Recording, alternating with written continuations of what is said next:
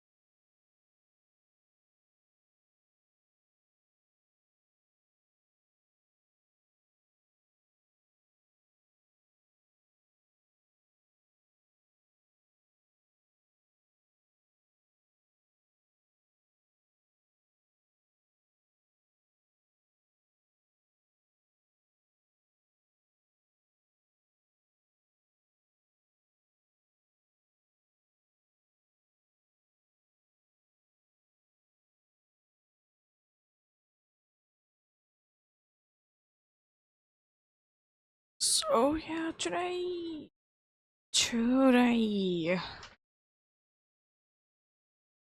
we'll be continuing Safari Week. Indeed,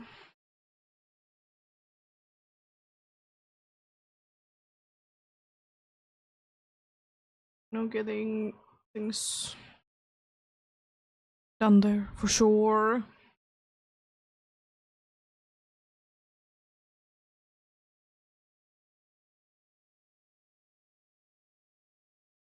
Least encounters, if nothing else.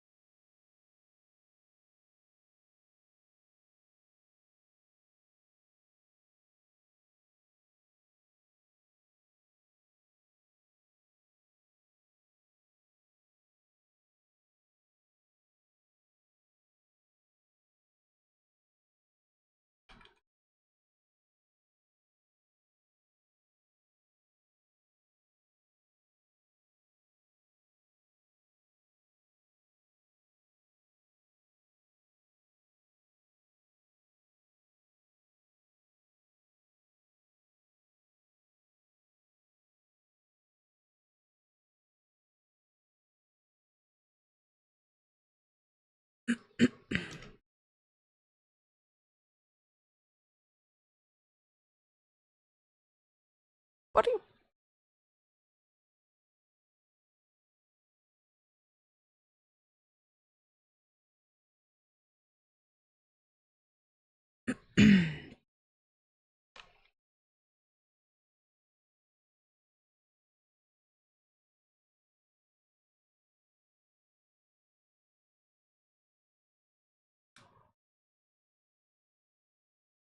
Well then, yeah.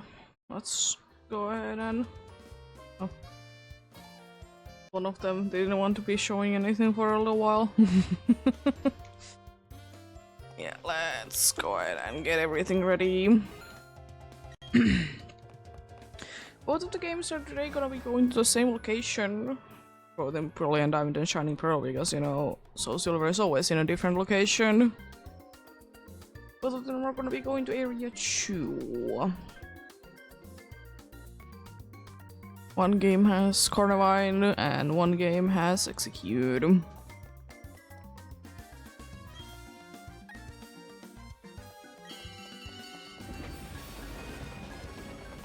Unfortunately, Execute is today the only one that requires national decks, so it's a little bit of a bummer, but it's okay, of course.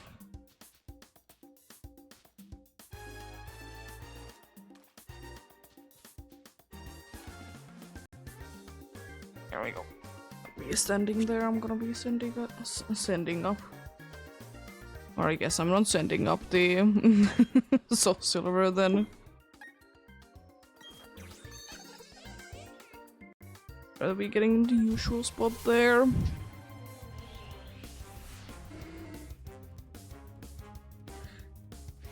More whoopers today. Perhaps. Did get on Wednesday 2 of them. Don't really need more, but it's like usual, I'm not gonna be saying no anyways.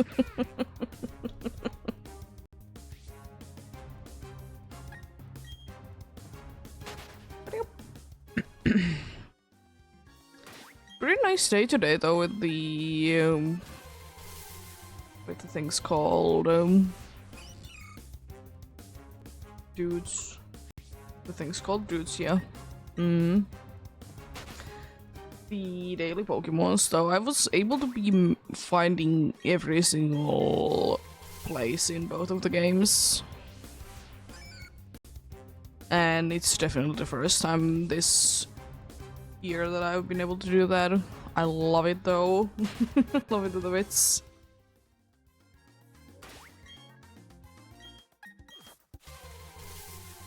But yeah, not too bad, not too bad.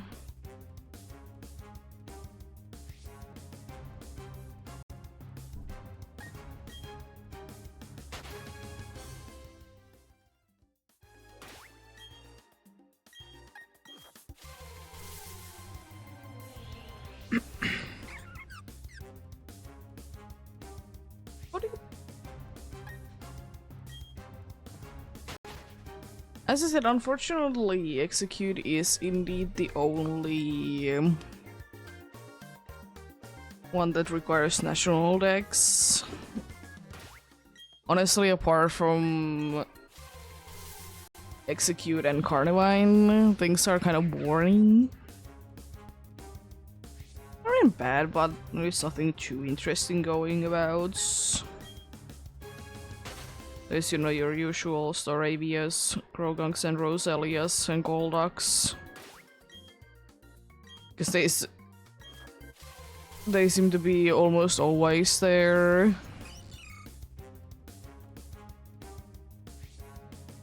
The only, like, a little bit of interesting one was indeed a Skorupi.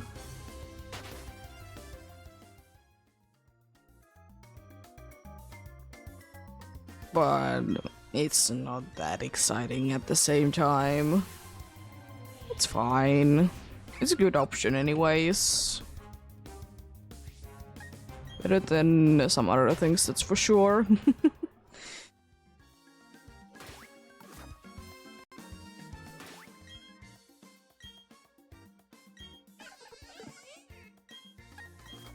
But yeah, hopefully everyone's having a good day today.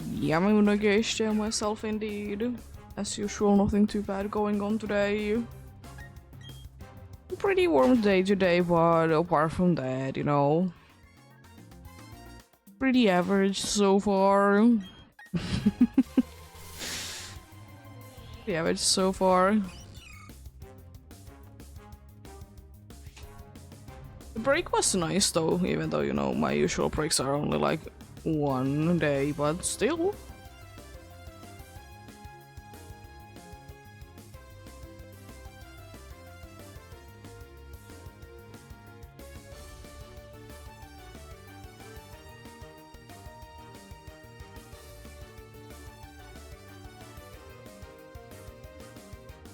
Still, you know, it's nice indeed.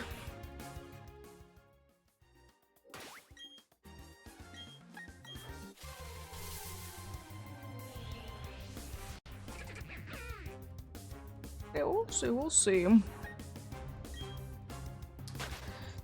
definitely a thing today that most likely will be going on is that we'll be hitting 20k in the total today. It's pretty much set in stone if like nothing really goes. Or not really anything unexpected happens, you know. If you know everything goes as normal, then you know gonna be having anything like that indeed.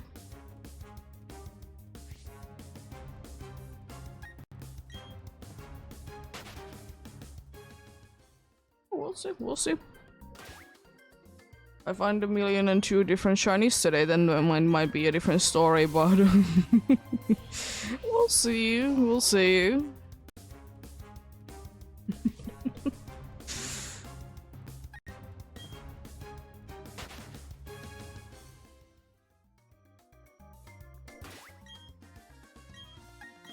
But indeed, even though we are having like a few warmer days, like today and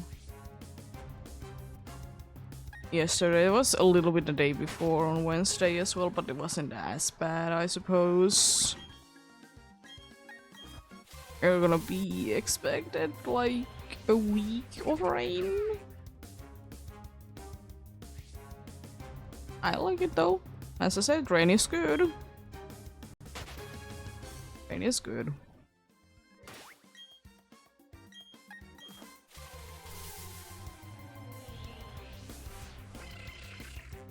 I'll execute. A Pokemon that I don't usually see in games. Guess weirdly I tend to be seeing more executors than executes, especially in the more recent games. Like Gen 7, Gen 8, Gen 9. I tend to be seeing more of executors. More or less because they are a lot easier to be seeing for sure, but still.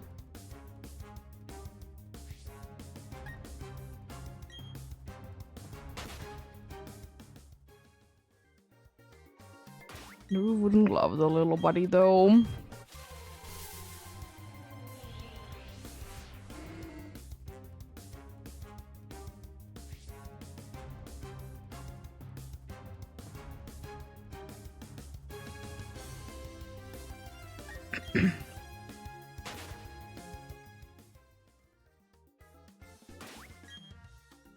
I feel like there would be one thing that could be making execute better is that it wouldn't be requiring a stone to evolve. I'm pretty sure it does.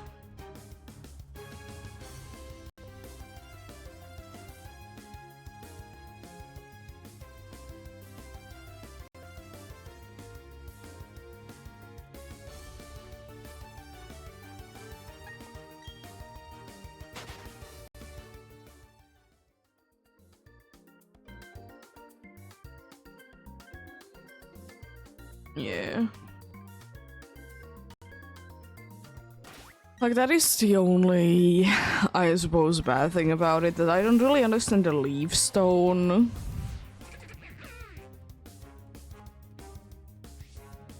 As the evolution item myself, but anyways. And I also feel like Execute could have easily just, in my opinion, been pure Psychic or Grass type. I don't think that it needed to be Grass and Psychic both.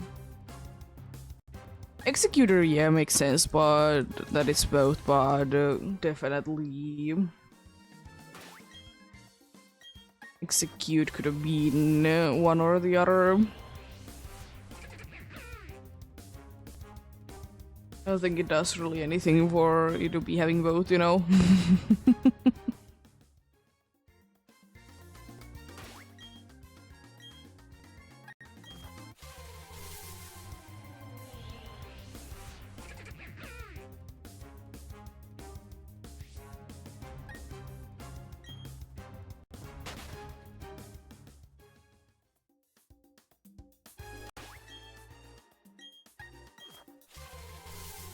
There's definitely some stone evolutions that I would think that one wouldn't think about too much. Like issue and Volt Orb, Execute. I'm kind of feeling also the same about the elemental monkeys. Because I don't think that they would have like, necessarily needed that they are requiring a stone to evolve. They could have been definitely without. It's honestly quite a good amount of Gen 1 ones, because I'm also thinking that what sense does it make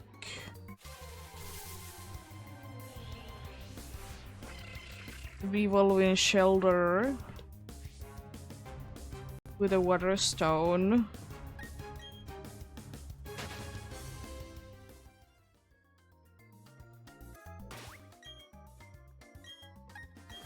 I get it that, you know, they wanted to be giving cool evolution methods and stuff like that, but still.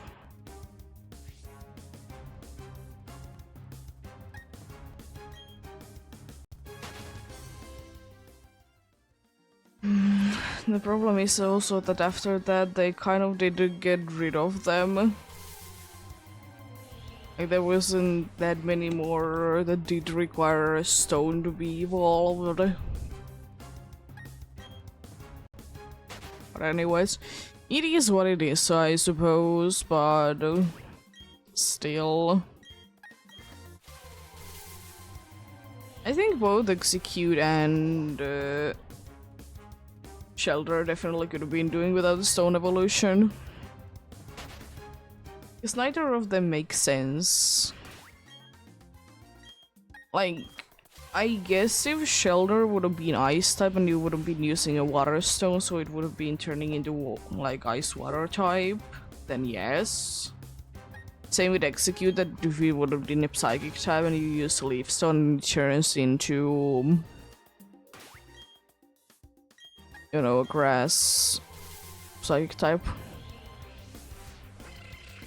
This makes more sense.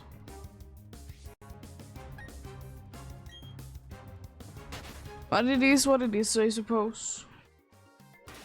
There's always gonna be, you know, weird evolutions.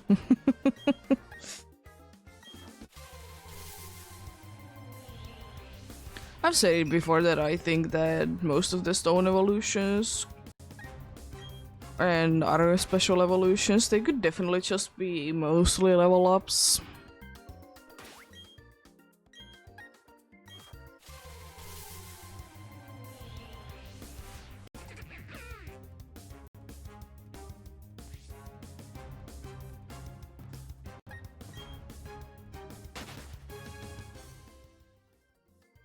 At least I will say one thing.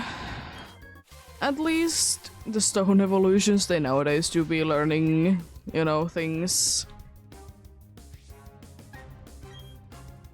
Because I remember that, you know, back in the day, aka in older Pokemon games, you really need to be thinking when you're gonna be evolving your Pokemon. Because otherwise you're gonna be missing out on moves. Because mostly stone evolutions, they don't learn anything new. Which is a bummer. And I feel like it's a little stupid. But anyways.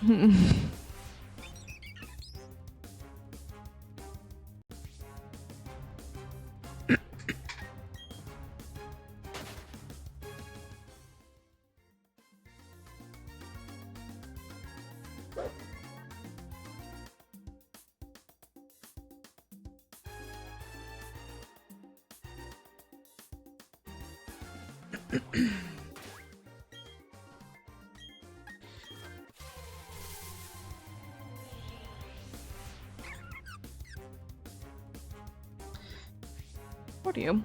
It do be what it do be.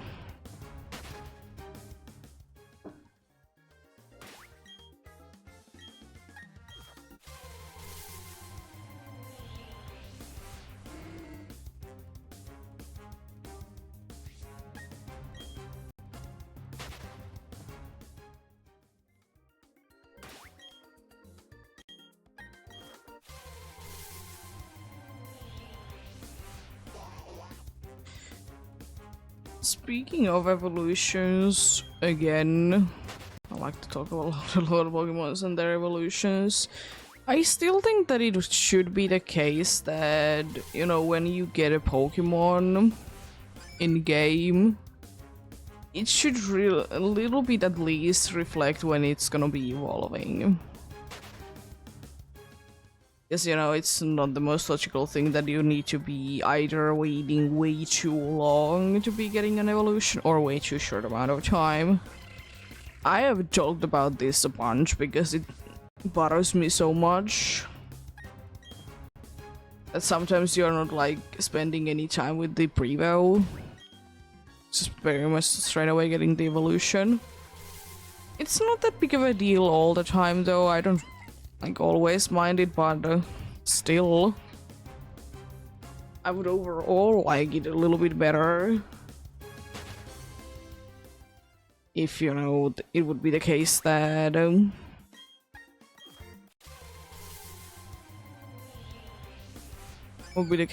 indeed it'll be somewhat reflected when you find it, when it evolves.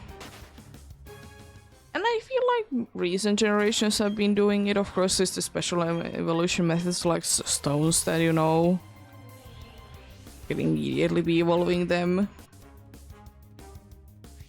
But also, I will also say another thing about that is kind of bad with stone evolutions. As I said, you don't always know what Pokemon needs a stone to evolve.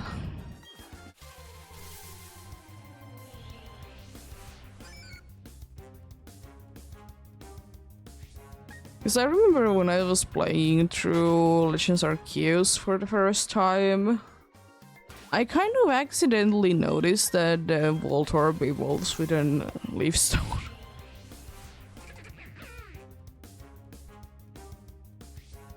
I mean, I didn't mind it. I didn't mind it be using Voltorb. It's still pretty good, but I was like, oh, it evolves by Leaf Stone? Interesting. I just didn't think that it would be doing it, you know?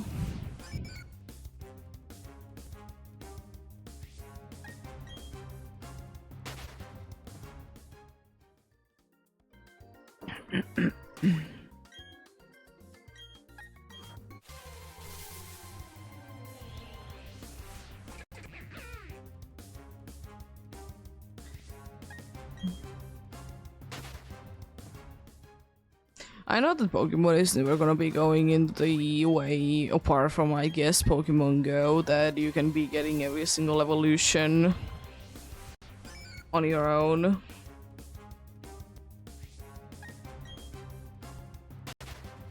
Pokemon Go is quite close. Because, you know, you don't need to be trading, you just can be waiting until you have enough candy. It's gonna be ridiculously expensive for sure, but technically you can do it yourself. You know? You can.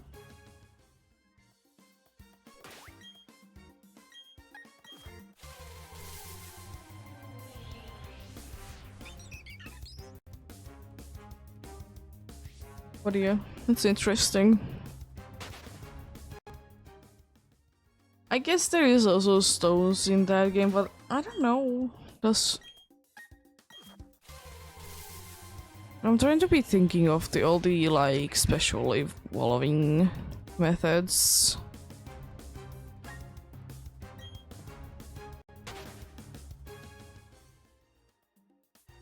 But I can't think of anything that would be requiring, like absolutely 100% would be requiring another player. I'm gonna triple check with Shelmet and Caraplast even. Because that is like the only one that I'm not too sure of. This is a special kind of trade anyways.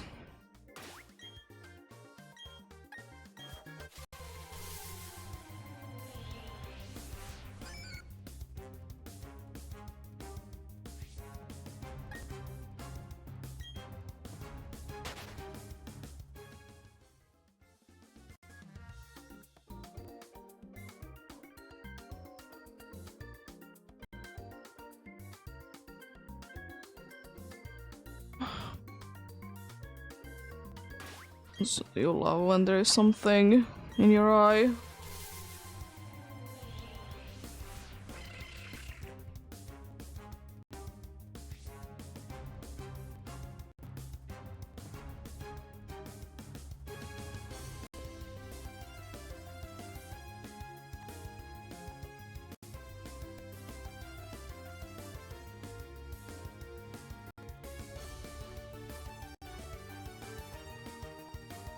I'm pretty sure I have. Oh, jeez, really?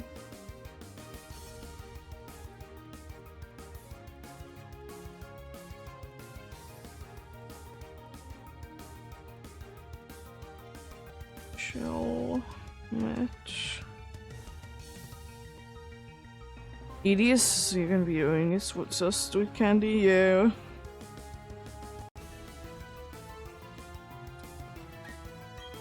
I'm assuming Coroblast is as well.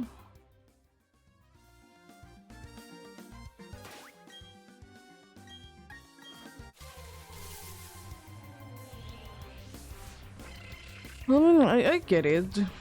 I get it. Like, I get it that Pokemon Go, even though it definitely wants you to be trading the trade Pokemons specifically, I get it why it's not required.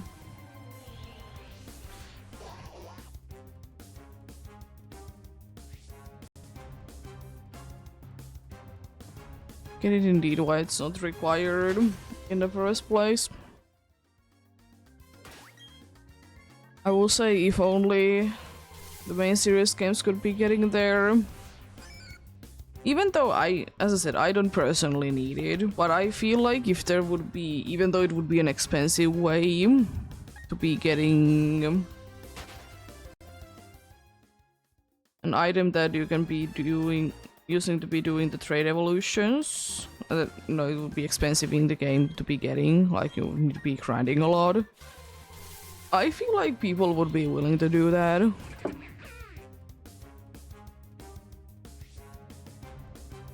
I feel like people would be willing to be doing it.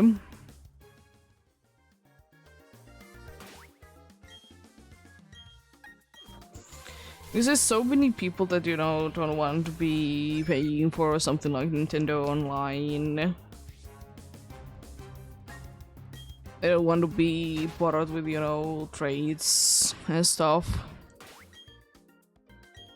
As I said, I think it's just kind of logical and kind of interesting that we don't have it yet, that, you know, there would be an NPC in their games that would be like trading a Pokemon back and forth with you.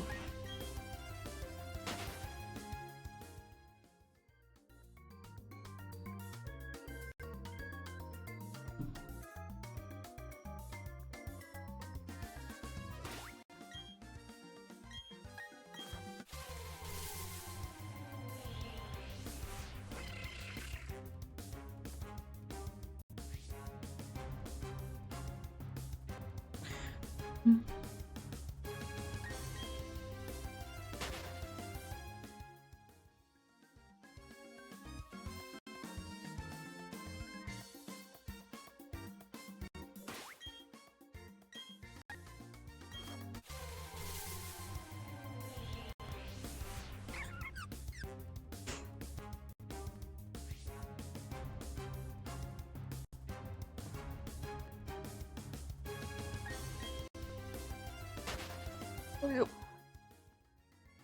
be what it do be, I suppose.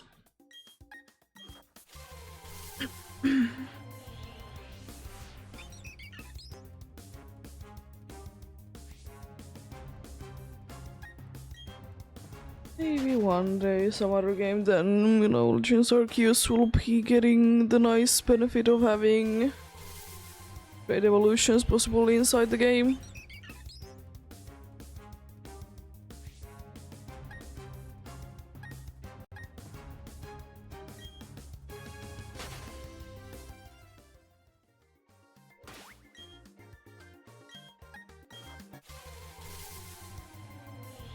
Speaking of trading,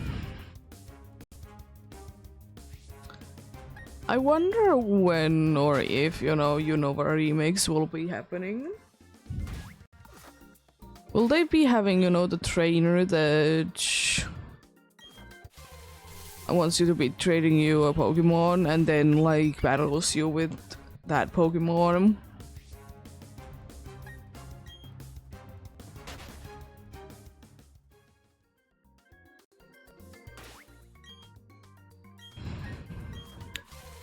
I wonder if that will be back, you know.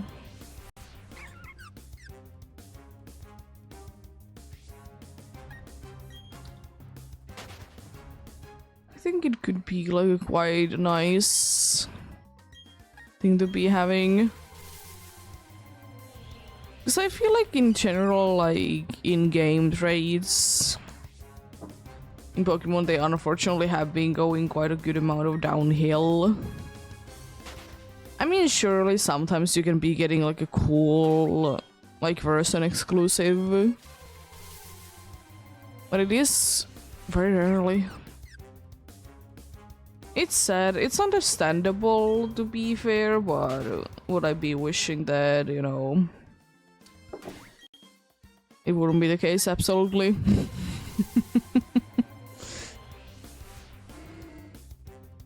Absolutely.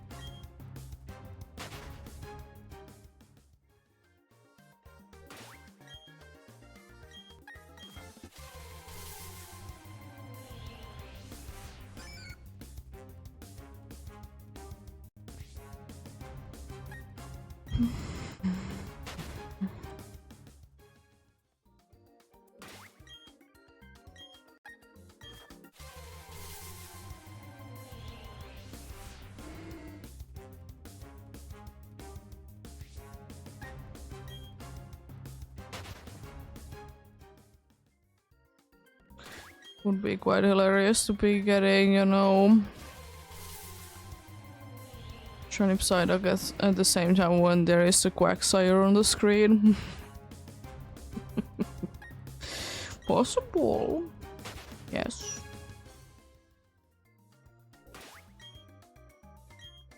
Quite a bit possible for sure.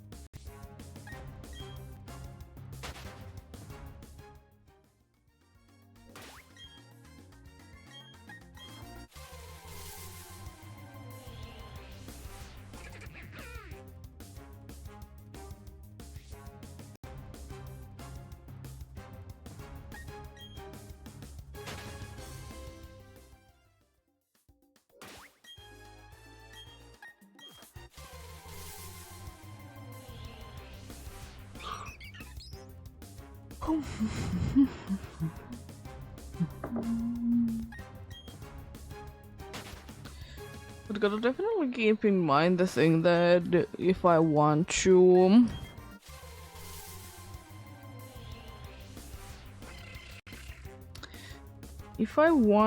I can, you know, be indeed changing the time zone. Because, you know, if you touch the regular time settings, as I said a bunch of times before, PDSP doesn't like that. Unfortunately locks you out of things and stuff as well, so it is what it is, I suppose.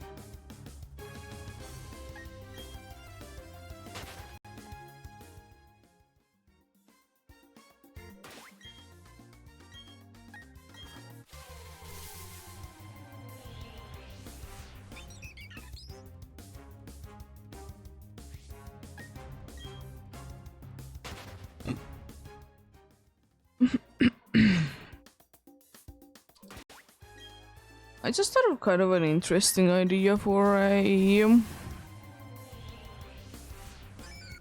flying gym at some point.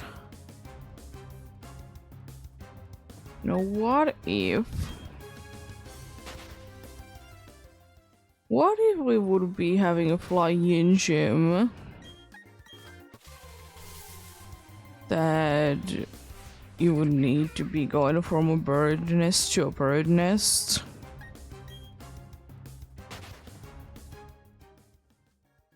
So I think that could be kind of cool.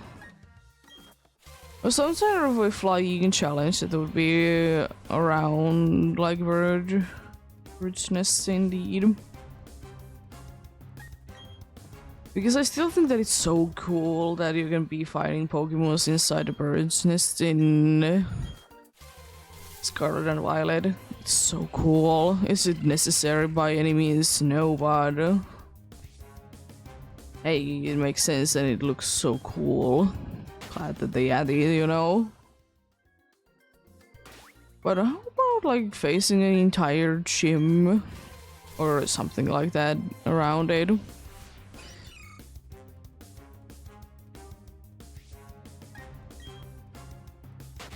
Could be maybe like a little bit of combination of like going from the bird's nest to bird's nest indeed, and then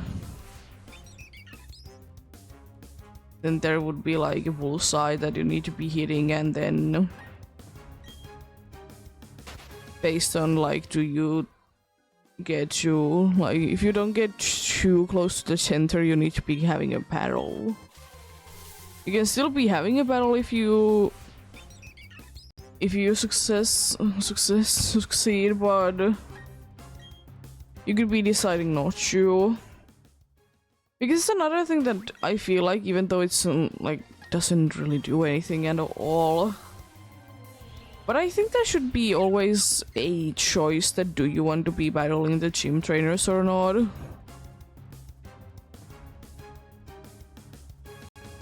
I think there should be that much of a choice for you indeed.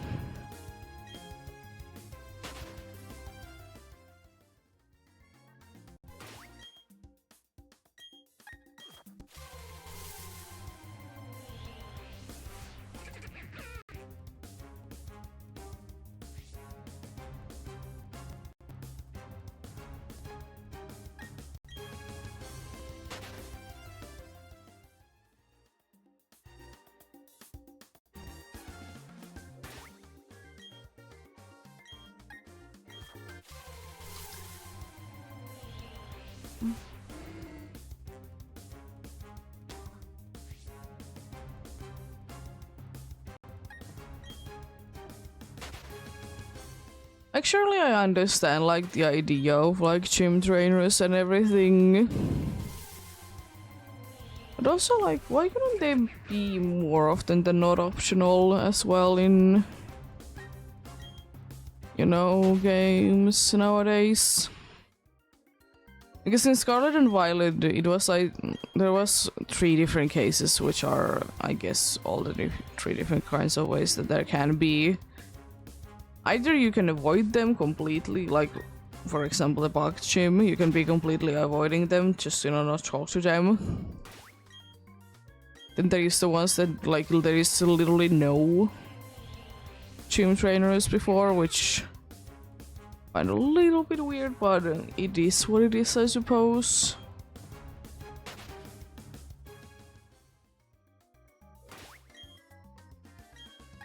And then there is like the forest ones. Because I don't really understand why the electric gym couldn't be done in the way that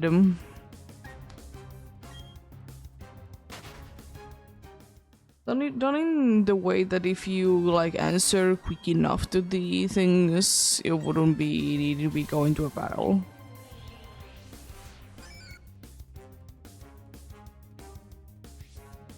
Same it is with like the psychic gym as well, that I absolutely hate that it is indeed required to be having quite a good amount of battles that are kind of boring. I feel like the electric gym ones are more interesting than the psychic gym, you know, trainers.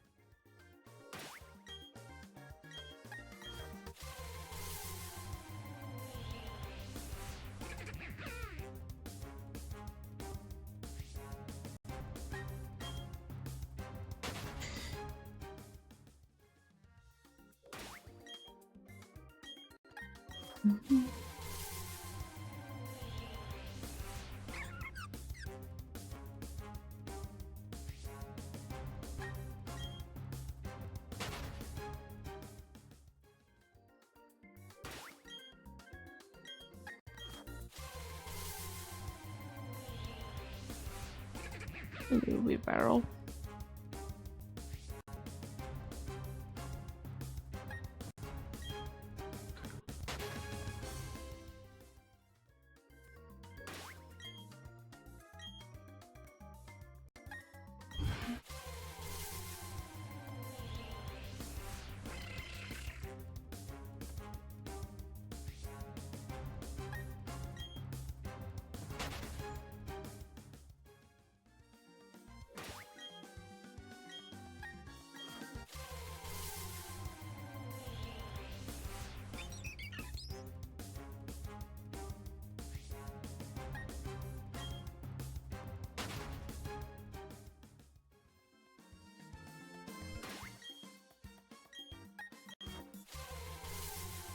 I would also say that I find Execute's Cry a little bit interesting.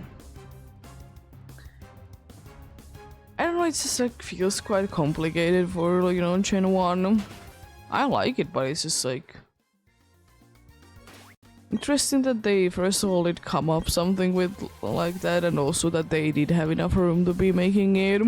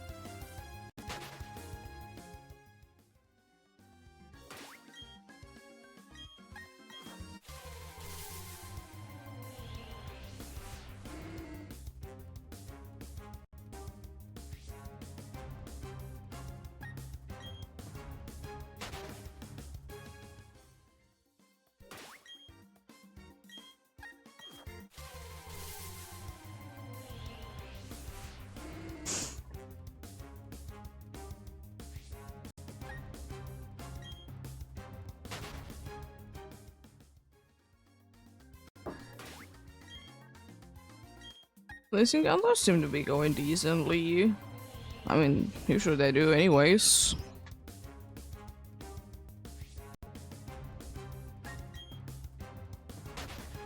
Seem to be the case that... Oh.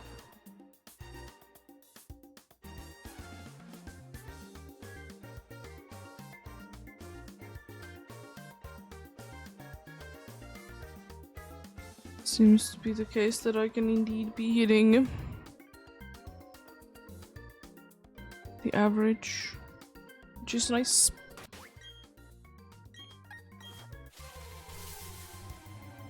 Very nice indeed.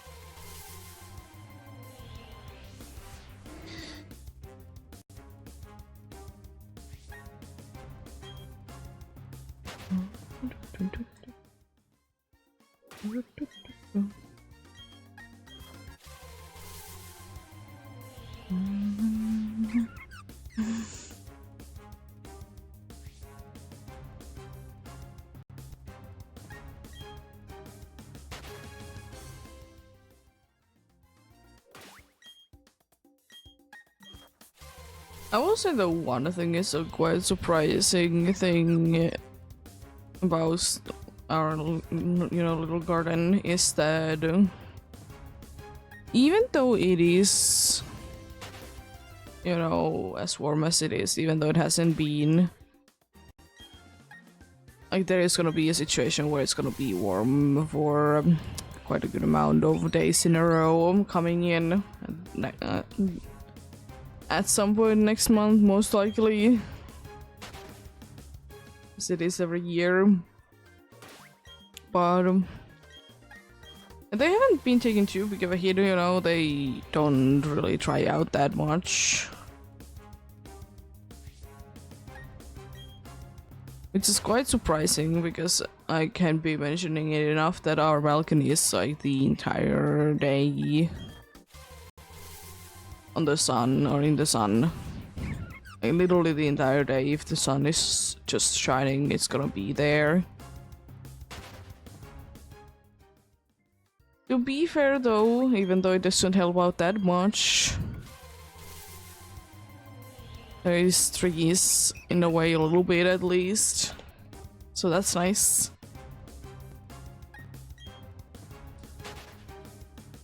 Blocking it a little bit. It doesn't help out that much because the sun is just so high up, but it helps out, a little bit though.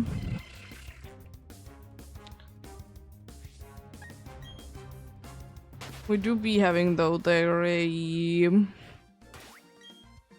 thing up that they can be in the shadows for, and depending on what it is, half of the like odd hours. So you know they're not gonna be too much there. It's still gonna be, you know, nice and warm though. It's like, you know, heat tends to stay in small areas.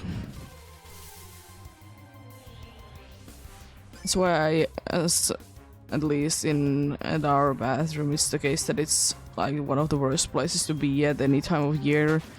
In the winter, it's super duper cold, and during the summertime, it's ridiculously hot. Old house, not that good ventilation, stuff along those lines. And even if would have liked to, there is no way to be putting a window there as well. Don't know how much it would be helping. I don't know how much I would be having like a bathroom window open.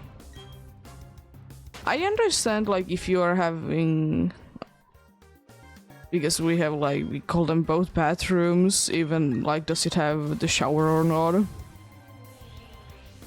Because I can understand like after like if someone has been taking like a hot shower or a shower in general, that they might want to be having the window out, so you know, be resolving itself quicker, the situation. But apart from that, I don't really understand the reason for there to be a window in the bathroom.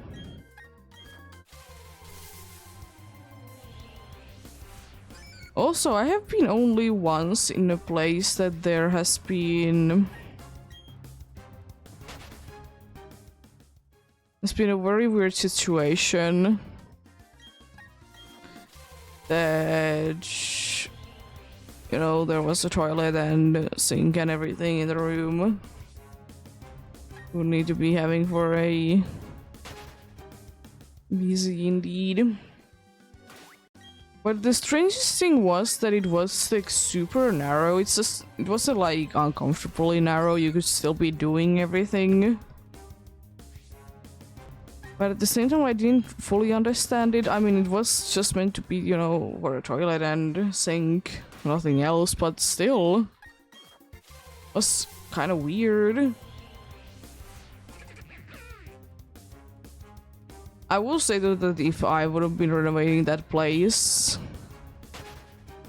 because I knew that it wouldn't be causing too many issues, I would have been destroying, like there was a closet near, like literally right next to it. I would have been taking a little bit away from the closet, or remove the closet entirely. Because in that place, like the bathroom and sauna place, because it was basically just one door separating the places, that there wasn't too much room because like half of the like shower area was taken by the like washing machine and stuff, so I think that that could have been moved into, if we would be indeed been getting rid of the closet, then could have been putting it there instead. But I mean, it did work. It was just a weird. And even though I don't like, you know, small places that much, I'm not afraid of them by any means, but I could have definitely seen someone not liking that place at all.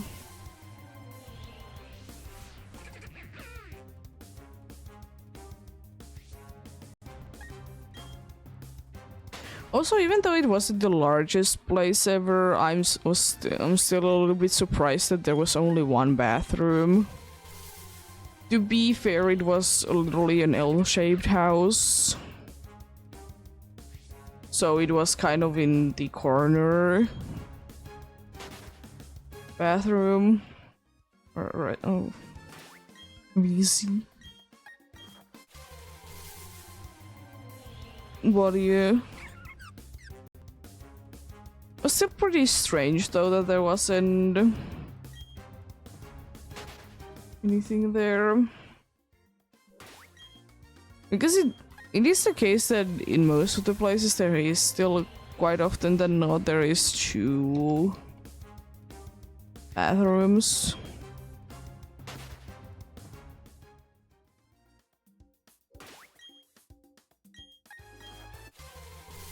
I will say that usually if it's just like more than 1-story building, I guess a home that you own yourself only, you know, it is quite often than not the case that, you know, in every single floor there is gonna be a bathroom, or at least, you know, a wheezy.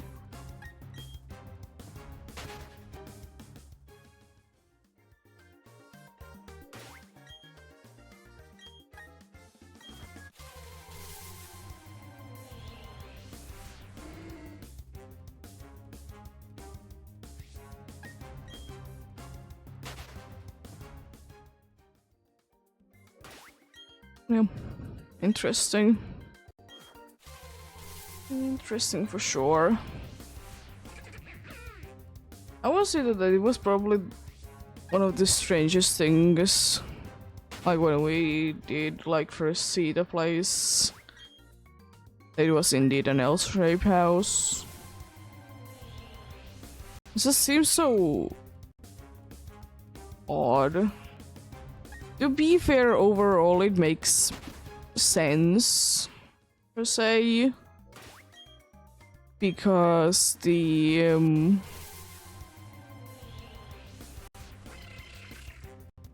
like kind of in the middle there, like filling that square in, there was a nice like little hanging place. It did get super duper hot during the summer though, so it wasn't the nicest thing. There was quite a nice and huge like shade area there for sure, but didn't help that much. Because for whatever reason, whoever built it was very obsessed with bricks. The outside of the house was bricks. There was 2 walls inside that were made out of bricks. No fireplace anywhere, by the way. Just brick walls. And then, you know, the outside, like, main hanging area was also, like, made out of bricks. It was ridiculously hard.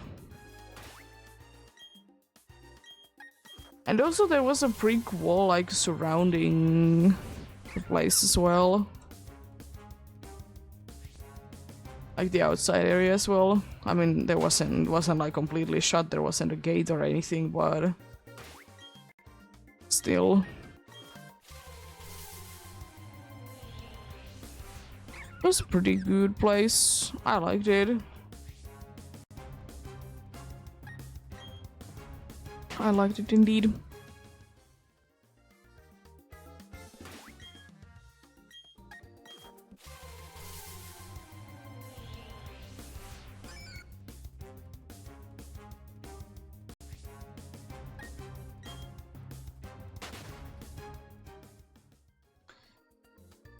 There. An hour has passed indeed, so we're gonna be having a break soon indeed.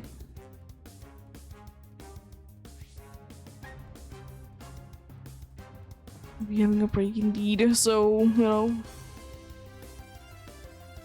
there is that indeed.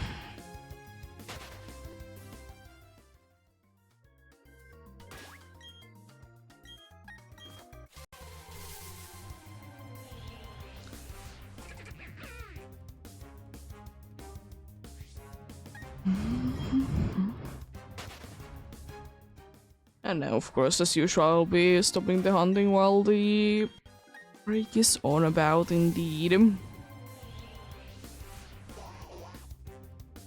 Why wouldn't I? Oh. There goes the first safari ball accidentally thrown. Oh no. The dude left. Mean.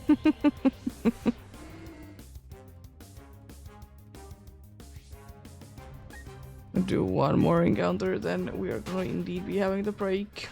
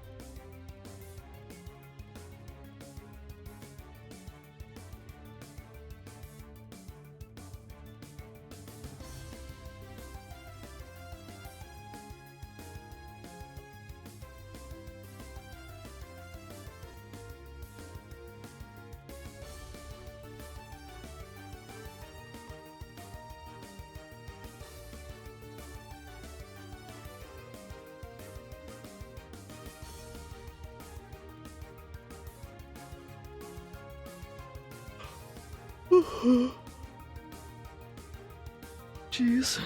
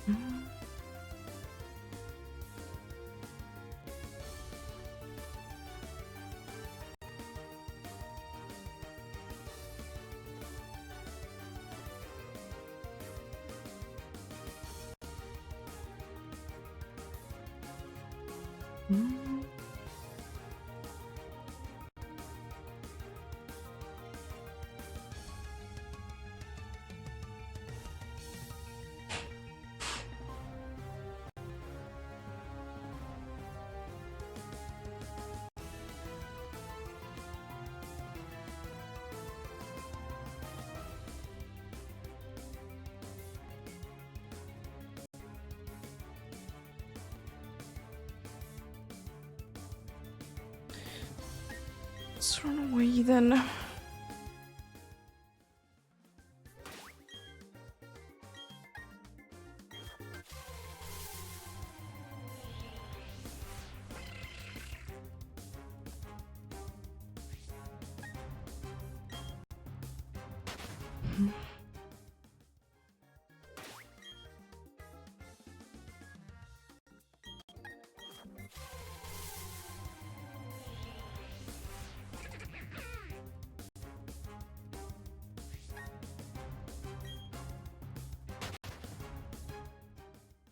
One thing I will say that I have always found weird about summer and summer break is that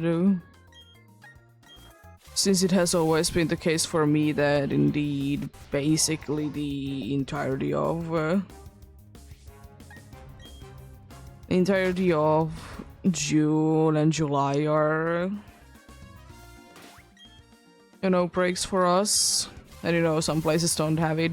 Because I find it quite weird that why does USA have like 2-week spring break, like basically when the school is about to be over.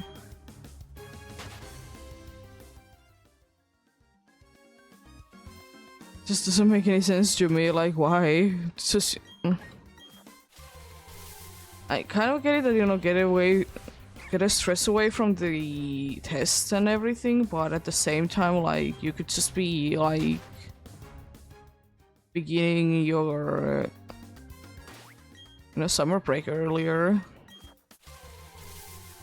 That's probably why we have, in quotes, long summer breaks compared to other places, because we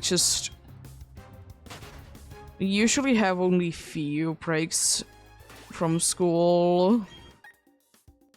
It was a little bit different when I was growing up. There was like weird things that, for example, we did have a fall break that is usually a week, but for whatever reason it was only like just an extended weekend for like a year or two.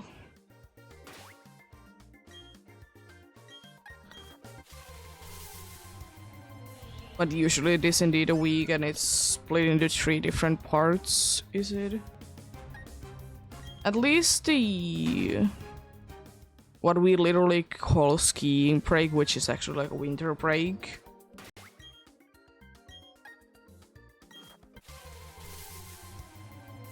For like English. That is at least split into 3 different weeks because they want to be having enough room so people can be going, you know, skiing and whatever they want to be doing. So, you know, not every place is booked. Because, you know, we have quite a limited amount of options where to be going skiing and such.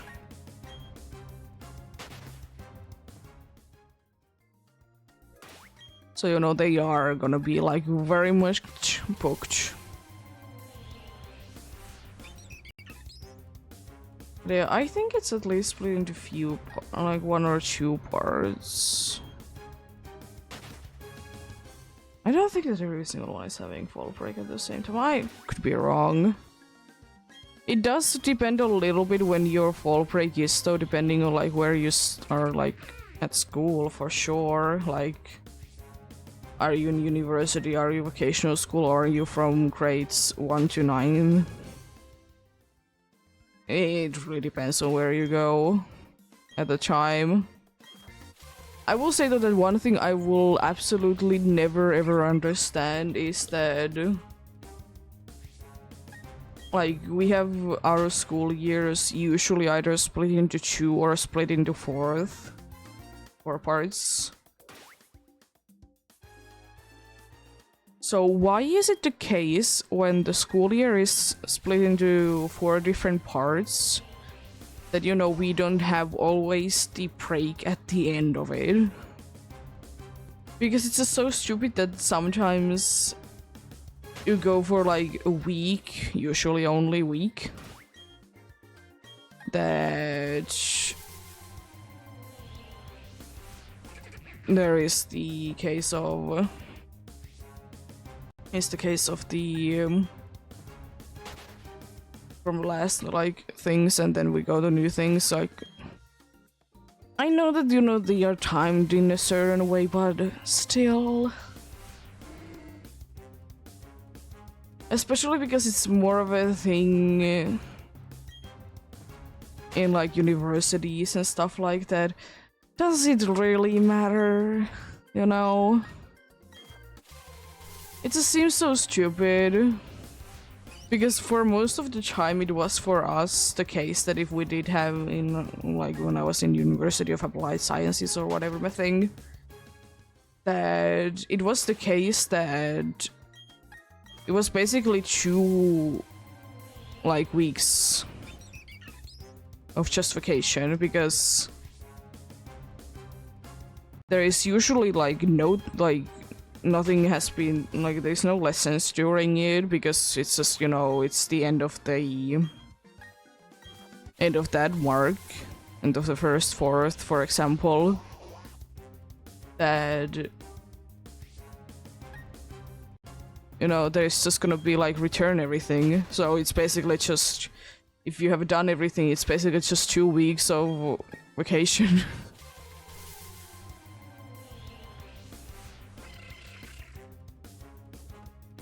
It's just so unnecessary, and I have always hated it.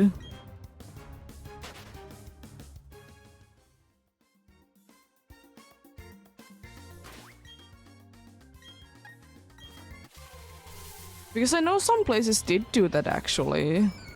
Even though technically then you're not spending an X amount of time in certain classes, but they didn't care.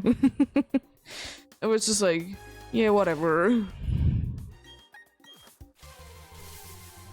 Or like, I don't know, it could have been in my mind could have been done maybe in the way that you would have been starting like a school year a week earlier to be fixing that issue or something like that. There could have definitely been something, it just was like, why? Because I don't remember which project it was, but in one of the projects that we did have, the teacher literally said that, you know, let's like do every single presentation before the break.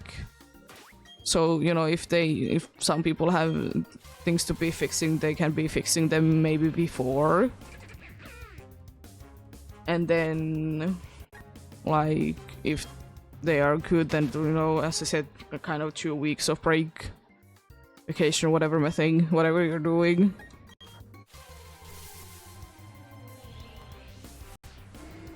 I will say though that I don't really understand people that, like, when there is a 1 week off from school, that they go for an actual, like, holiday on that.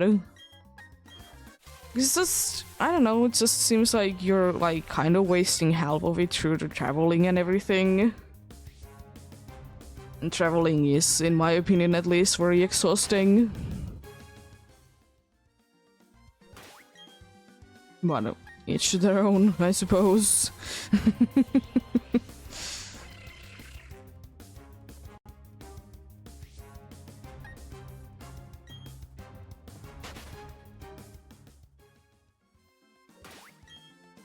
Back to the other breaks from school that we have. We have, of course, you know, Christmas break that is, depending on where you are, it's either 2 weeks or 3 weeks, and depending on, of course, also on the year as well. Depending on, you know, at what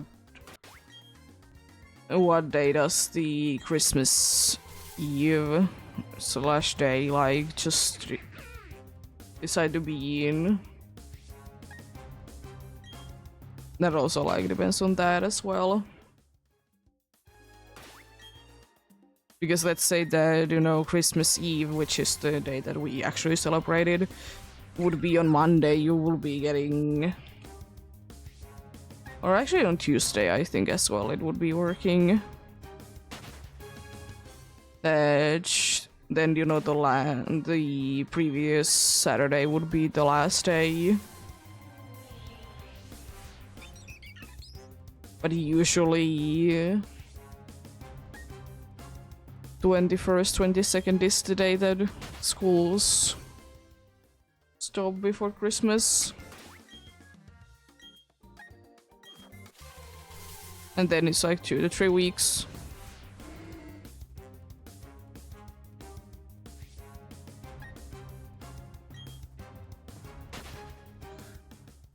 And we have indeed the winter break that, as I said, is split into 3 different parts.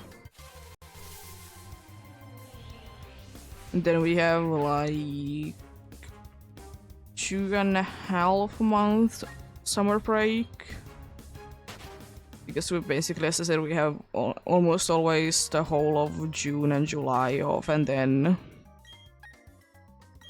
depending on situations, then maybe a week or 2 on August.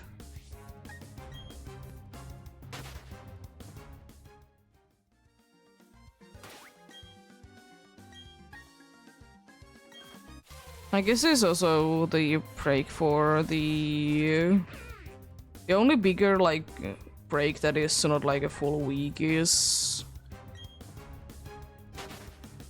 Easter. Because there might be like randomly 1 or 2 days off, but they are like depending on what year it is. So, you know, if a special day just happens to be on like in the middle of the week, then you know it's off.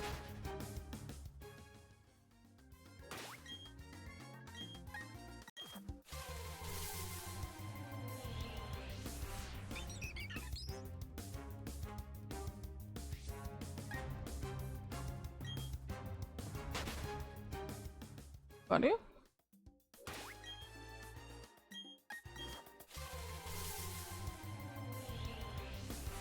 It really depends on actually how long your summer break or summer break is.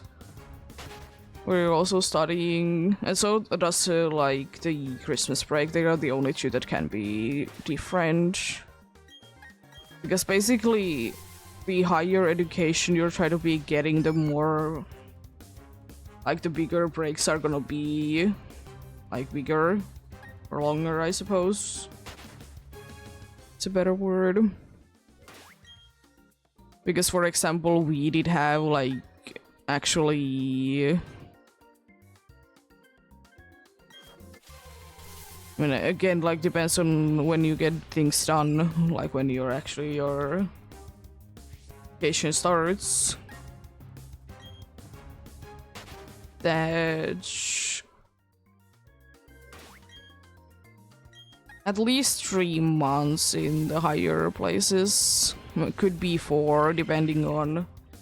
Because May is a little like interesting one, because usually at like halfway through the month, like no more lessons are gonna be in, but you have still at the end of the May to be returning everything.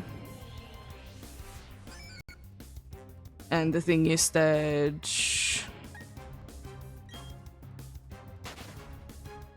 you could be getting a thing that the school either starts at the end of August or the beginning of September. It sounds kind of crazy. It's 4 months, could be. Jeez.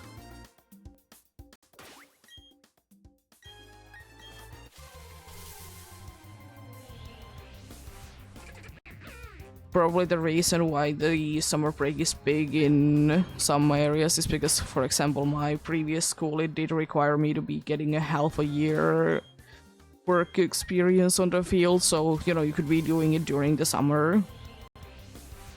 So, you know, you could be getting it done, because usually schools in at least University of Applied Sciences at least are 3 years. They usually are 3.5, like 3 years of like studying and a half a year extra, because of, you know, you need to be getting the experience. But then there's 4 and 4.5. I think 5 is the max. I could be wrong though. I don't think that I have been hearing anything more than 5. I will say that I don't know what you could really be learning after 4 years. That's why I understand like 4.5, because as I said, like half a year of experience on the field is required for you to be graduating.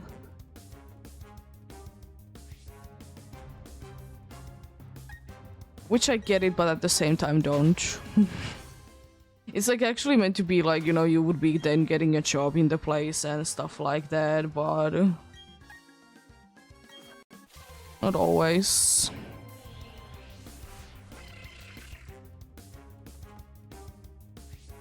But it's meant for that, and I get it that, you know, it's good to be getting work experience, because, you know, bunch of places are willing to be hiring people. Technically, it's not required that it's paid in the University of Applied Sciences, but quite often than not it is.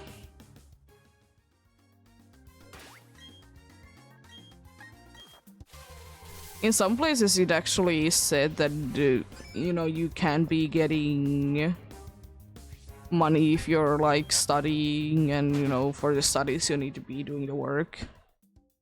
It's very rarely the case, but it is what it is, I suppose.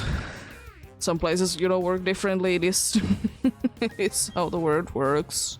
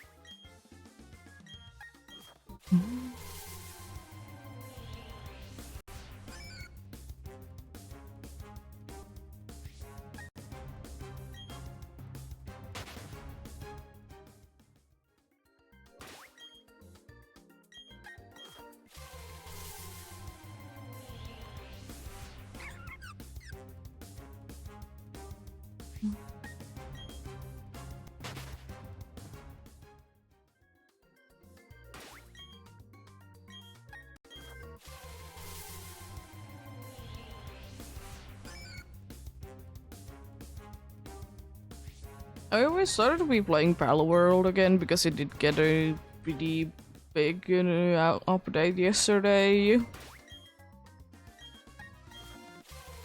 I will say that it's definitely better when, you know, we did play it basically when it was in quotes released to the early access. Was pretty like bad then. It's definitely better now. One thing I will say that definitely did help out a lot is that in yesterday's update they did get dedicated servers to, you know, Xbox. So that definitely did help out. It doesn't lag as much. But what I have noticed that there is a lot more like weird terrain things happening. But at least I guess the servers are better.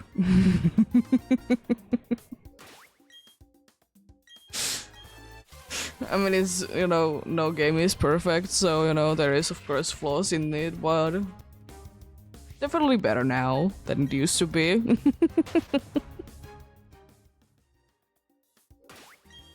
Definitely better indeed.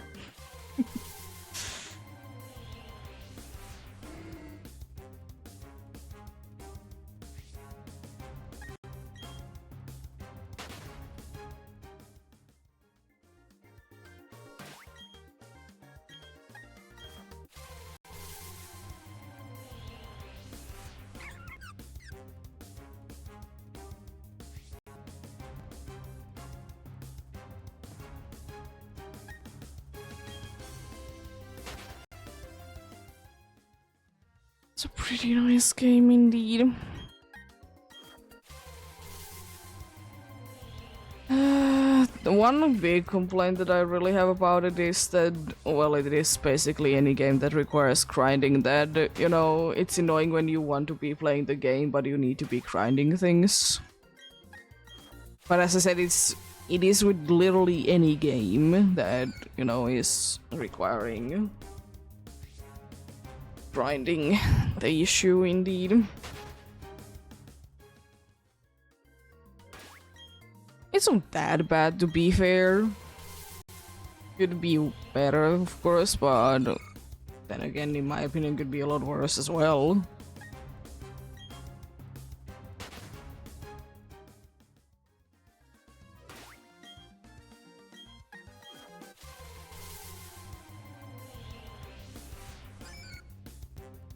And thing is with us as well, because I mean that game you can't really be AFKing anyways because random events can be happening.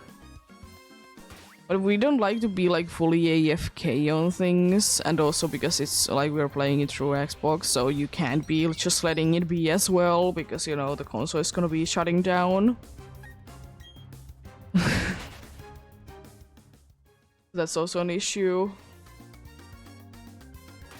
I remember that, like, when we did play it, like indeed when it was first released, because we unfortunately, no matter what, we would be need to be creating a new world, because it's quite a usual thing, I suppose, in things. It's annoying, but now it should be in the case that you don't need to ever be creating a new world, which is nice. Because it's annoying always to be creating a new world. Especially because the place doesn't really be changing. Like, it's always the same world, so it's kind of annoying to be playing it over and over again.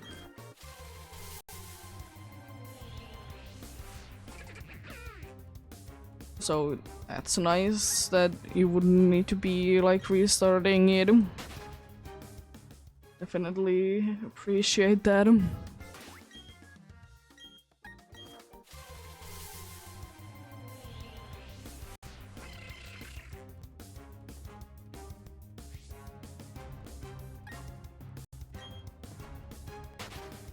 But yeah, it's better.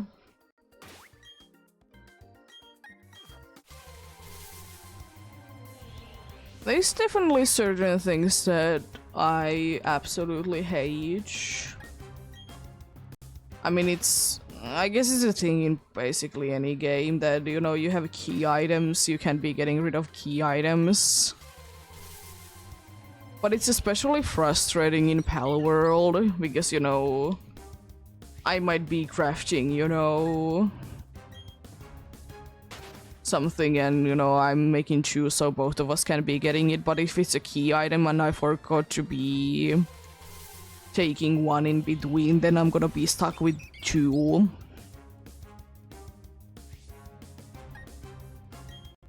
And, you know, having two of the same key item doesn't literally do anything.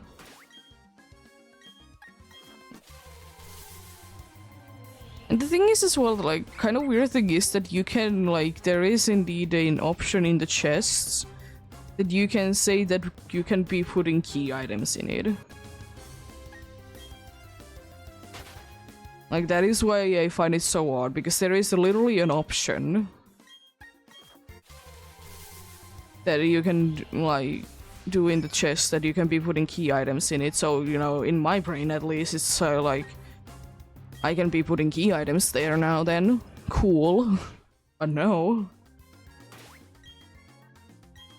Like, you can be removing key items, you can be you can be dropping them because they're key items. I get it, but at the same time, like, I think in the case of like Pal World, since you can be crafting some of the key items, why can't there be like a different thing that, you know, you could be, you know, dropping them or destroying them, because you can make them again. I get it for the things that you like collect on the world, like you can be getting rid of them, but, you know, still, I don't know.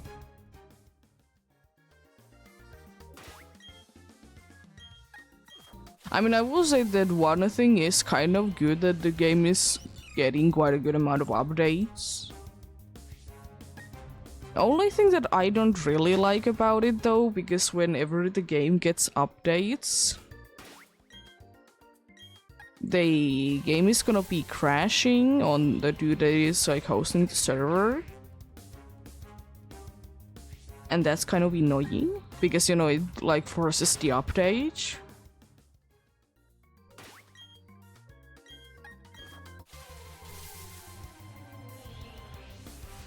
But yeah, I just wish that it would be like the game would be just giving you like a like, you know, a question that do you want to be updated in the game now. I wish it would be doing that instead, but of course, like, it's probably like server side, so they want the server to be updated and blah blah blah blah blah, but still. Could be done better.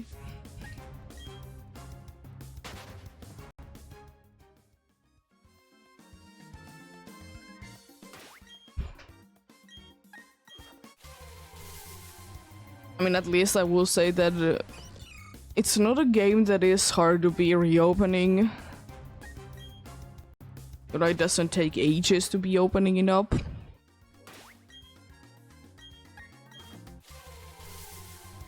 Because you don't need to always be connecting to servers to be able to play the game. So that's nice. It doesn't take that long, but it's still like, why? Frustrating just to be frustrating, I suppose.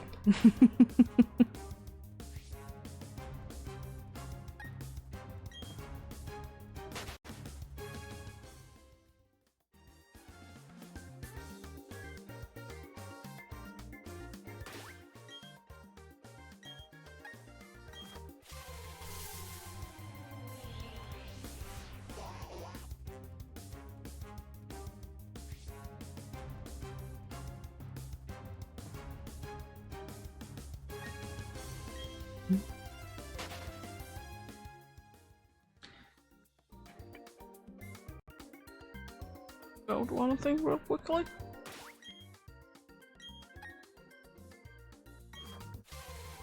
Well, I'm of course gonna be doing some encounters.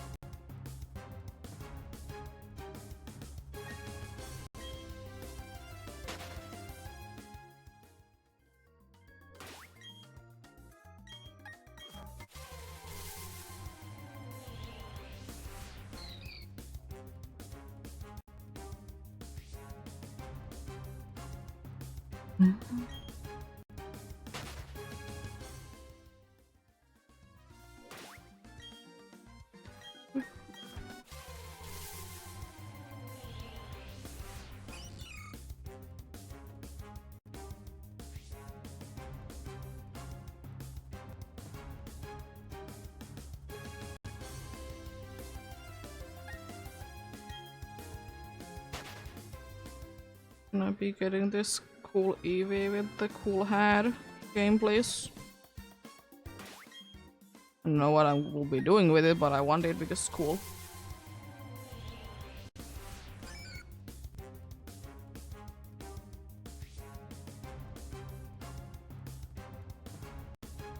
It's female as well, nice.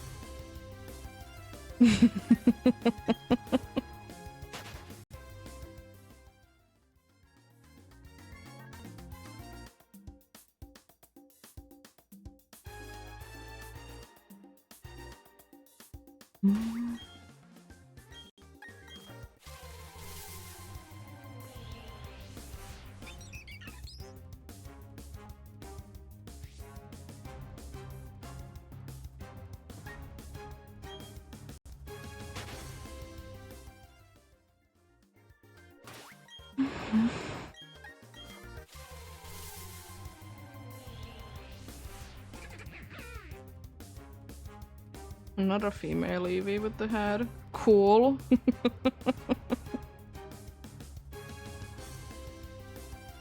8th anniversary indeed is going about in Pokemon Go. I remember that it was like at this time, but I didn't remember that it was exactly like now.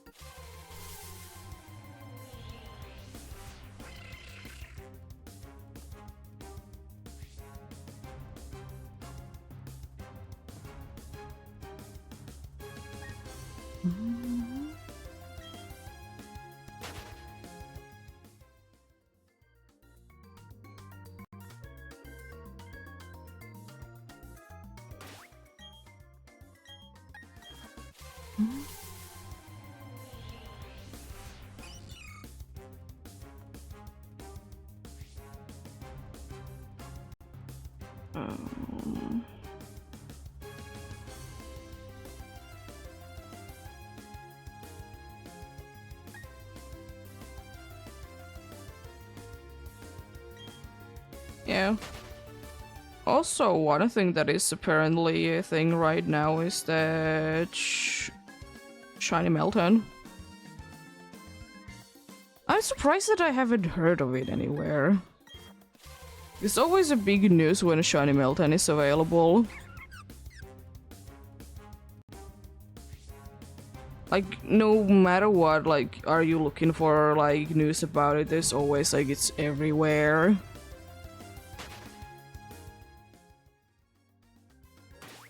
I suppose I'm gonna be popping up a...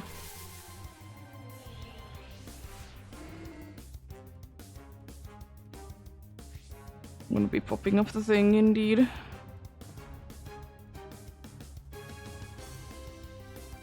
I'm just surprised that like no one mentioned anything.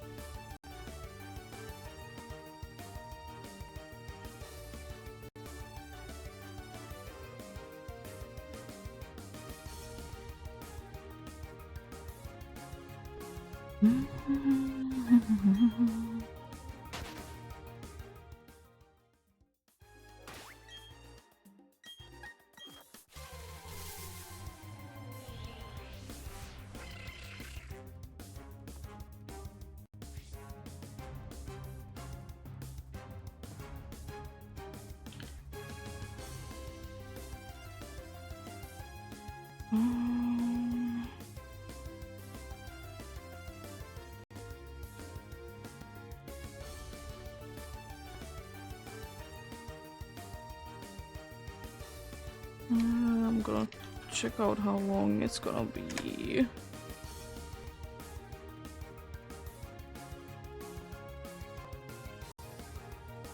Like, honestly, I'm surprised that it wasn't like a bigger thing.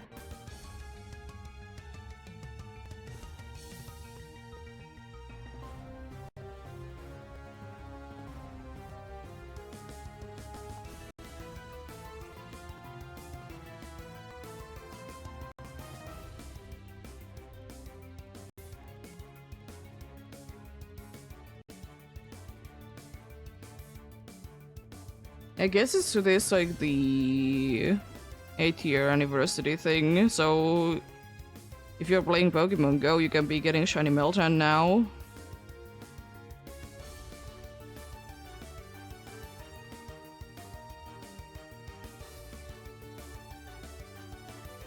I'm gonna try to be setting it up though.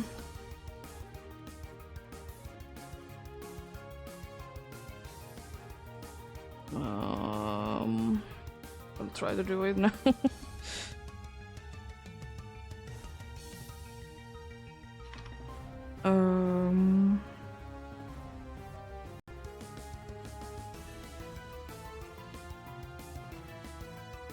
Where is my Pokemon home there?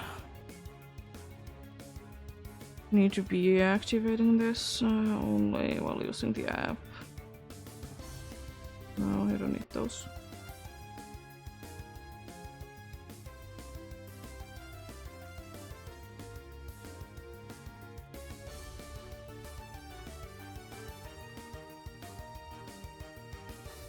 Lockdown is separate. Okay, yeah.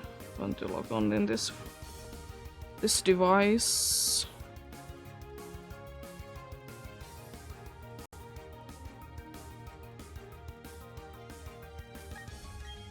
Continue though.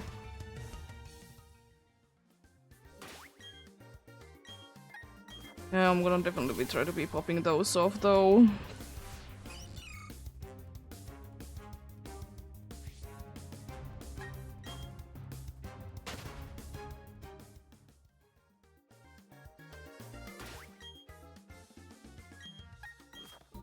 Popping those off. I really only need one, to be fair. I already did get one like last time that the Melton was available as shiny. Because honestly, I don't really see a reason to be popping it off. Other than that. I mean, of course I can be doing it anytime, but more interested in be getting it shiny, to be fair. I mean, I'm not gonna be saying no to more than one, to be fair, so, you know, I don't care.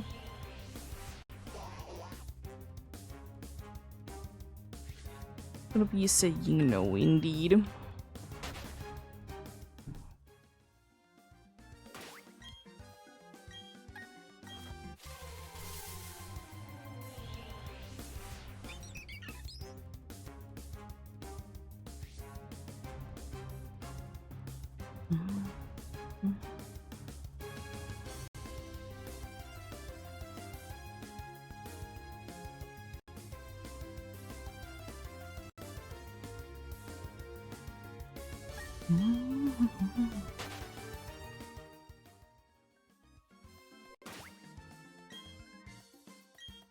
Apparently there has been a corrupt file.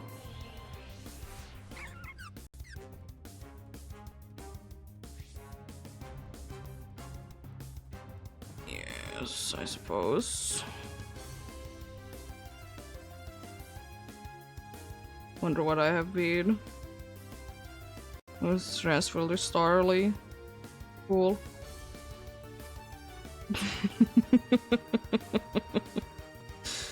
I transferred to Starly. I wonder when I have done that. At some point, I suppose. You have received things from Pokemon Go. One Starly.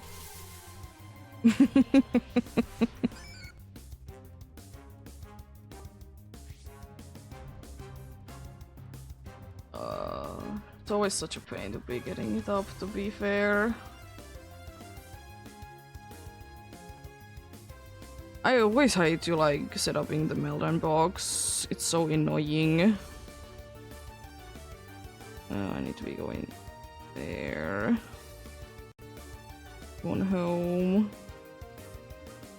And Pokemons.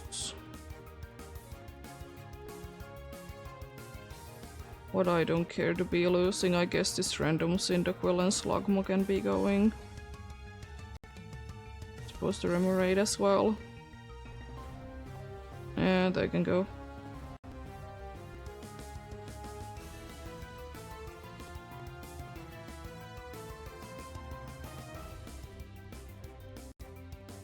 If I now go to items. There we go. It's not that bad, but it's such a pain. Like, I don't understand why from the... Like, you need to be going ahead and clicking the Meltdown box. Or the mystery box, I suppose. Why can't that be taking you to the thing that you need to be transferring, you know, Pokemons? Don't fully understand. But anyways.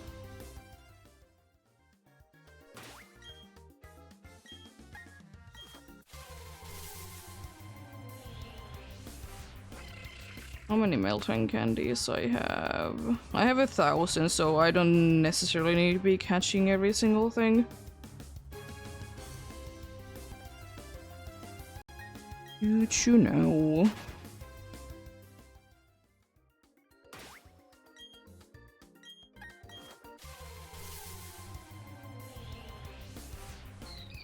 If I remember one thing that I did find very, very frustrating about the Meltdown box, though, was that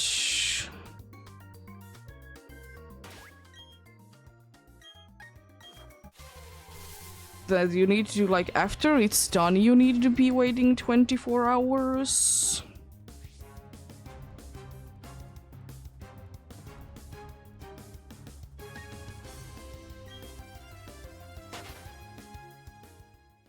Something like that. It was something very frustrating about it.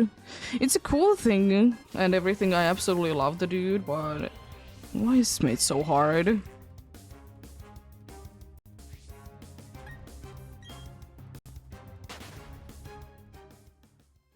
Also, thankfully they flee quite easily as well. Because I'm not gonna be capturing every single one of them. I'm not gonna be wasting my materials, because if I have enough candy, plus, you know, if I really need to candy to be evolving, you know what I can do? I can just be catching more in any other day.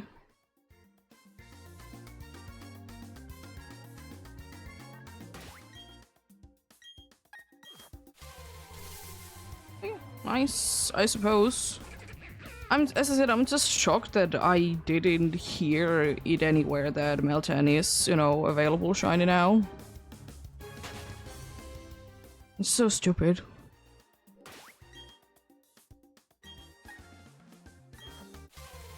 But hey, better late than never. I should still be able to get quite a good amount of these done, though. Don't know if I remember to be doing every single one of these, to be fair.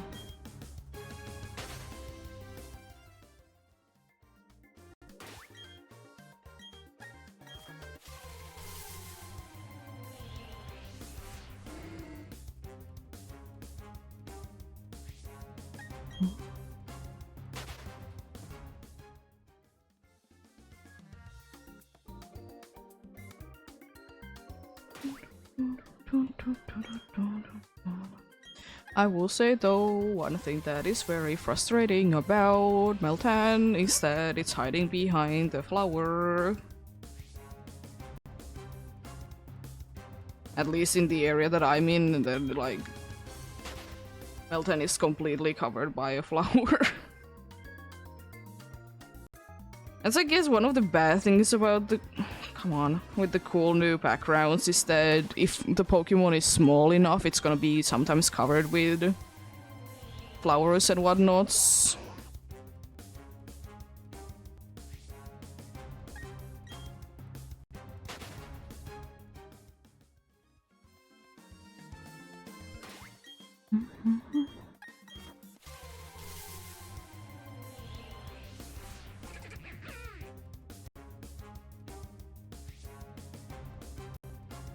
Cool, and I like them, but it's just frustrating that they get covered by things, indeed.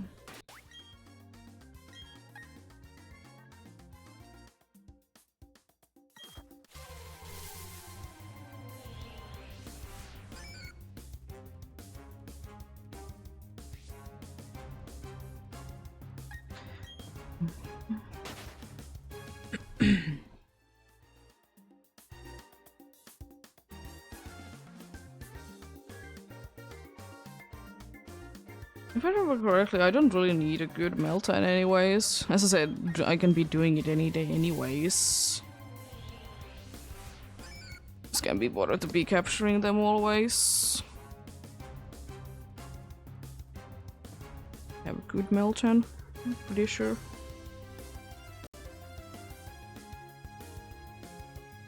I have a big and a small one that I'm aware of. I have a pretty good one.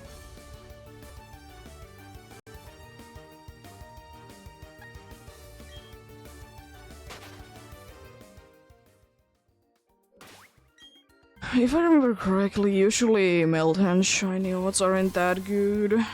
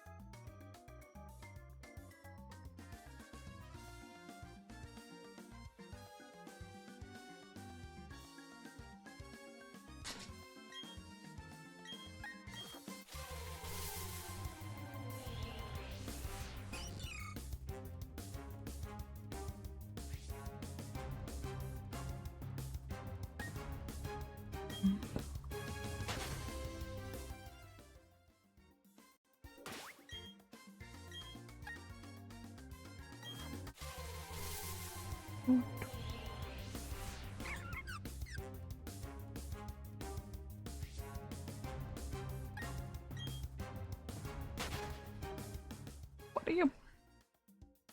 Meltan, indeed.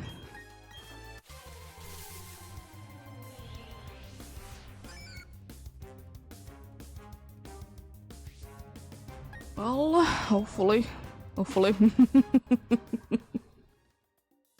As I said, I do be having one. But, you know, hoping for another one.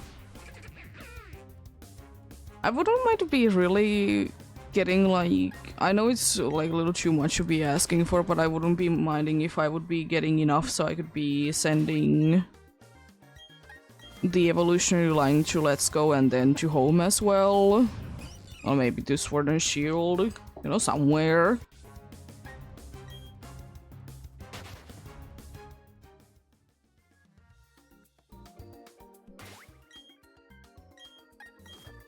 Audio.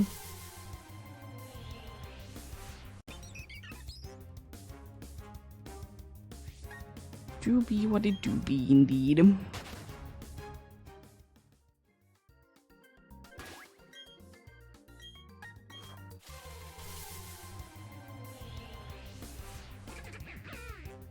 Probably gonna be then a quieter hour because I was really researching for the Meltdown thing.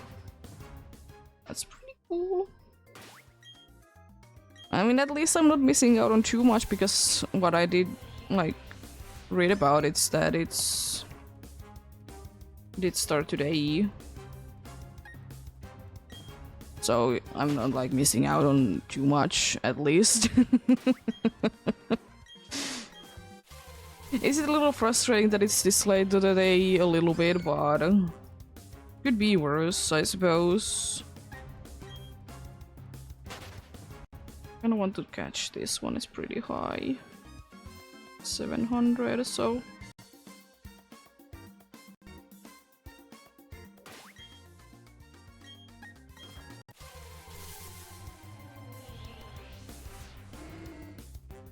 I think Melton is one of the only mythicals in Pokemon Go that is hard to be capturing as well. Because mostly they are only through like special research.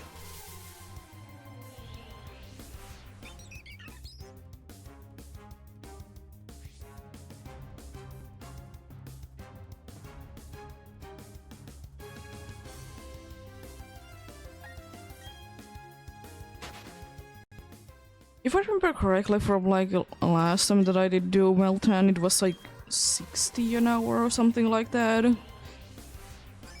I don't even know, can it be any quicker by like walking about? Because what I remember hearing is that it doesn't really matter. Because it's just gonna be a certain timer, like when there's gonna be a new spawns. Could be wrong though, but from what I remember, everyone is usually just chilling about when they're doing Meltdown box.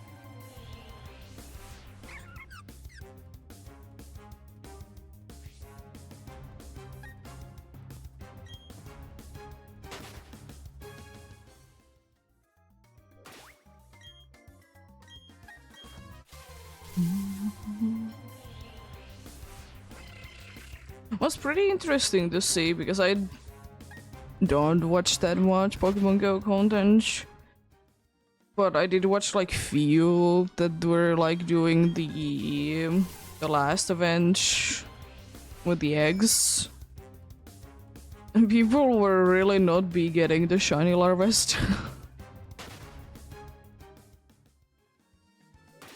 Like, most of the time they didn't get anything at all. It was kind of surprising, to be fair.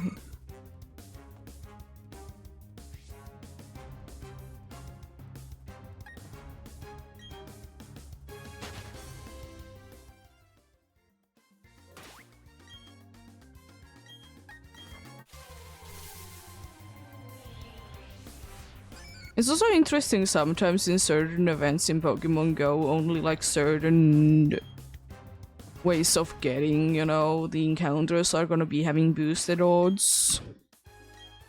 Like, seemingly randomly. Of course, there's like research day, com days, those kinds of things that they make sense that, you know, a certain way would be having more common shinies. But I think it was not this year's, but last year's Valentine's thing that from the eggs there was a boost for certain Pokemons, but in the wild there wasn't. And I felt like that was kind of odd in a way. I'm tracking the camera away, I see.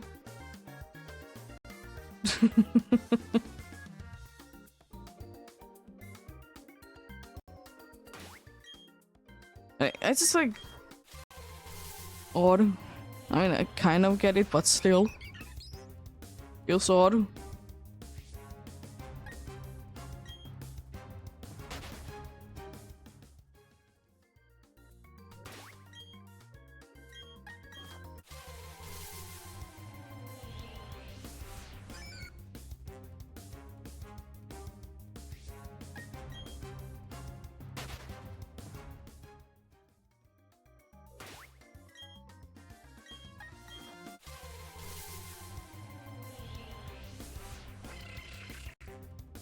Bunch of executes.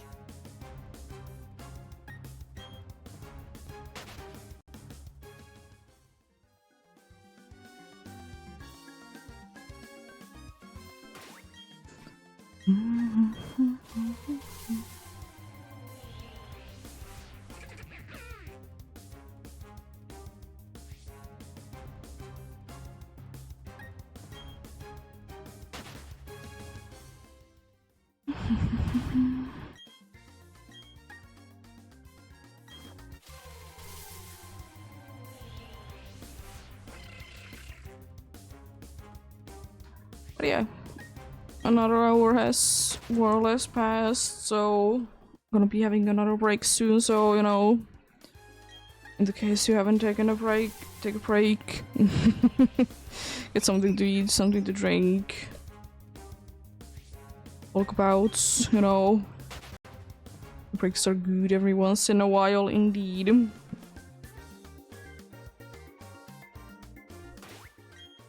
Me too, indeed.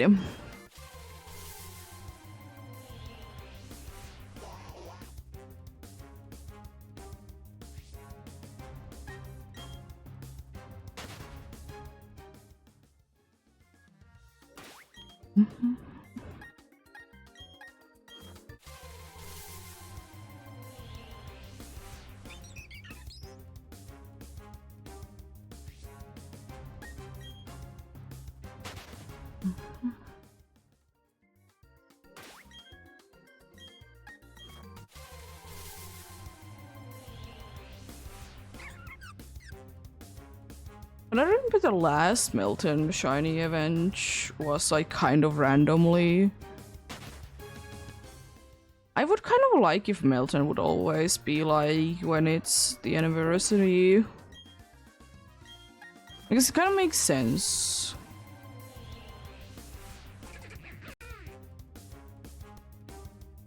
Kind of makes sense, you know. Also, I'm wondering when it's gonna be the next Miracle event. That, you know, Smeargle can be shiny.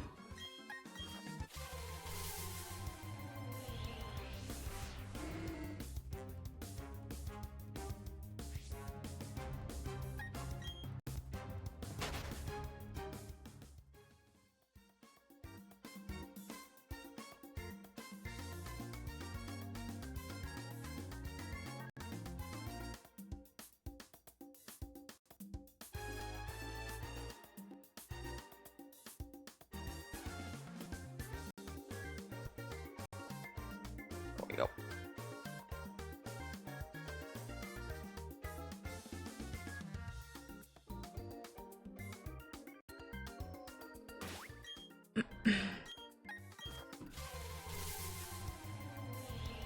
It seems like I might not be at all behind, or I'm gonna be only a little bit behind.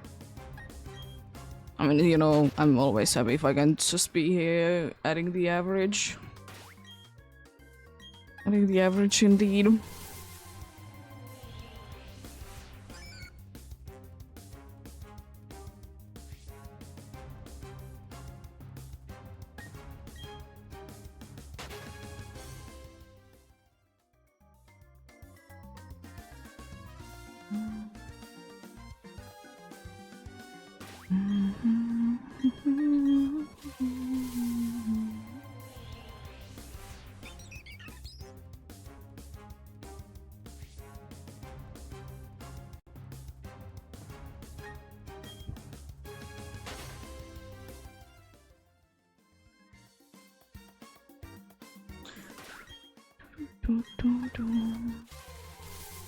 I'll be a little bit behind indeed.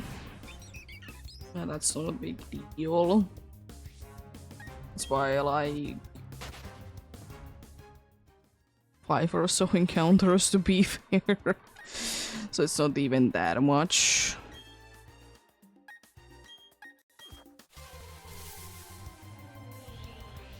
Could be worse, and you know, average in an hour is just average in an hour. Doesn't necessarily mean anything. I was that much off-put, I see. Oh no! Gonna do still one more encounter, then we're gonna be having to break indeed. Nothing, I see. Let's see how it is.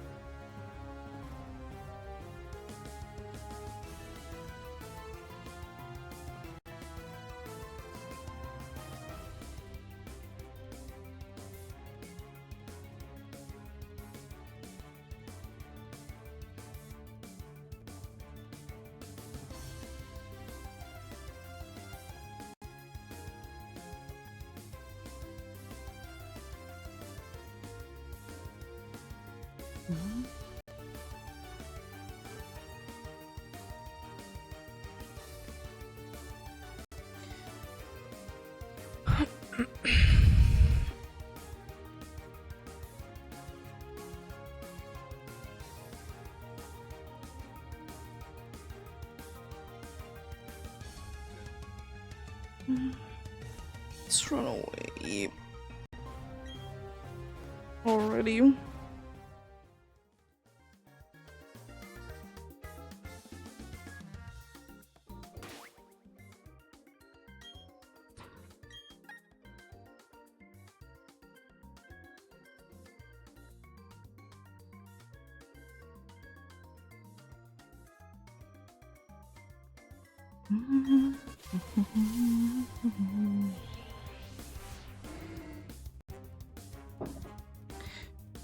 What are you...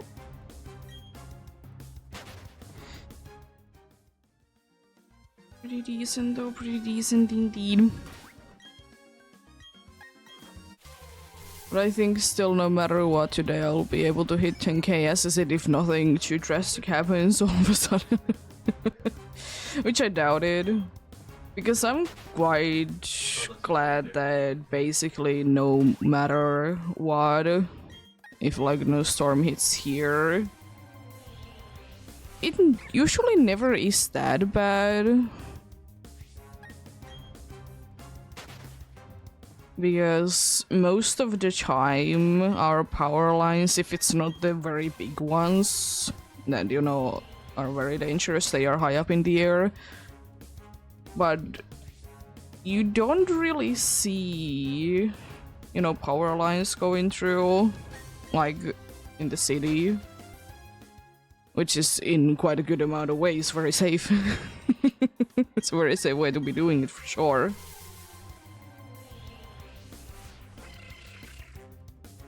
So I like it indeed.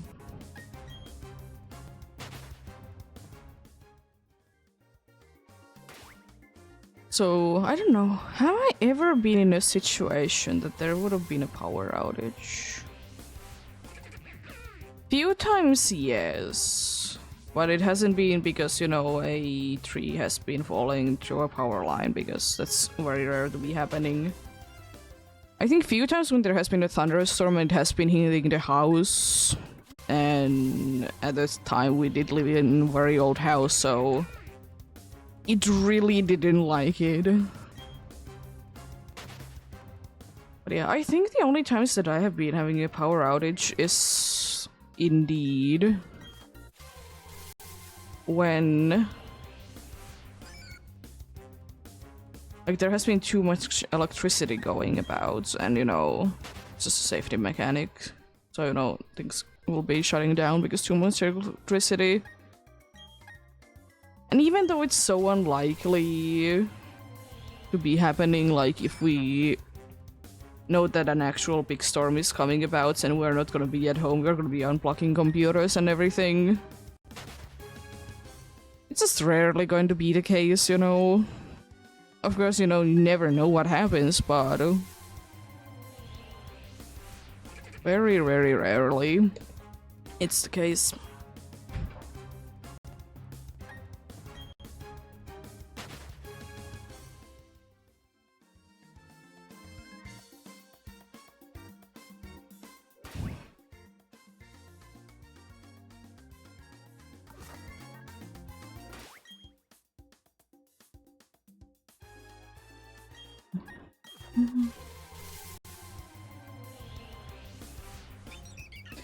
Because I don't think that apart from thunderstorms, too many other things can be hitting us.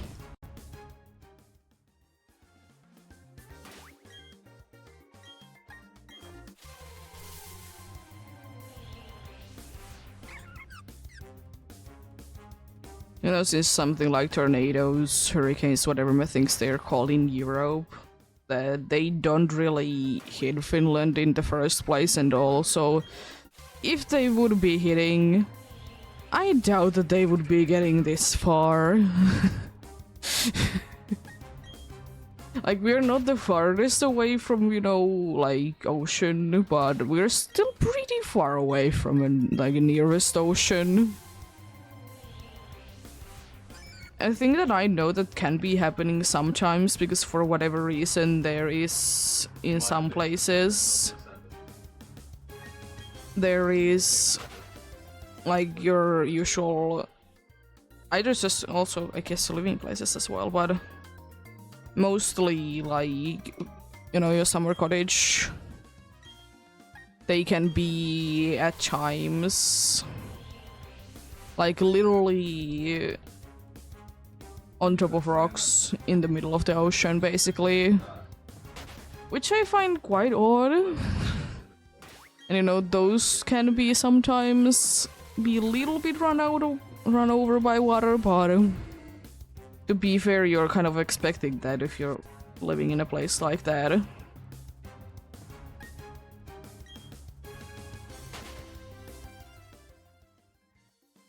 Still, the only kind of flood that I have been hearing about in here is mostly when there is like too much rain and, you know, the sewer can't be keeping up with it. But also, I will say that thankfully we live in so high, so no matter if like the road, big road right below us would be having an absolutely worst day ever, there would be like a bunch of water there, it's almost never gonna be hitting us. Like at that point, like the water level needs to be so ridiculously high that there is something bigger as a problem.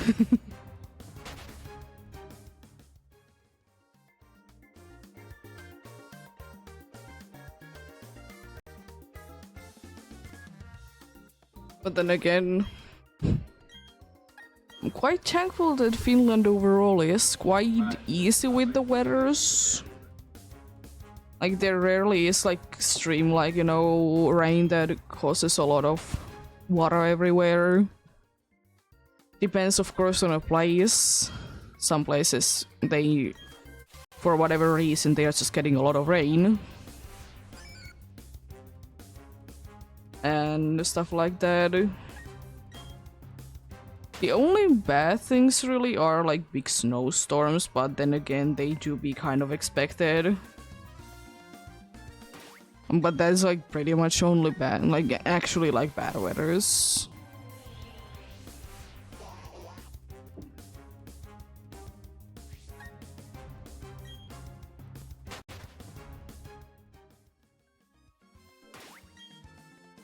Yes, indeed, like thunderstorms are like kind of the biggest storms that we are gonna be having, apart from like blizzards, I suppose. Because as I said, like something like tornadoes, they are not gonna be hitting here, which is of course nice. There technically can be earthquakes happening, but it's so unlikely, and if there is, they are like very subtle, so like surely they are gonna be detected by the devices that, you know, measure them, but apart from that, like nothing.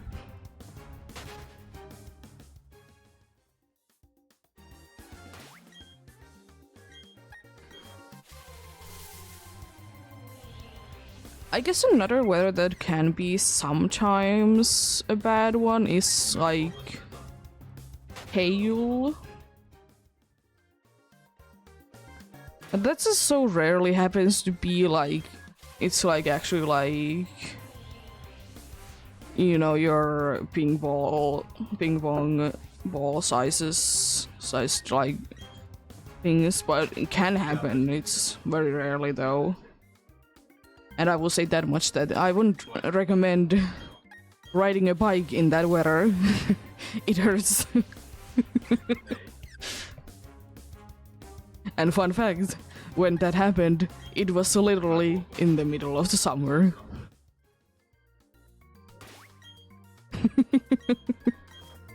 Like quite literally, it was the middle of the summer when that happened. I was with my cousins and, you know, we were riding a bike and stuff like that. Just all of a sudden, solid like 2 minutes. The biggest hail that I have ever seen to that point, and the biggest one that I have seen to this point. And I a little bit doubt that I will be seeing any bigger as well.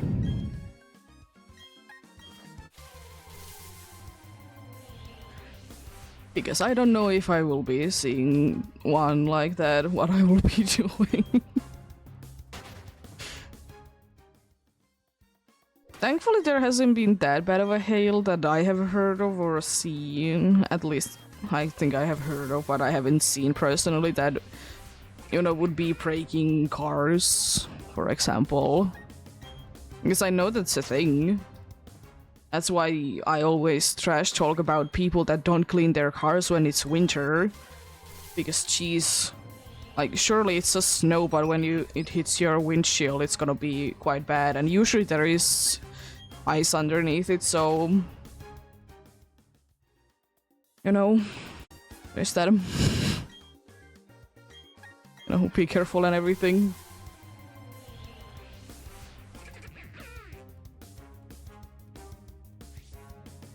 But then again, people do be doing what they do be doing.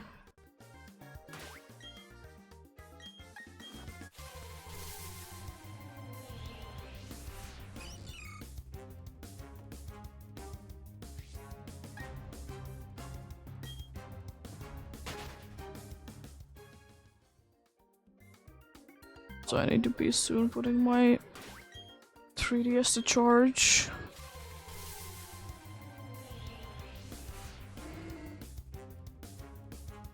I let it be off the charge for like yesterday.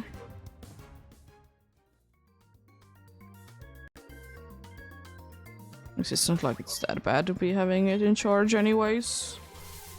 And I needed the charger for my phone anyways. And, you know, I don't have room in my table to be doing that. Technically I have, but I also can't be bothered to be setting it up. Because I would need to be getting a cable so I can be putting it to my keyboard, and that way I can be charging my phone. It's too much work. And also, like, I don't have, like, short enough cable that it wouldn't be annoying.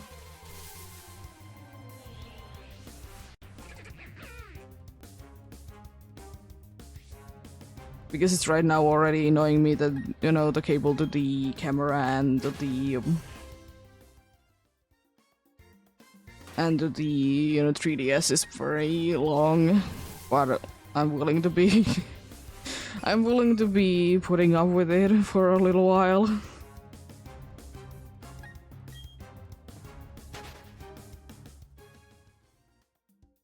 I mean, at least I will say that much, that they are nicely staying flat, so, you know, they are not all over the place.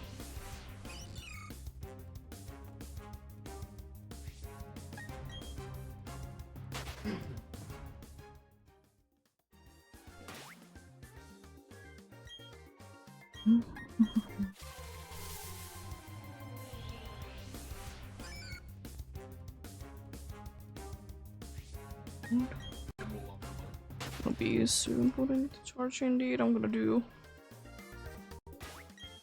few more encounters. As soon it's gonna be flashing red. I know it. I know how the device works at this point. Hello, cat.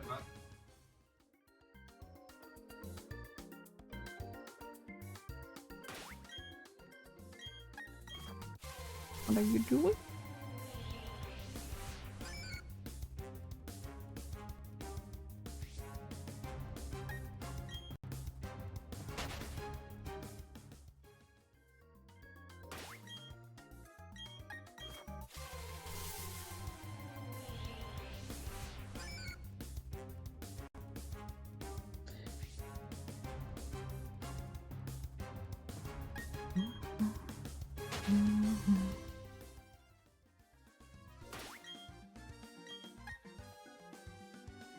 That is apparently not up to anything interesting.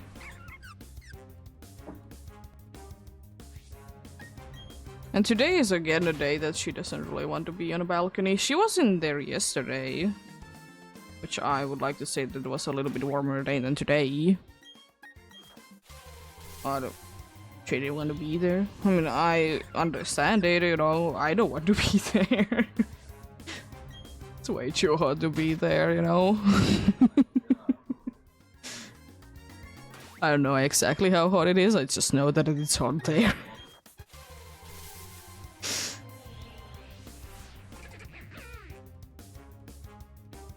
I'm gonna put it to charge.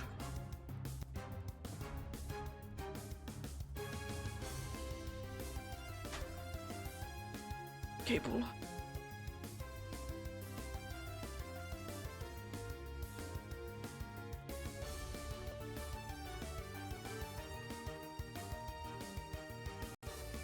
Almost good enough on the first try.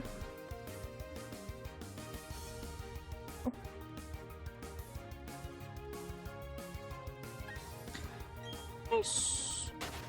That shouldn't be an issue for the rest of the day.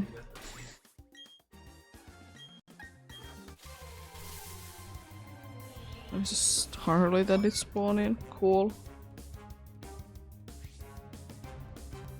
Stuff. Jeez.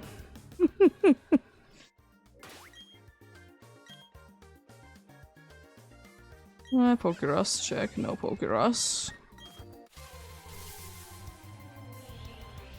One game has it, but it has been having it, yes. It has been having it for ages. It has been having it. Definitely words.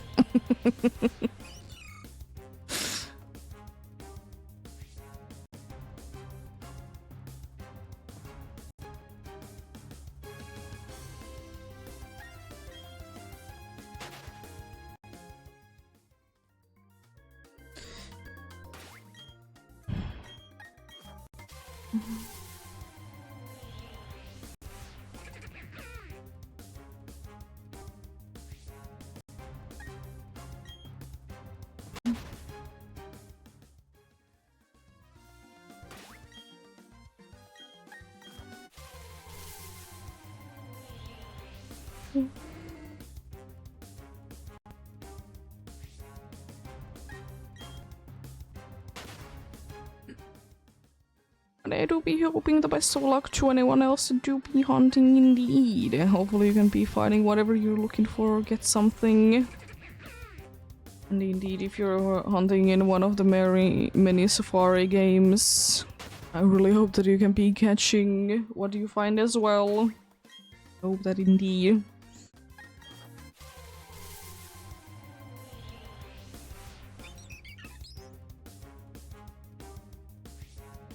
Hope that indeed.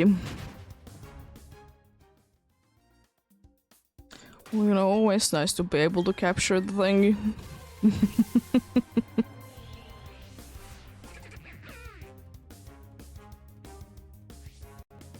It's nice indeed.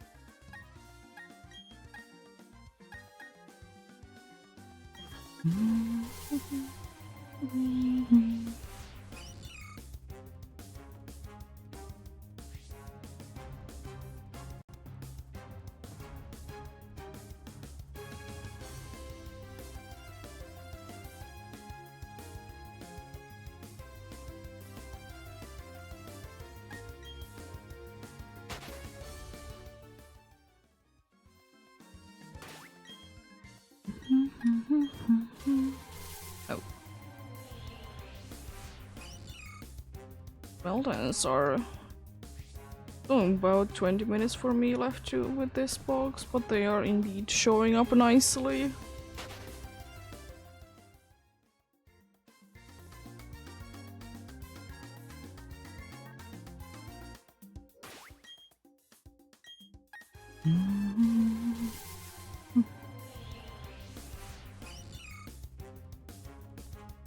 I guess I could be soon turning to inverted for a little while again. Get that nice inverted luck, you know, possible. Did get it with that whooper. Did get that with that whooper as well, so you know, always a possibility. Always a possibility.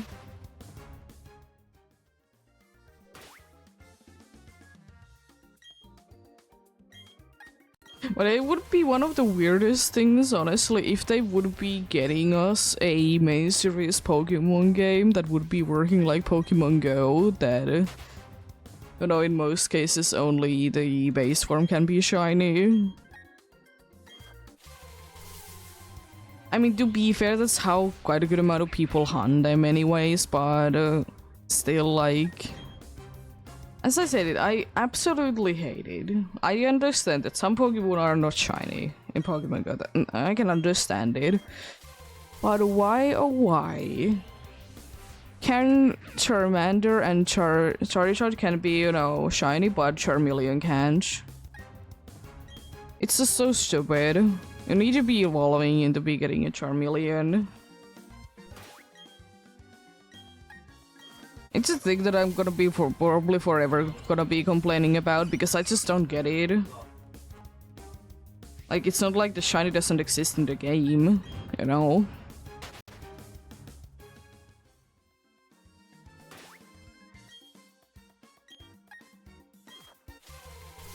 Because, you know, there's shinies that don't exist in Pokemon Go, and, you know, fair enough that you can be finding them as shinies, but if the line is available as shiny, it's usually that the whole line is available as shiny. I would like to say. Togepi is still probably one of the weirdest ones. And I guess basically it goes to any other baby Pokemon.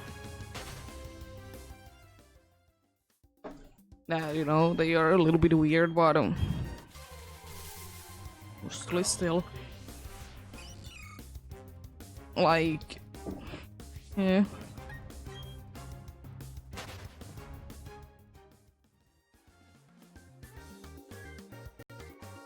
And I also will say that it feels quite often so random, like how they pick which Pokemon is gonna be getting their shiny to Pokemon Go. Because at least the first and the second generation, they have all the Pokemon as shinies available in the game.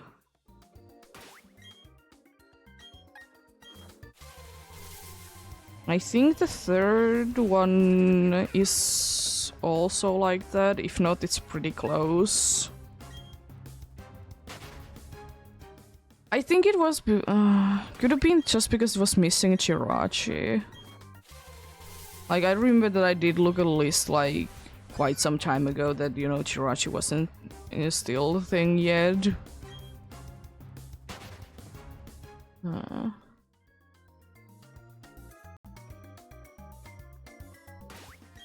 don't know, I could be wrong.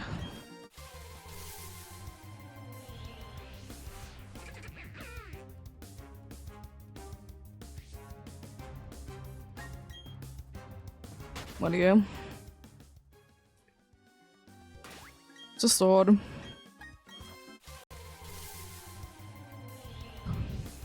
I mean, then again, it's not like, you know, they're thinking that you're like spending a lot of your time to be getting shinies, to be fair. I mean, apart from comp days and like other special days.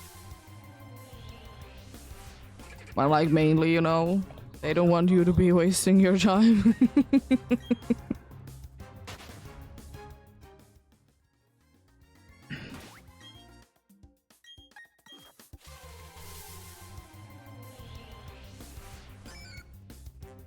Imagine if we would be one day be getting Pokemon Go to Switch or something like that.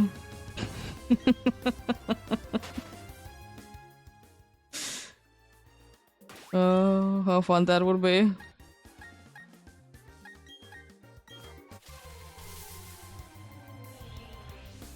Because I still feel like there is like one thing that I'm like super afraid of, even though I think I know like what they're gonna be doing if like Pokemon Go goes down instead. How are you gonna be getting Melton and Melmetal? Like, indeed, currently it's impossible to be getting them apart from Pokemon Go. But I think like if that would be the case, that they would be every once in a while be having like a mystery gift event, then I mean that would be making sense at least. Or they would be just putting it to a game. I will say that I don't completely understand why they didn't add it to Let's Go. To be found in the wild, I understand that it was only meant to be Gen 1 Pokemons, but you can still transfer it there though. So... And it's like the only not Gen 1 Pokemon that you can be transferring it to. Or it's the only Gen 1 Pokemon that... No, I can't speak. It's the only non-Gen 1 Pokemon that you can be moving into. Let's go Pikachu and Eevee. So like, why not to be making it catchable? I just don't get it.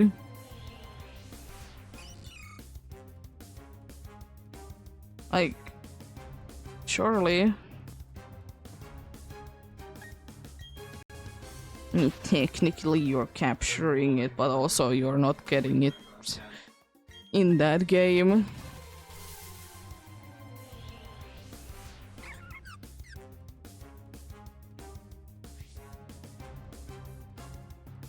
But yeah, Juby, what a Juby, I suppose.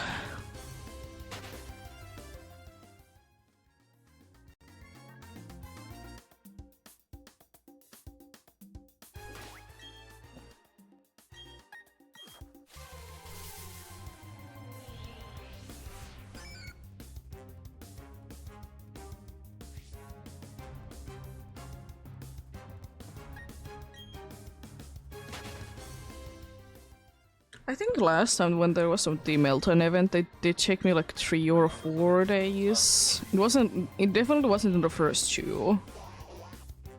And now you did get it, it did take a little while. Then again, to be fair, I will say that much that if I get it, I get it. If I don't get it, it's not the end of the world. I don't mind. Either way, you know.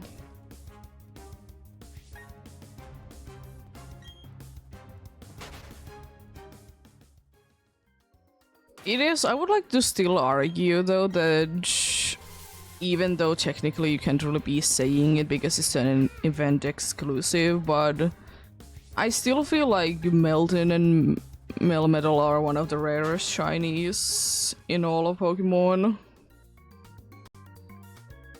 There is indeed the factor that you can't be getting them all the time, so they will never be appearing in rarest shinies list. Because you can't always be getting it, so usually it's discarded because of that, which is fair enough. But in my opinion, it's one of the rarest shinies. I mean, surely the odds might be good compared to some other rare hunts, but the time exclusivity to it's ridiculous sometimes.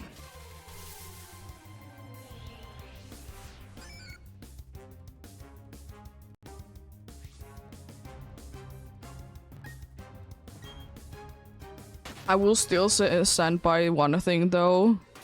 I really hope that at some point we can be getting a Pokemon game that we could be sending Pokemon Go, like the costume Pokemons from Pokemon Go. Because it's just a shame that they're locked in there. Same like with, like, I guess cool as like Spiky Eared Pichu is. It's just, it's stupid that it's only in Heart Gold Soul Silver. You can never be moving it out. I get it that like it would be weird to be including in any other game, but still sad that it's there. Nowhere else. But there definitely could be at some point indeed like a completely Pokemon game to Pokemon contests. And there we could be having, you know, then be able to transfer the Pokemon Go exclusive like costume Pokemons to there.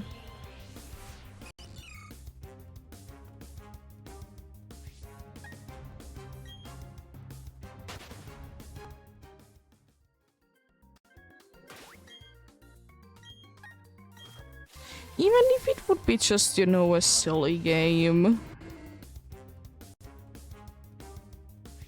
Even if it would be just a silly game, I don't care. I just would like for them to be like some usage. Instead of just, you know, just being in the box of Pokemon Go.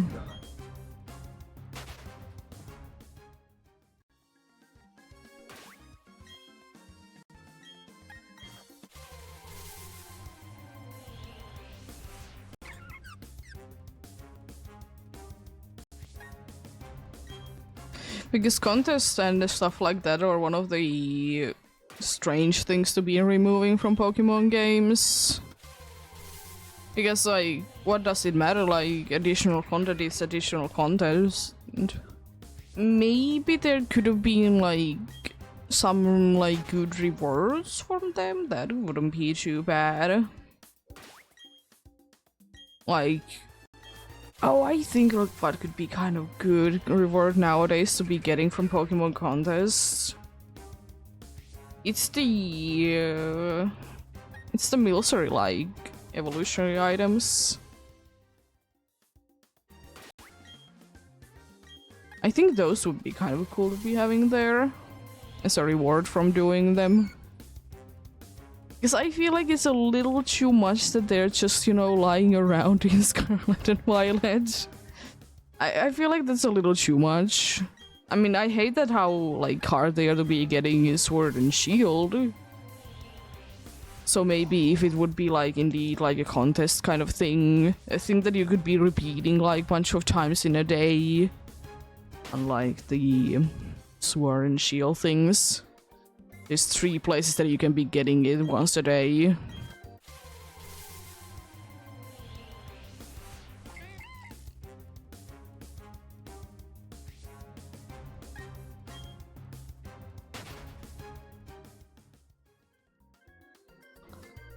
But yeah.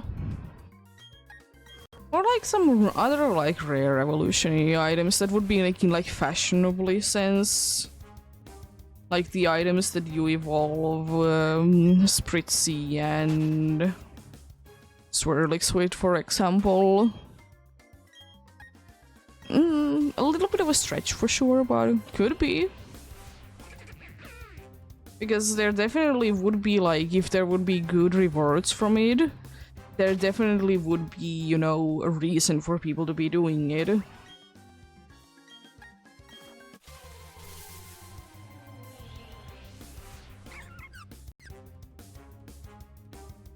It definitely would be, you know.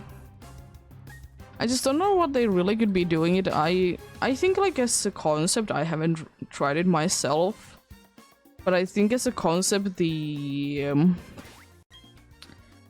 Brilliant Diamond Shining Pearl contests are kind of cool, like, you know, match the button presses, you know, the music or whatever. To be fair, I always like those kind of games, so... So there is that.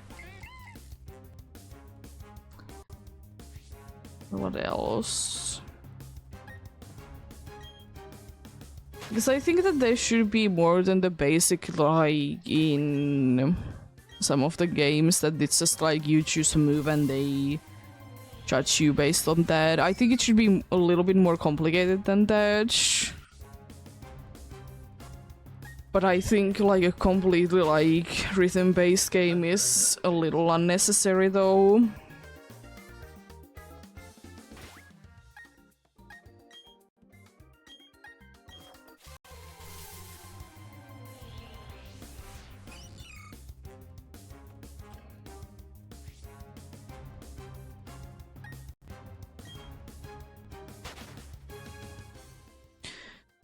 Mario.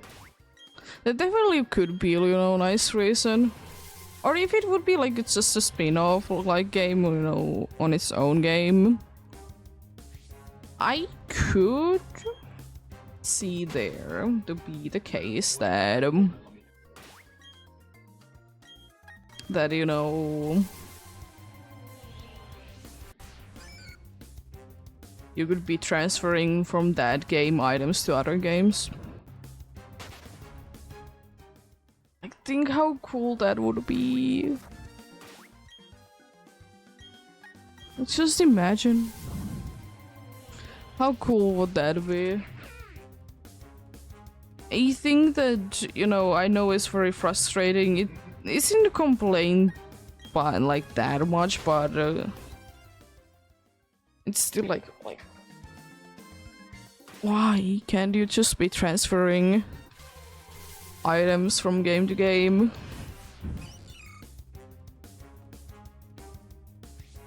Could be kind of cool. Like, you couldn't be transferring items to that game, but you could be sending items from that game to any other Switch game in this case. I think that would be sick.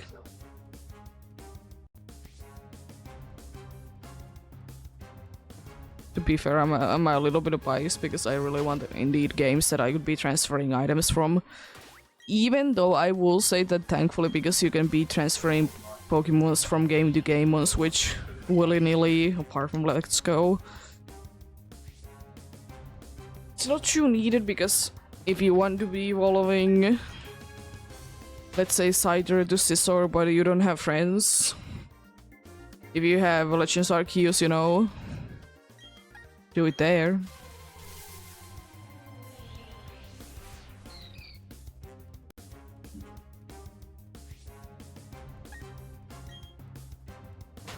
Not the perfect solution, but you know, it's still an option though.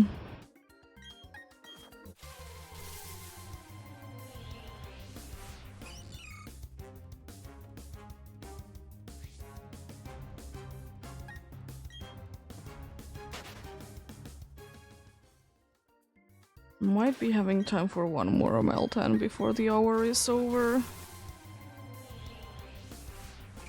But I'm doubting that. Depends on when this one does respawn.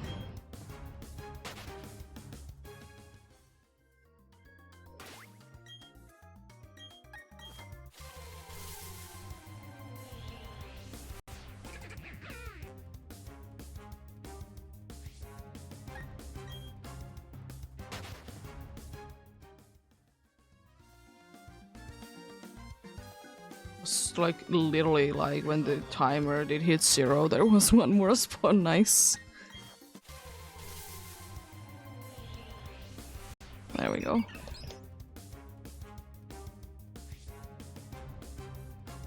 When I can be activated. Oh.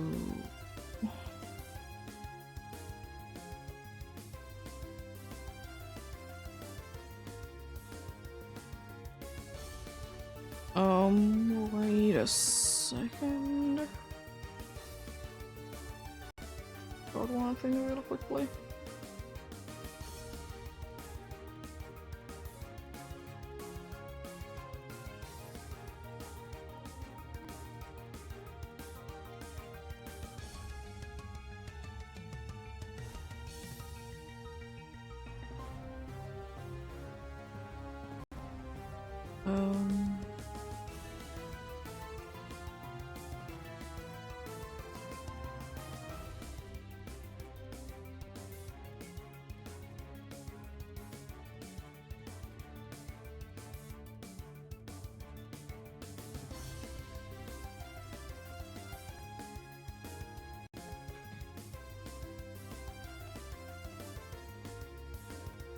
Yeah, days from the mystery box access is 2 days. It's weird that it doesn't say like when I can be activating it again. I feel like it has been saying it before. I'm gonna try to restart the game though.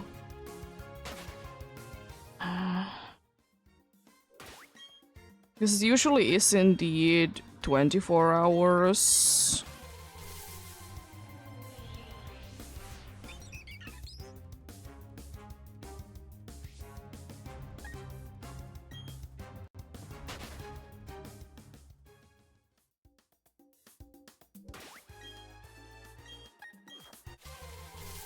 It used to be 72 hours at some point. And I remember, like, even though I wasn't playing myself Pokemon Go at the time, I remember that people were absolutely furious about it. Like, there was an event, I'm pretty, like, for Melton, like, at some point, and you could only be opening very limited amount of them.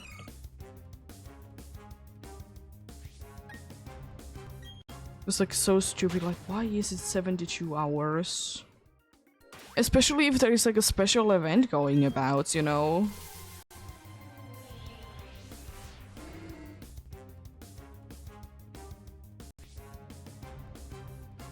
Let me check now. I did get the game restarted. Does it say? No, it's just 5 days remaining. The mystery box access is only 1 now. It was previously 2, but anyways.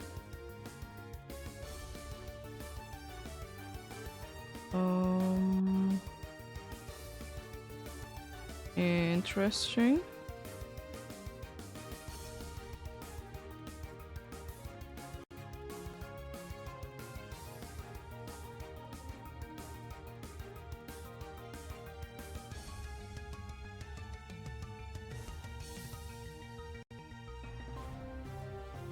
I need to remember to be catching Pokemons that I don't care to be transferring the Pokemon home. But yeah, nothing on the first one. Wasn't really expecting to be getting anything, to be fair.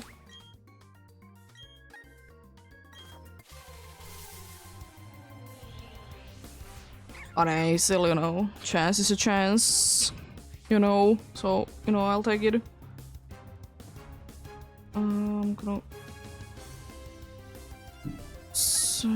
probably set up myself a reminder. I think that I like never do. So I know otherwise I will be forgetting.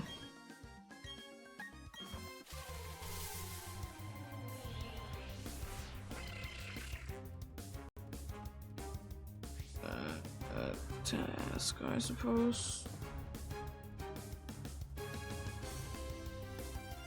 How am I with that account anyways?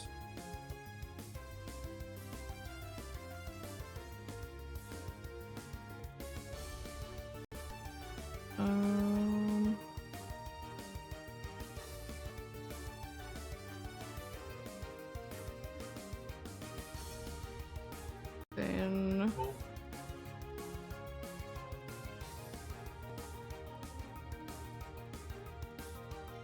go. Set it by myself a reminder, so I will hopefully remember to be like testing out. Can I open another one?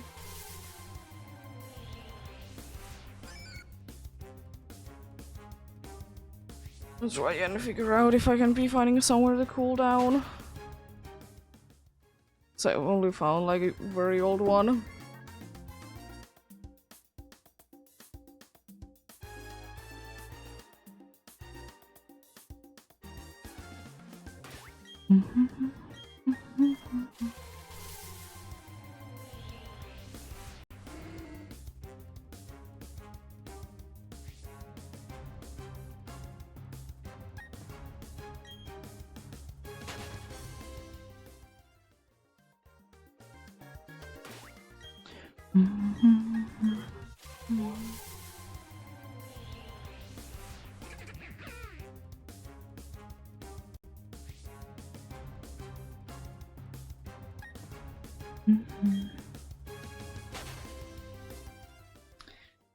Nice.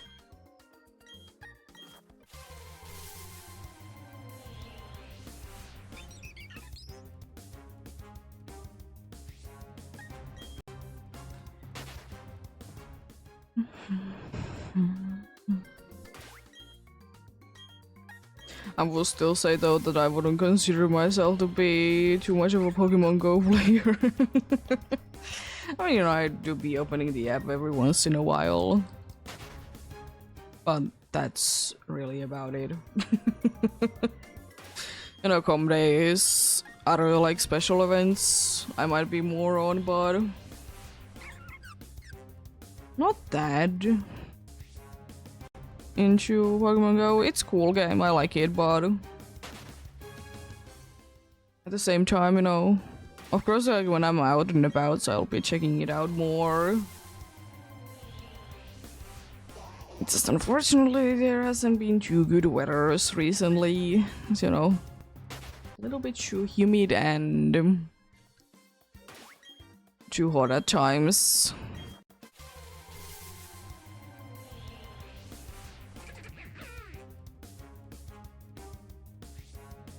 But you know, nice. I will still say though that in my opinion, I don't understand really the hate for Pokemon Go, because, like, yeah, surely, like, it's a different thing, but, you know, you don't need to be hating it, to be fair. Especially because I remember that, like, in the beginning, a lot of people did hate Pokemon Go and they didn't even try it. Because I feel like you should at least try the thing before you start hating it, you know? Because I just feel like it's, like, how can you hate something that you don't know about, you know?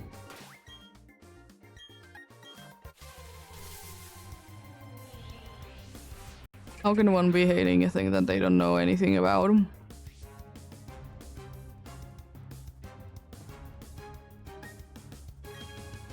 Because I will say that in my opinion, like, if Pokemon Go is the reason you go out, isn't that just a good thing?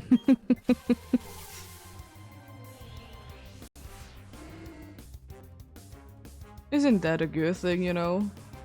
I'll be getting out. That's good. At least what has been told my entire childhood. I was told my entire childhood. Yes, that is a sentence.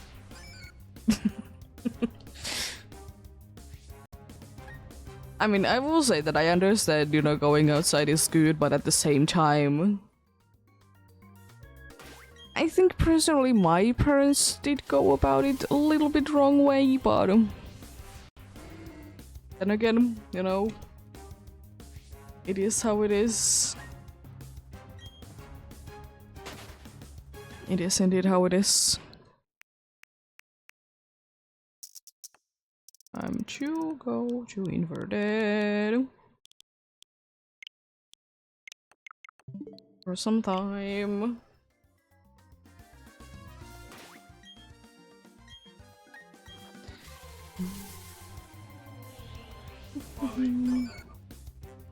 Oh no, not the whoopers. Not the whoopers. No. Not again.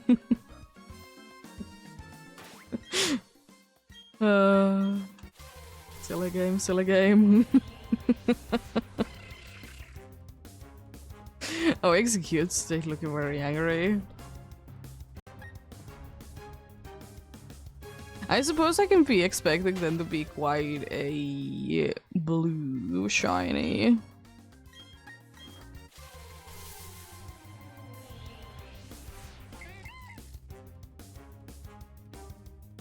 Guess I could be expecting that, you know. I guess yellow goes to blue.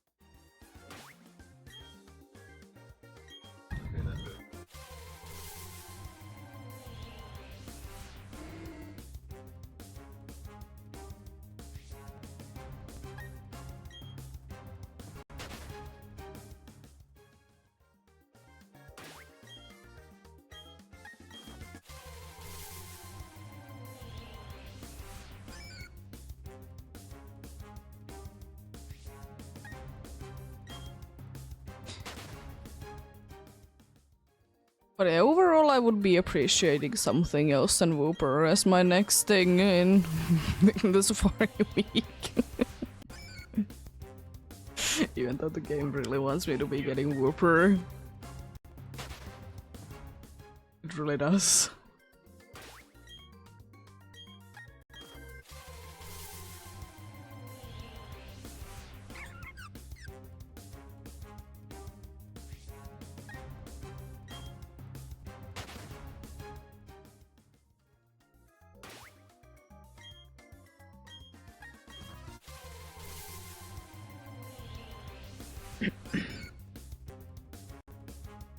I need to be careful to be looking at the screen carefully when there is the female Wooper, as I said. And I did get the 2 shiny Woopers.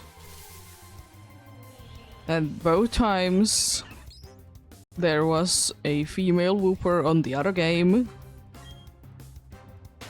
I will still say that I don't completely understand how I managed to be getting both of them to be calm though. I mean, I know that, you know, there isn't that many natures, but, you know, still. Because I'm pretty sure, like, there is no restrictions in, you know, Safari game areas that would be limiting your natures.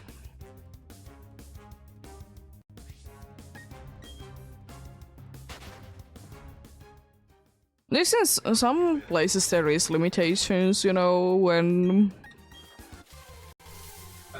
you know dudes can be found and such, but pretty sure that in the Safari zone there isn't anything.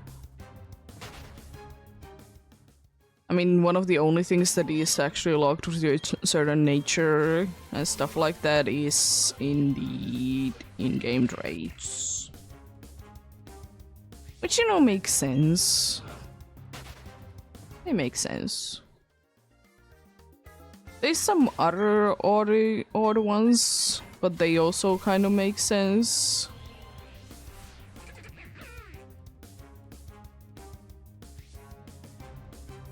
I'll just say that the big barrel looks odd. I don't know why, but I want to double check that big barrel. I just feel like it looks odd.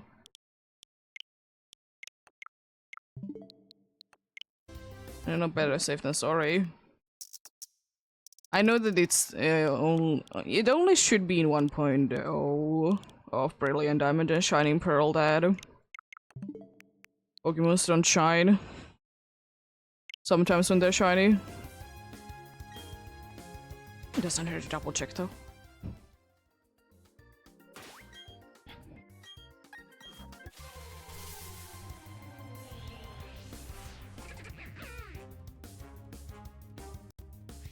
We put in many ways like quite a good amount of faith that it doesn't happen.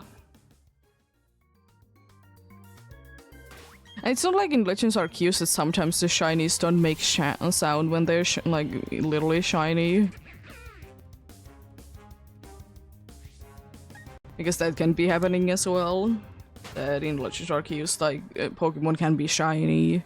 It's gonna be making the sparkly effects and everything, but for some reason it just doesn't make the sound.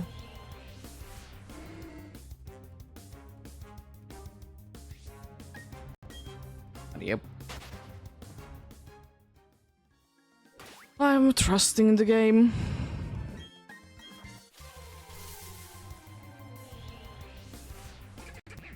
Did I get something other than Big Barrel though? Even though I did say that I didn't want Wooper, but I mean I wouldn't mind a Big Barrel. Big Barrel is a cool fella. But something, you know, new would be nice. Or am I just gonna be getting, you know, 2 Big Barrels, 2 Woopers, and 2 Magmars? I wouldn't mind it, per se, but would like to also be getting something new. I have gotten 1 Magnemite in the Safari Zone in Soul Silver. In the same place because, you know, was going for the Geodude at the time as well. So yeah. Where do that be? As well. Oh yeah, I remembered one thing that I did test out last time. I'm gonna double check it in a second. But apparently I was wrong about like Brilliant Diamond Shining Pearl not saving your Pokédex thing, because if we go to the Pokédex in here, because I did switch Badu to be there. Even though these look very odd right now, but it doesn't matter.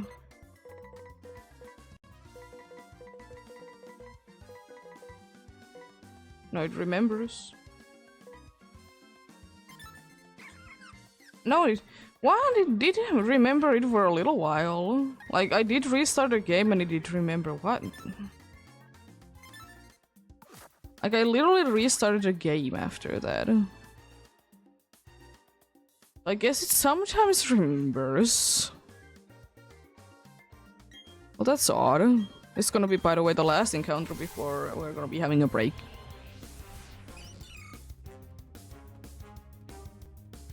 Because I did restart the game. And then I checked the Pokédex, and it did remember it, but now it's forgotten. What's going on with you? Gotta love PTSD.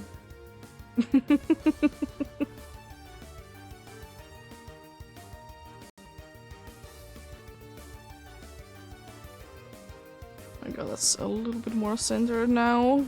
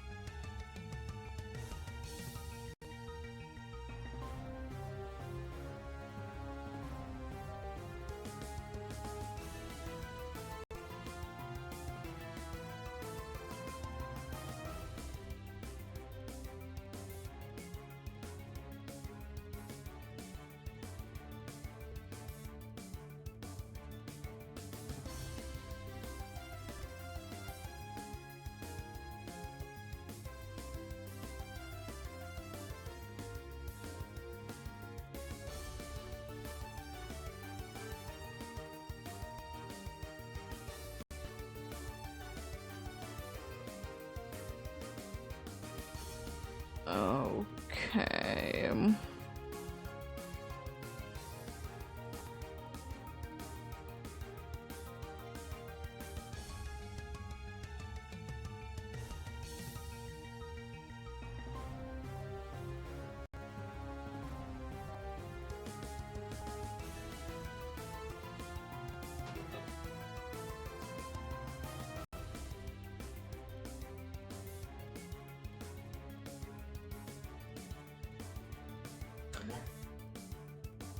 But yeah, apparently it seems like the cooldown on the boxes, at least right now, is 2 days.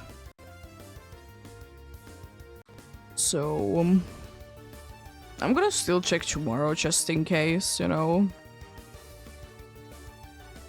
But, you know,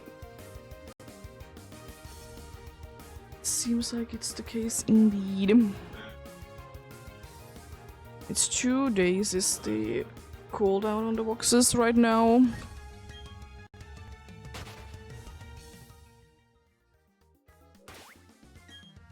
And I feel like that is the thing that people are gonna be forgetting.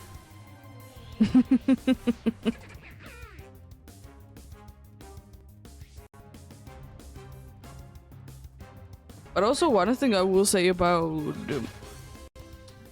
that I find a little odd about the... Oh. Sorry, cat. You're under my table. I didn't see you there. One thing I will say that I find odd about the mystery box though is that... like when there is the text that, you know, when the counter goes down to 0 you can be, you know, doing things and such. Why doesn't it have the number 0 instead there?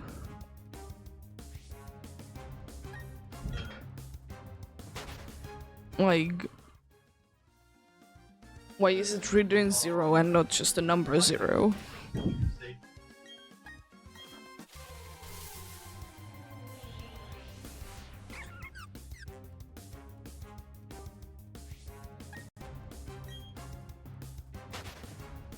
But yeah. Nice nonetheless.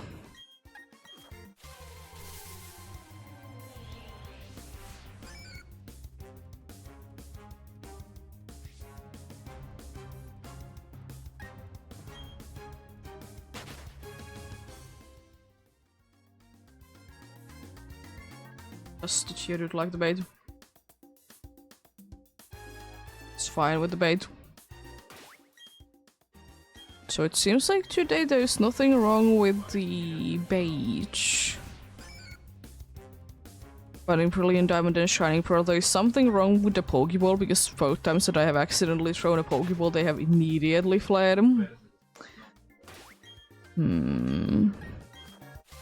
I feel like I should be re-entering the area. So the Pokemons would be like the Pokeballs better. Could be helpful. Very much so indeed.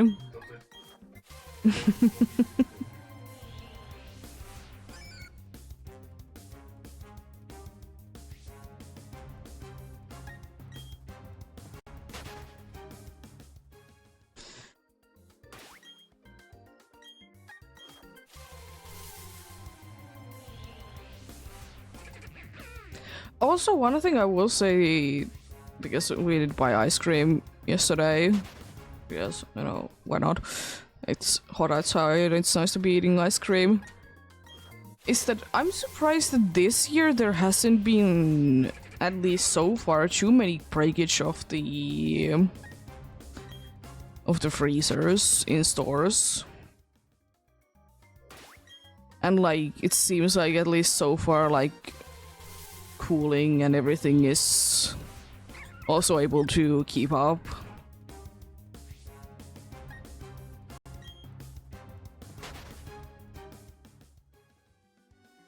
Which I find quite interesting. Because those things are quite often, you know, broken and, you know, nothing wrong with it, like, for sure, but I'm just surprised that they have been, like, so good. I will say though that one store did do quite badly, that like at the beginning of the summer they did like go ahead and renovate like their like cooling systems, or not cooling systems, freezers.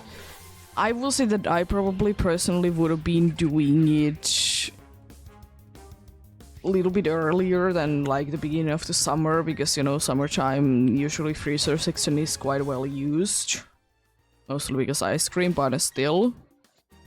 I mean, I like that they did like probably try to be fixing it before, you know, it goes actually broken, because it wasn't broken by any means. You know, nice nonetheless. I will say though, I think freezers, because we have like... we have two kind of freezers in the stores. We have the ones that, you know, are standing up, like, you know, your fridges. But, you know, they have like... a door that you can be seeing through. You know, we have those, and then we have like the ones that are accessed from the above. And the ones that, you know, are, you know, standing up, they are almost always gonna be closing on their own if you accidentally would be leaving them open. But the problem is that the ones that are, you know, laying down and you access them from above, they are not. And people either forget to close them or don't close them in general, because some people are mean, they don't close them because they don't care. Want to break them or something like that.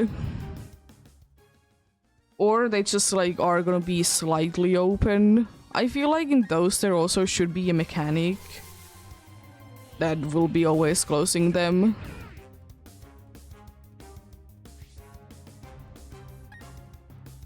Because it would be very nice if there would be. Because it's annoying to be seeing, especially during summer, because you don't really see it during the winter.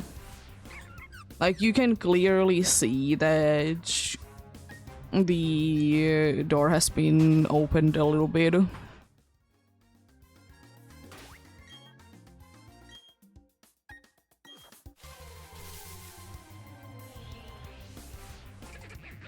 And also, I will say that they are not like too well fully closing, so there's that as well.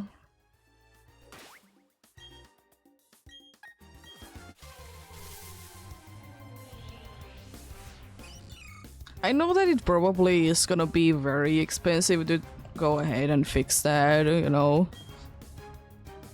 Or not fix it, but like change it so like every single freezer in the stores would be automatically closing. I also feel like that could be saving quite a good amount of money as well. Because most of the time, at least in here, if a freezer breaks in a store, it's for the reason that someone has left it open and, you know, it doesn't do its job. And also it's very expensive as well when it's open. But yeah.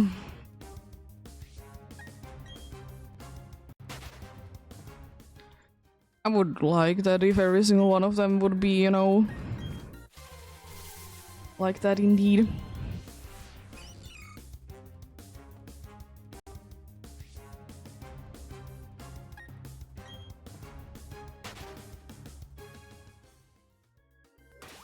Because in here we do be also having like fridges be like that, you know, they are standing up and they have a door. But at the same time, most of the time, in most stores, it's the case that fridges don't have doors, they're just, you know, open things. And I will say that I somewhat hate the fact that, you know, you need to be opening doors in stores, because sometimes it's just so annoying. So I understand it for freezers, of course, so, you know, as they would be very expensive if they would be like completely open, but I think for the fridges it's not too necessary at all, because they can be keeping it nice and cool without it. Because they do it in so many places anyways.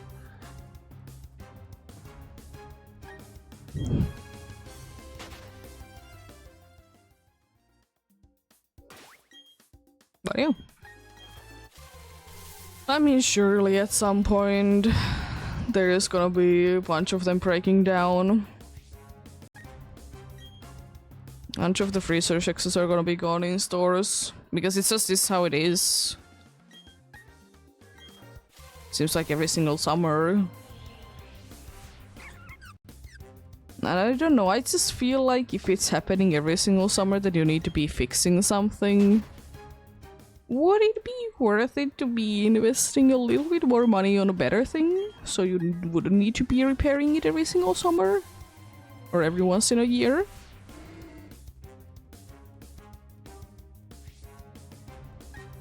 It's just like, would it be making more sense? Because same thing is like with most of the things anyways, like for example, if your car is super broken, wouldn't it just be making more sense to be getting a new car? Like if you need to be doing like thousands upon thousands of repairs to it every year. At least in here, since you can be getting pretty cheap cars. Like you can literally be getting a street ready and everything good kind of car in like 1,000 to 2,000 euros easily.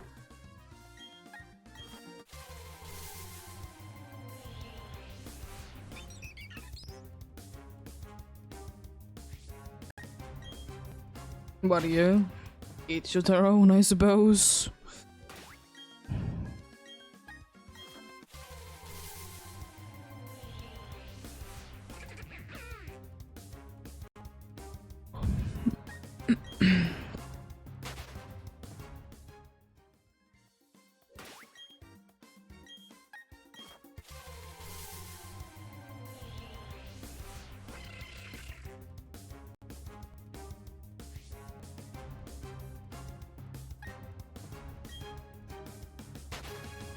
Cat is happy she did get food.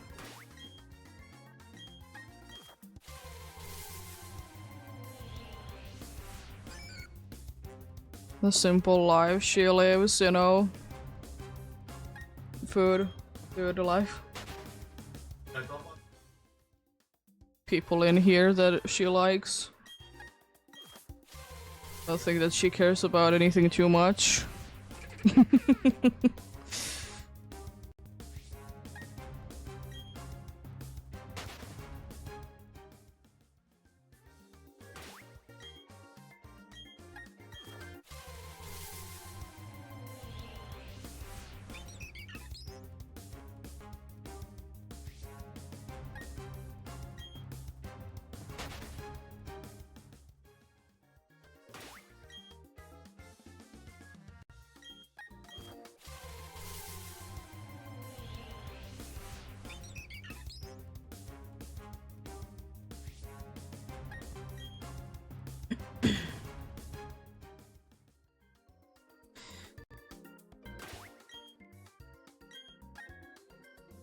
Oh.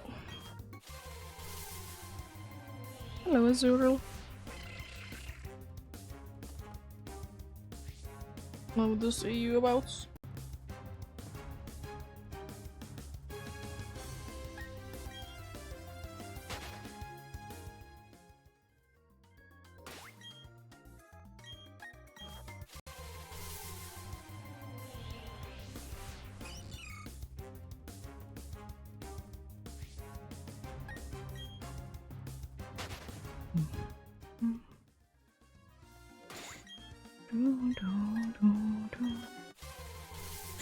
In about 15 minutes or so, it's gonna be nighttime.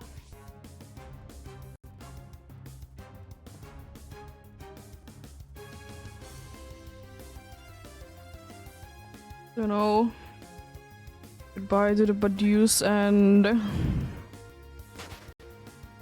goodbye to the Badius and Starlys in PDSP and in Soul Silver. Goodbye to Craveler and Magmar. As you know, it do be what it do be. Also, since you know both games are at Area 2 in Brilliant Diamond Shining Pearl, it also means that both games can be having both Hoot Hoot and Noctowl. But that's pretty nice. It's pretty nice indeed.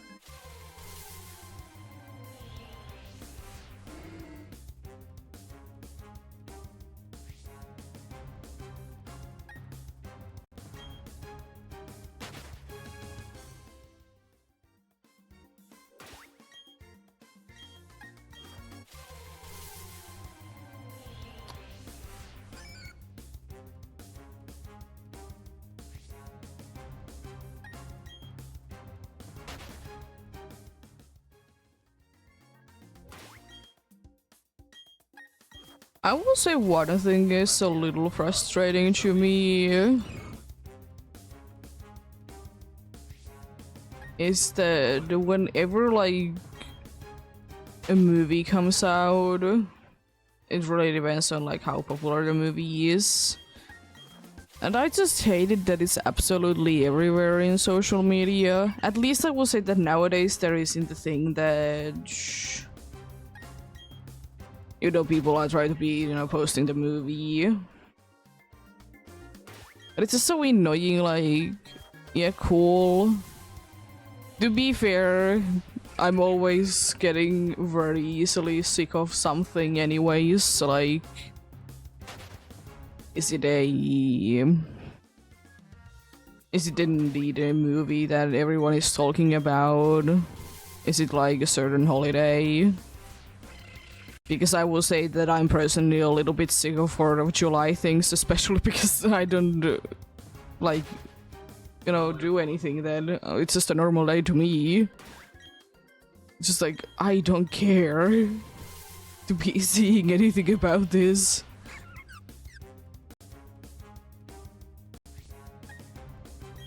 Yeah, it's just like... Yeah, sure, nice, things are happening, but at the same time, like, I don't just want to be seeing the same thing over and over and over again. Like, when I'm, like, watching something on social media, read news articles. That's why... Like, I did used to be reading a lot about, like, newspapers and stuff. For a little while. But then I just, like... got bored of it because at a time there was a certain virus that was everywhere and it was everything like only thing that they were talking about and was kind of getting boring.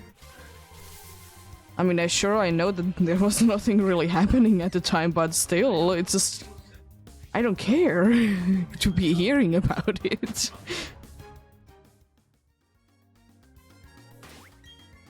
And it's just, that's a kind of problem with, at least in here with media, that like if there is something like big going about, it's like the only thing that is talked about.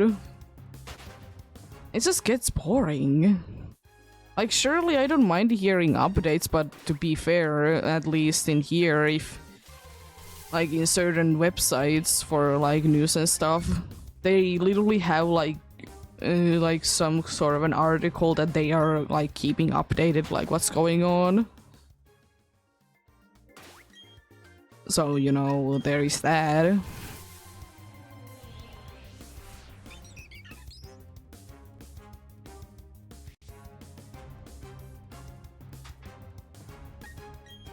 And you know, I don't mind news and everything, but it's just like, if everywhere you go you have the same article, it's boring. And I'm not gonna be starting to complain how I absolutely hate it when Finnish articles are try to be translating something from English and it doesn't make, first of all, any sense. But the most annoying part is that they don't even link the original source sometimes. Because I will say that That's annoying when they don't like link the original source. Hello, Riverstone, how are you doing?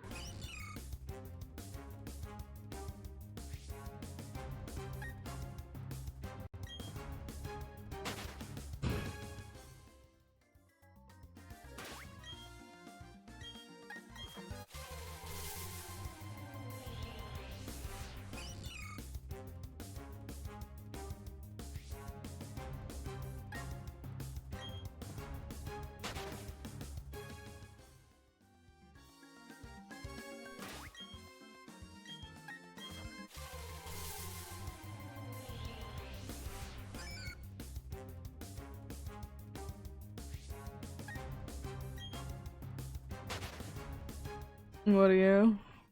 I guess it's sometimes the case that I would like to be reading the original English article about things, but as I said, they don't always be linking the original source. They might be saying that it was from this, like, newspaper, but they don't, like, specifically say, like, what it is. Which I feel is a little wrong, because at least I have been taught that if you are using something as a source, you need to, you know, say where it is from.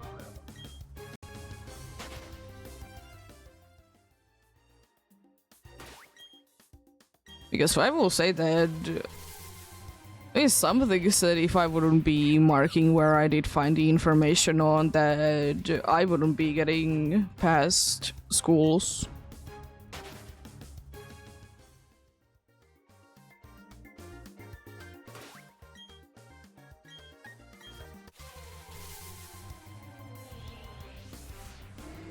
It can be hard indeed. Nice to be at least having a someplace that is a little bit cooler.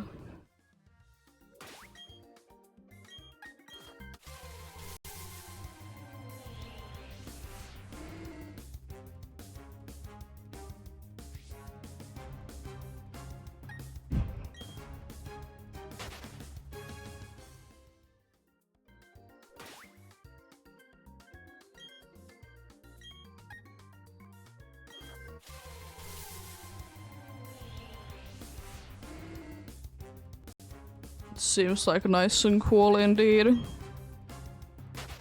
We have about the same here, but we need to be running a very big fan in order to be having that.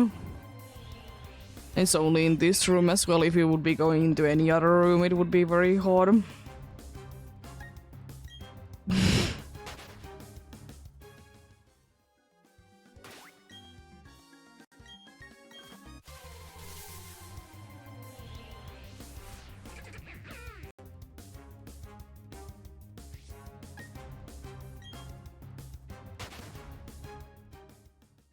I will still say that I will be absolutely happy when I can be installing something like an AC to a place that, you know, be living in.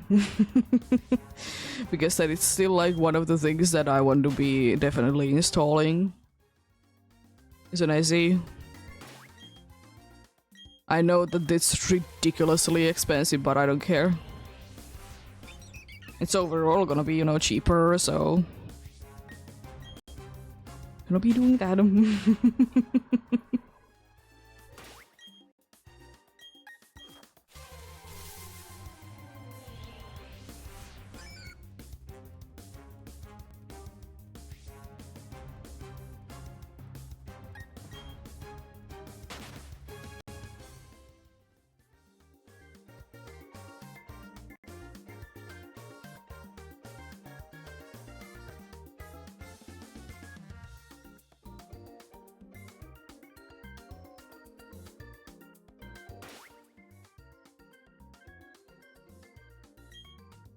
Yeah. I mean, the only thing that we have is indeed, it's literally called an air cooler. It's like it's the only thing that we have, and then we have some fans. Because we can't be having an AC in here, unfortunately. can't install one even if we wanted to. Because, you know, living in an apartment, they can't be doing anything. They can be doing that. And they are not gonna be doing anything. Not gonna be installing one. Too old of a house. Would be too much work.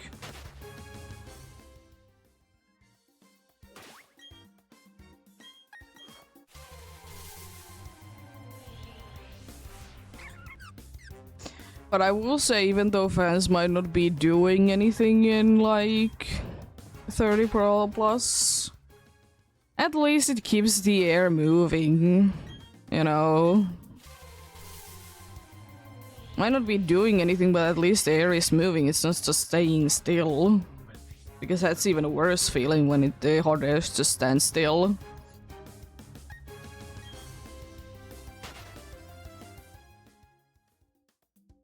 I don't even know, can we install those in here?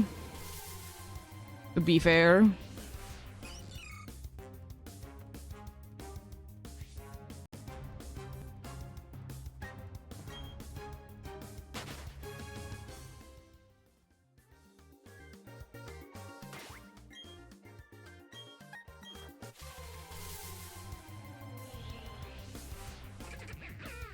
They're pretty strict, like what we can and can't be doing in here.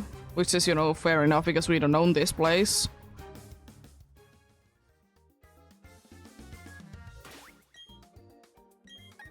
The only thing that we can be getting out of hot air is that, you know, maybe a discount on the next month's rent because it's too hard to be living in.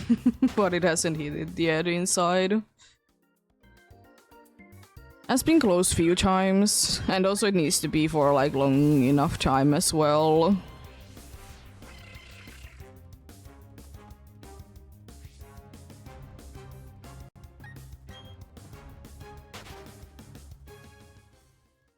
Wonder how warm it is outside even at this point. It's pretty cold compared to like what it was like 4 hours ago. What is the moment at 2 PM?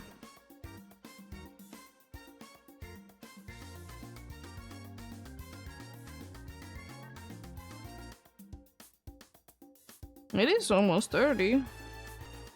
29 to be exact. And apparently today there is supposed to be rain. I haven't seen any drop of rain nearby, also nighttime encounters. Nice.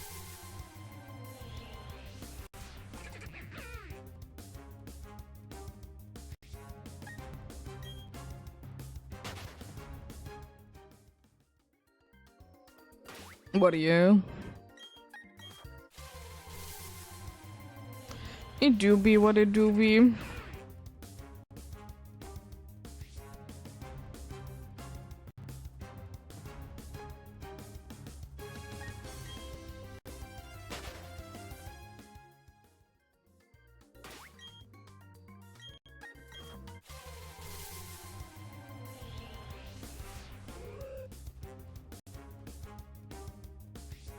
I will still say that one thing that I probably forever will be finding weird when moving into apartments is that they need to be saying that you can be, you know, smoking inside. Because for me that's like obvious, but you know, it's not for everyone.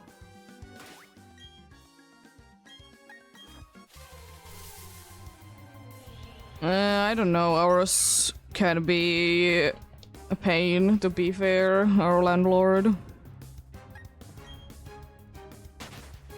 And also, like, is it really worth the money, to be fair? Because we have a working, like, air cooler, and it works fine for us. We don't need the entire, like, apartment to be cool. Just the room that we are in. Because we are most of the time in the same room anyways.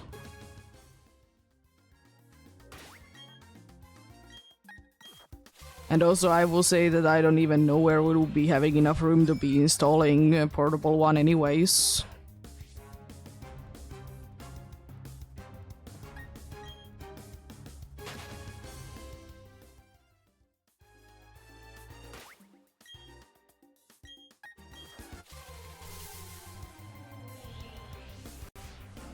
Hello, Noctowl.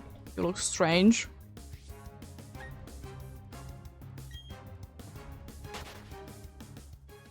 Seen you inverted at all.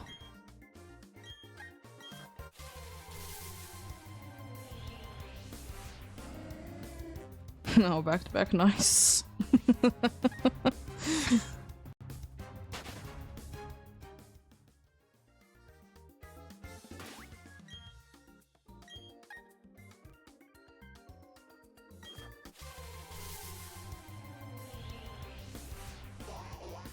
I mean, I definitely...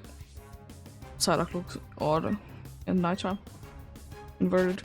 I don't like heat. I prefer always when it's nice and cold over heat.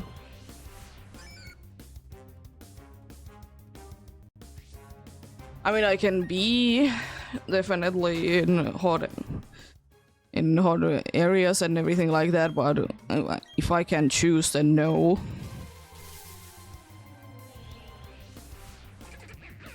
And you know, sometimes you just can't be doing things about... You can just be doing anything to things.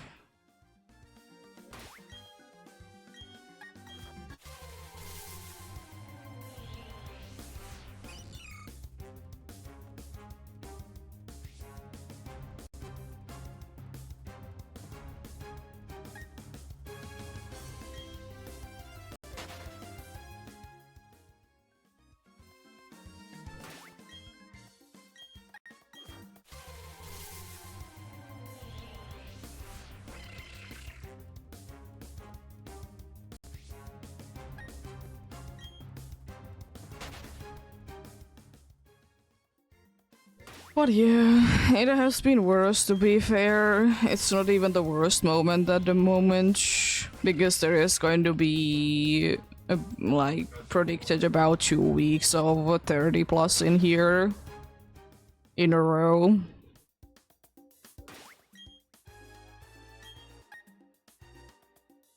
Yeah, I know that those people exist. But to be fair, people exist that are in shorts when it's minus 30. And both of them are unhealthy. Like, even though you don't feel like it's doing anything, it's still not healthy.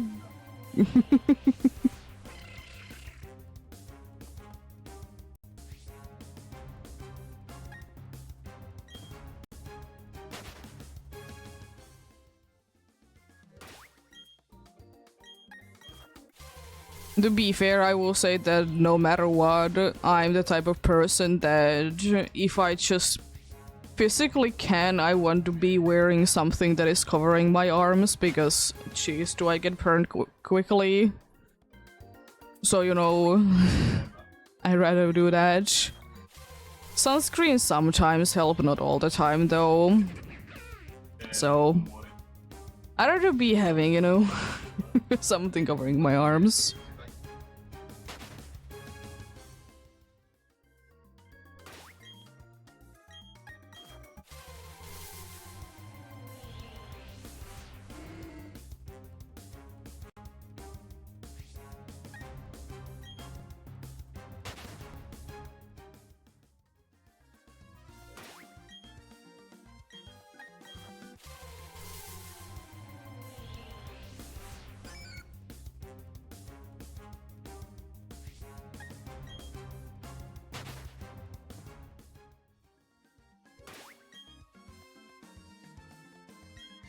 But yeah, I remember that for like the longest time, like my mom was in the way that like she was very warm-blooded in quotes, but then like all of a sudden she just switched completely, complete 180. And she was like cold all the time after that. But it happens, I suppose.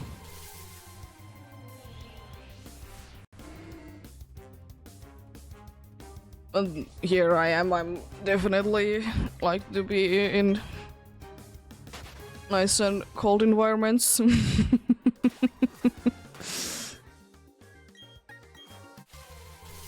I remember though, like going back to like people wearing shorts when it's like -30. I remember that like there were some people that used to be doing that in school. That it got into the point that if people were wearing shorts in too cold of a weather, they would be getting, you know, in trouble for that because it's, you know, not healthy. Because it wasn't that much of a problem that people were wearing too much when it was hot. It was a problem that people were wearing too little when it was too cold. Because technically, like, at least in here when you're in school, the school is responsible.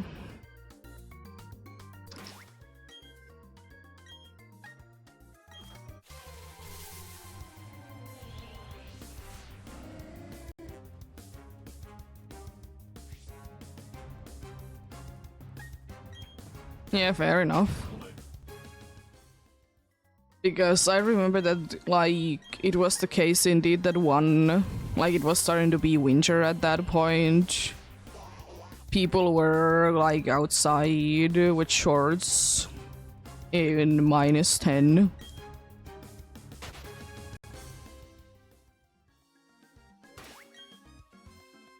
And it was like, oh jeez.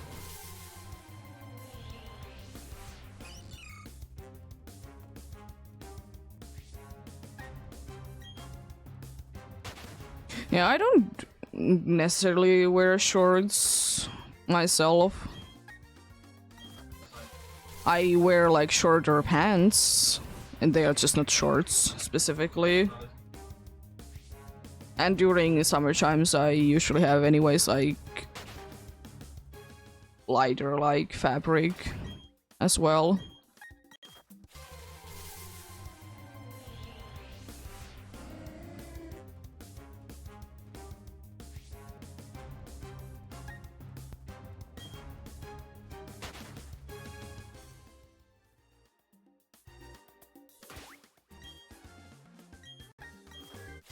But then again, I will say, overall, each to their own.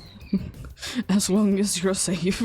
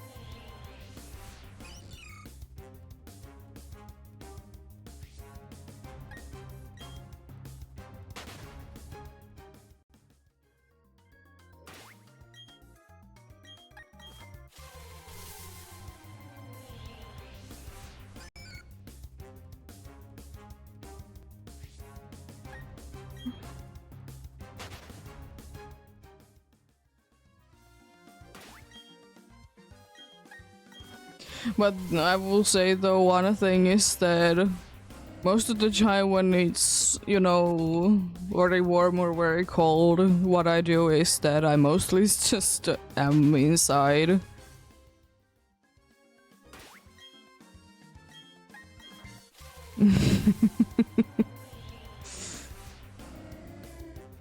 Because why not?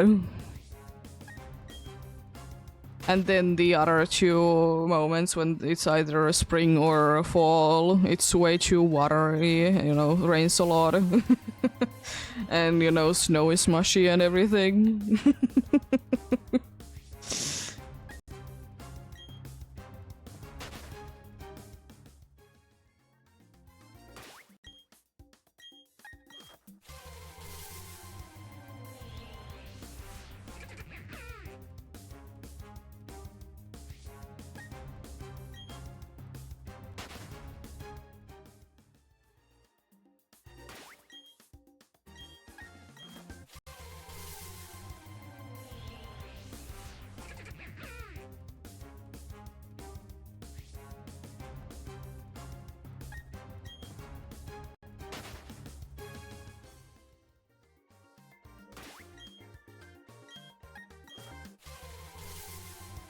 But yeah. It do be what it do be though.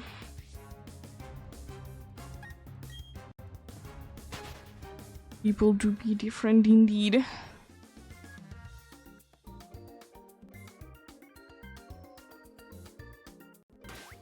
Fair enough.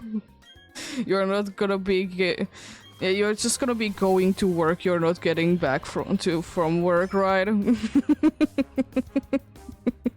I know that you did say that when you exit the apartment, but still.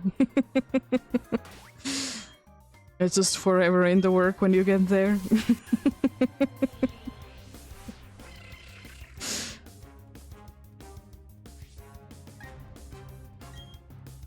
Yeah, and I think there's absolutely nothing wrong with...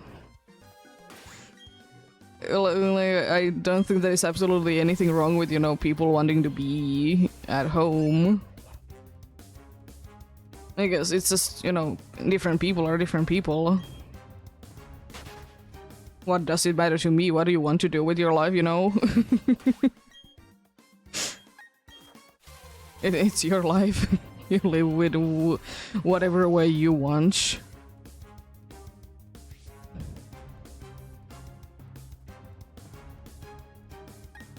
Because I will say that I have never been the type of person that I like to be going about, even when I was a child. I just didn't like to go into places.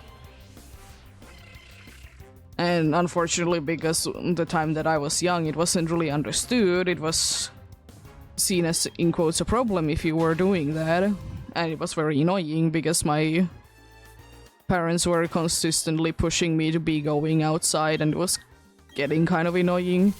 They did stop it, like, after I was 12 or so. Probably because they did get divorced at the time, but still, it was very annoying. Because I was always compared to my older sister that, you know, she's always going outside and he's always going out with friends. Like, yeah, I'm not like that. I don't like to. I don't like to be in social situations too much myself.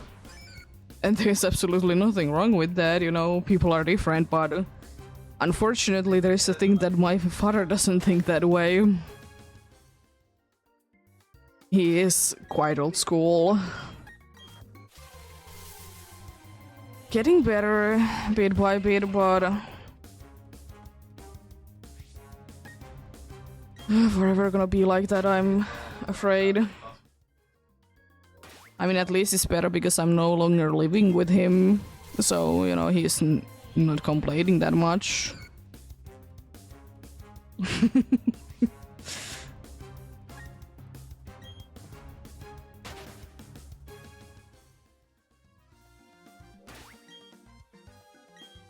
And it's just a thing, as I have talked about it a bunch of times, that it is just how things are nowadays. People tend to be living more like at home, first of all, because in some places, like malls and stuff, they are either not gonna be looking too good at you if you're just like hanging around in there. They're like throwing you out if you just like are sitting there not doing anything.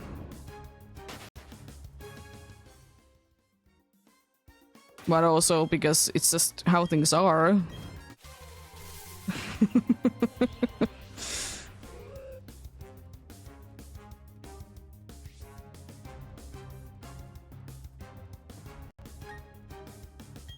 Yeah. Then again, you know, at some capacity, there wasn't really anything else that like we could have been doing in our family as kids, because technology wasn't too big of a thing, and when it was very limited amount of use per day. Then and you know, after that, like once I did get my own computer or a laptop, technically did tend to be playing with that. And I'm glad that like my mother didn't mind it. And for my dad, I did just say that every single time that I did have some schoolwork that I needed to be doing, even though that was a complete lie, but because I just didn't want to be bothering to be hearing him complaining that I was on the laptop. You know, let me be. And it's not like there was anything to do at my father's anyways.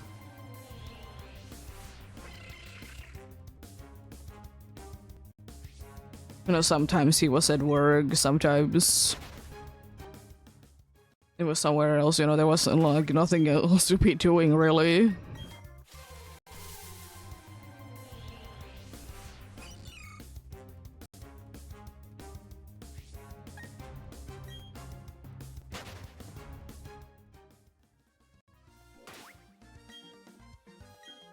But yeah, it is what it is.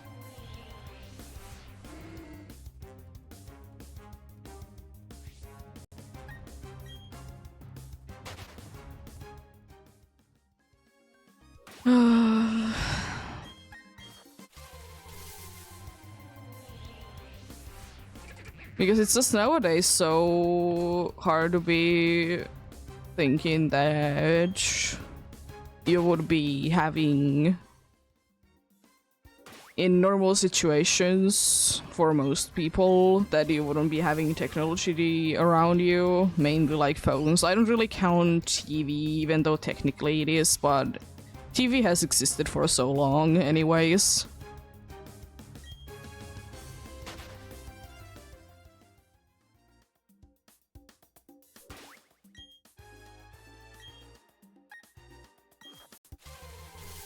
Yeah. I did get my mother, the first laptop that I did ever get was my mother's old laptop that she didn't use anymore because it was getting too old to be using for her schoolwork.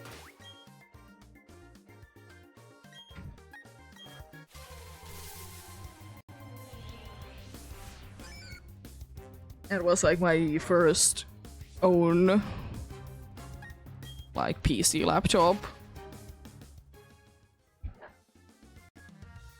And I did get few laptops over the years. But now definitely, you know, having an actual PC is looked nicer. And you know, they are expensive to be making for sure, but I mean, they also do be lasting.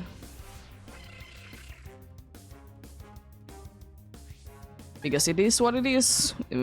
Pretty much in any technology, you should be switching things up every 2 to 3 years anyways.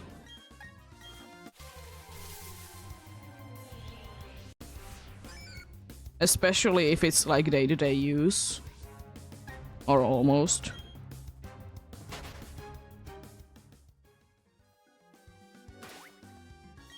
But yeah.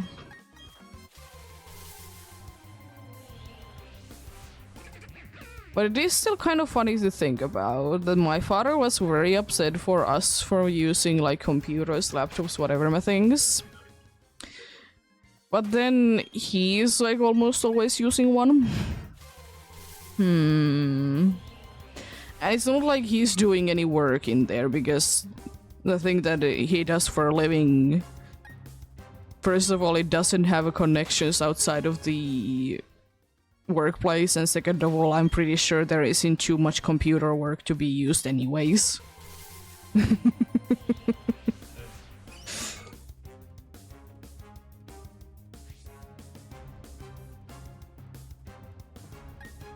But yeah. Fixer-uppers are quite nice. If you can get one of those.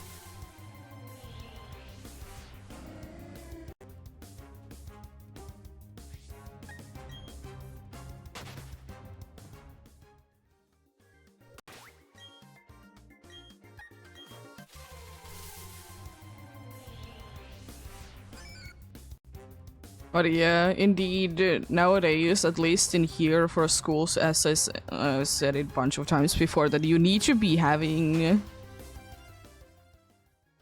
You need to be having a phone, at least, like a smartphone, because it may or may not be used for studying.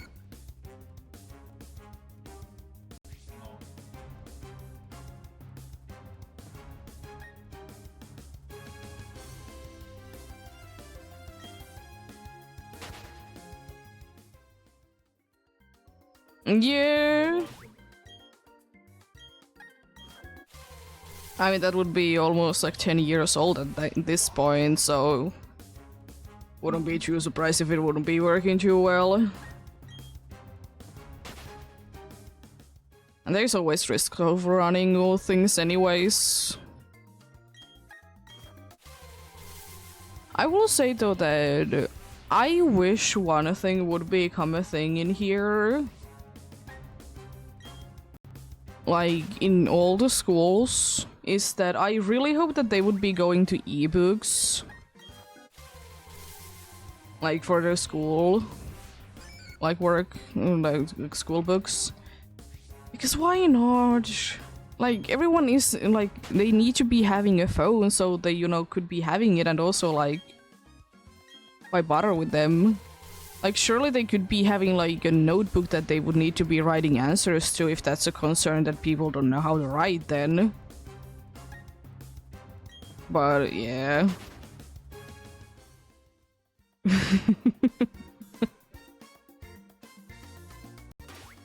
Yeah. Old cars are good.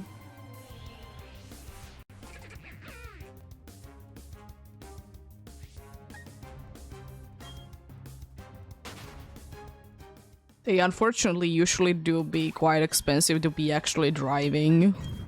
And taxes and insurance, whatever, I think they can be very expensive.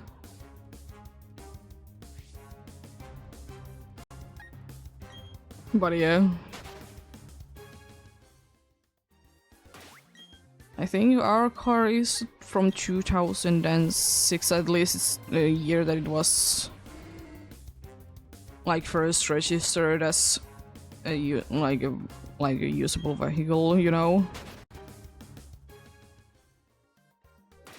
Still running nicely. There's only very few problems with it. We need to be replacing specifically the AC button a few times. Because for whatever reason the AC button itself didn't want to be getting like pushed down. But you know, that's not that big of a deal.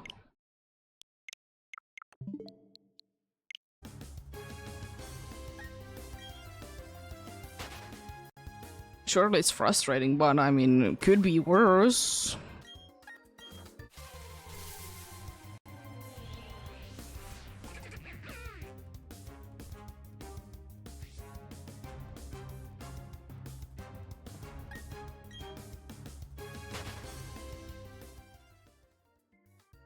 Because still in here, they are very concerned that if your car is destroying too much of the environment, you're gonna be paying quite a good amount of more than from a newer car. Because usually old cars means that, you know, it's gonna be worse for the environment, but anyways.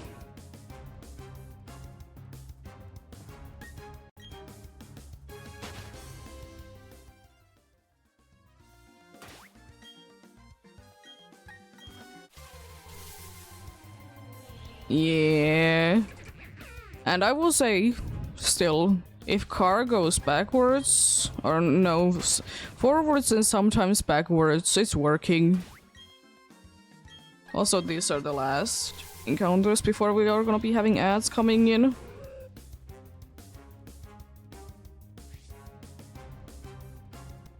But yeah.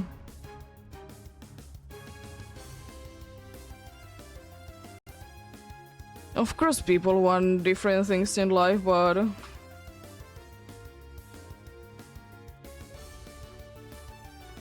still, you know? Does it really matter overall? I mean, as long, like...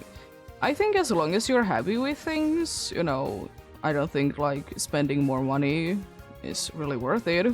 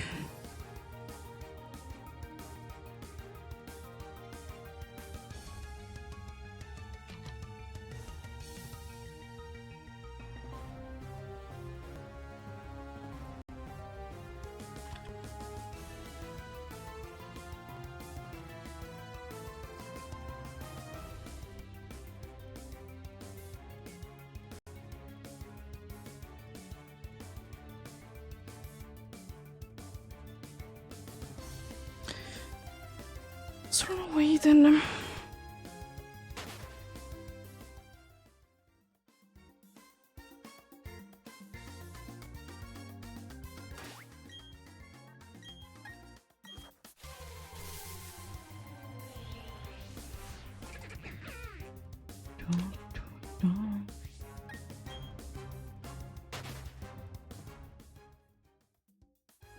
gonna quickly Google.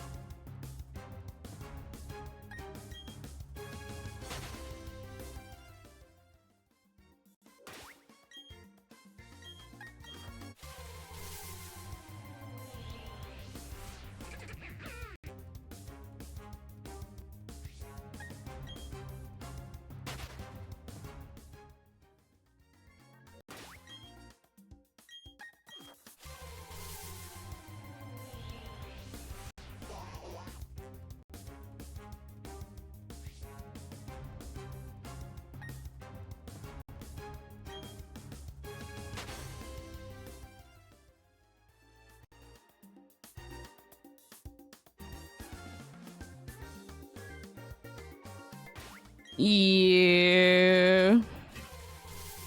Pretty much no matter what, you can be expecting that your electricity bill will be through the roof when it's the very cold months of the year or the very hot months of the year.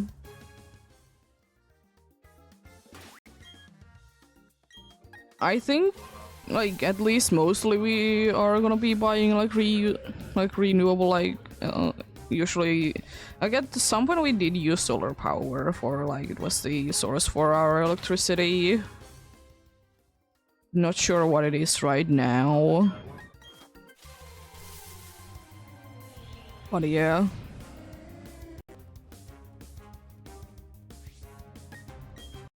To be fair, at least like where I'm from, like living in, it's more reasonably to be only getting the renewable one is indeed solar power, because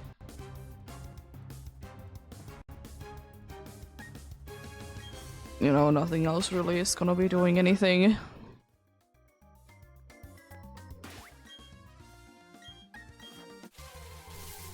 Yeah, for us too, but I mean, in general, you're gonna be like expecting that the warmer and colder months are gonna be the most expensive. Like, I will say that I would like to say that our electricity bill would be a lot higher if, you know, the big things from the kitchen wouldn't be to our landlords instead. Like, we don't need to be paying for our stove slash oven or our freezer and fridge. I guess that is just something that a landlord needs to be paying, which is nice.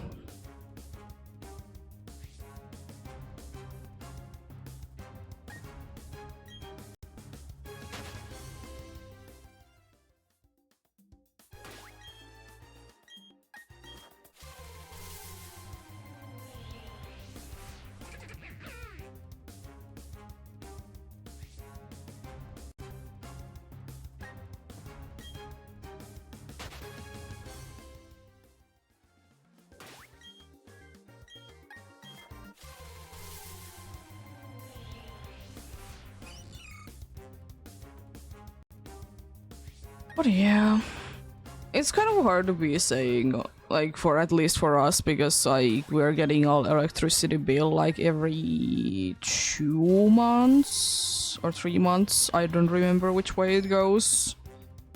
It's hard to be saying exactly like how expensive a certain month is because it's never gonna be just, you know, 1 month. It's gonna be more than one. But one thing that is gonna be ridiculously expensive is the fee that we need to be paying for another company right now, because we need, like, in certain areas there is, like, the cables are owned by other companies, so we need to be paying another company a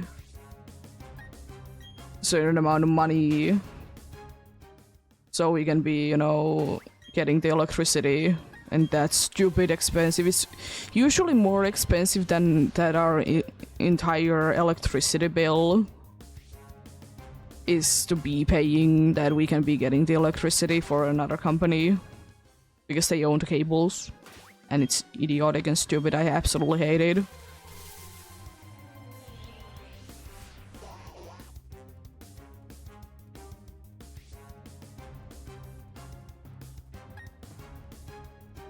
Yeah, it's pretty cheap in average.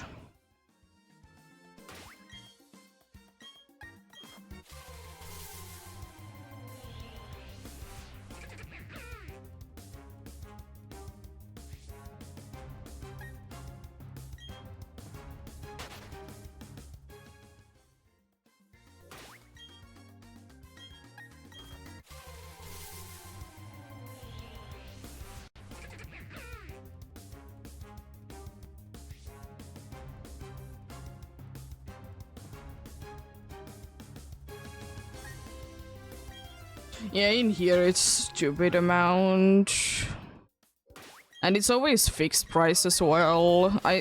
Because I don't remember which one we need to be paying every 2 months, and because one of them, either electricity bill or the transmission fee, one of the two is every 2 months, the other one is every 3 months. I don't remember which way it goes, and honestly, does it matter? No, but still, like,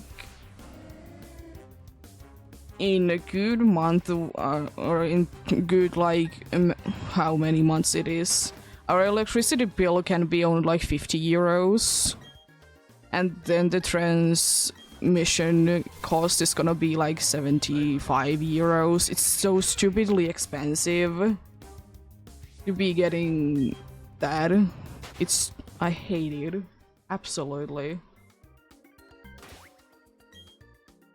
It's either for 2 or 3 months.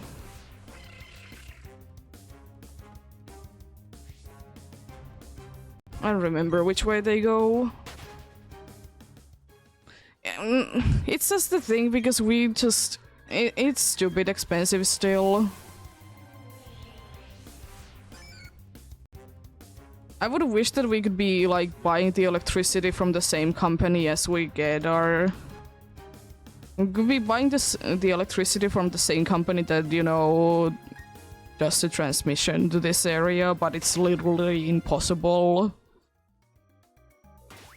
Because if it would be that case, it would be a lot cheaper.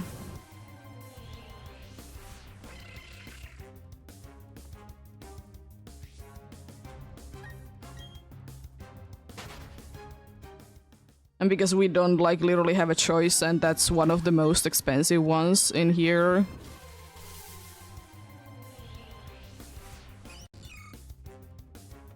I hate it.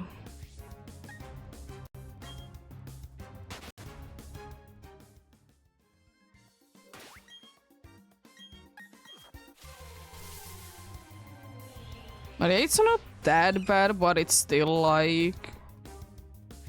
if you ask me, too much. Considering that the electricity bill itself isn't that high.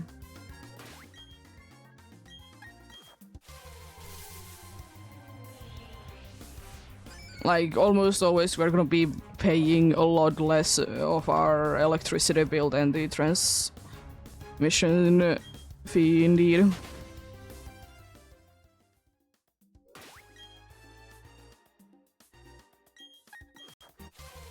The only times that it's the other way around is during the summer when we have all our fans and everything on.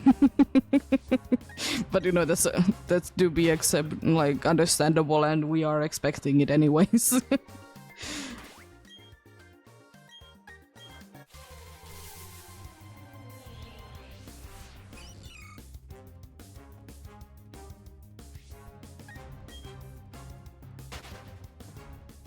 At least one thing I'm glad of, since, you know, not living in your own house, is that we don't need to be, like, actually checking out how much water we use in a year and how much electricity we use in a year. Because at least in here, it's the case that if you live in your own, completely your own house, like, you need to be sending that data every year to whatever company you're using.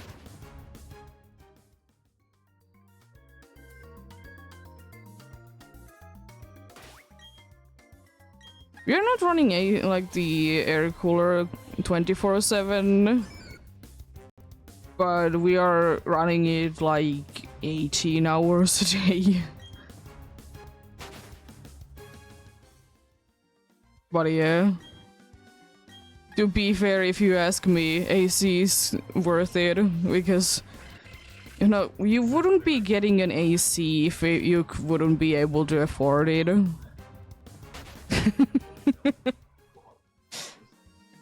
That's like one of the things that you can definitely live without it. But if you have enough money to be having it, then, you know, if you have enough money to, like, build it, you have enough money to be having it. Because in here, ACs aren't that common. Maybe newer houses, but most of our houses are ridiculously old. So it's almost never.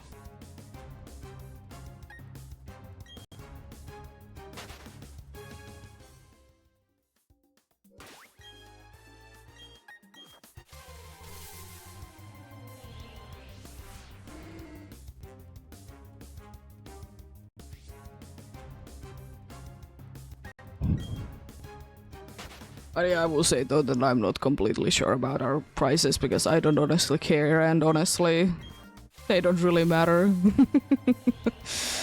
Gives about the range that they are in anyways.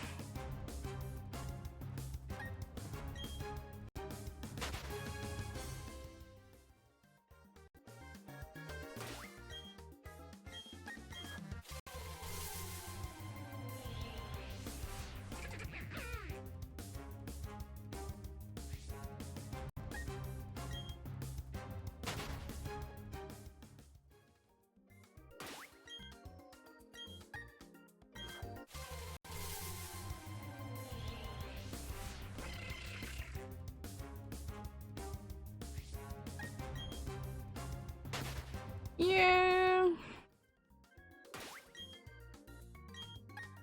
I mean, in the case that you have to be living without one, I would like to say that you can live without one. It's with most things that if you absolutely have to, most of the time you can be living without it.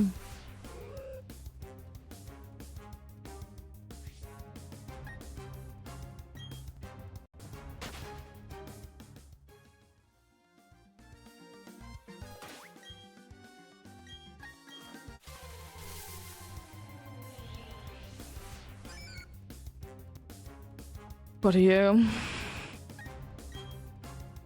because as I said before, ACs haven't been too much needed in here up until like maybe 5 to 8 years ago. Because we didn't have hot summers, or if we did, it was for a few days.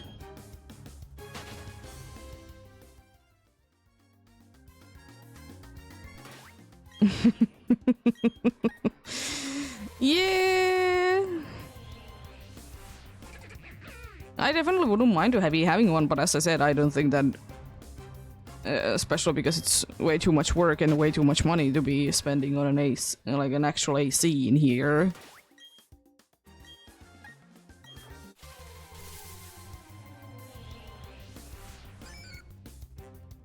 Then it's not worth it.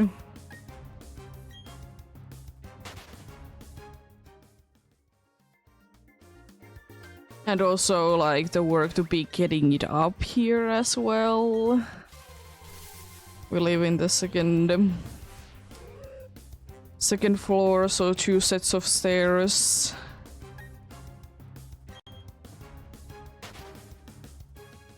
No elevator.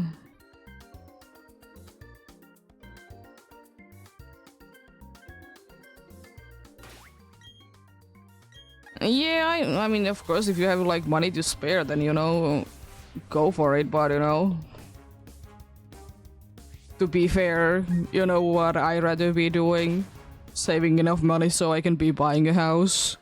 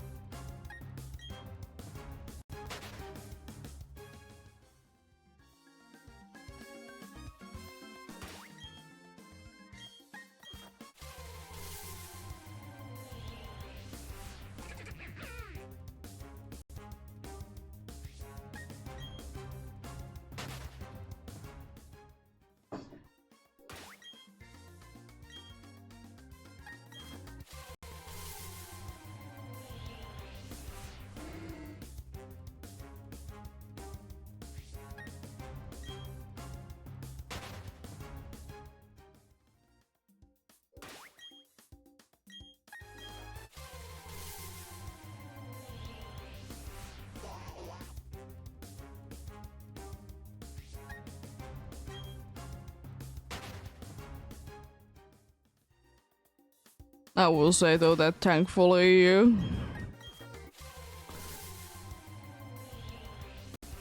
it was the case that since our, you know, oven is a stove did break indeed, that thankfully it's not up to us to be replacing it.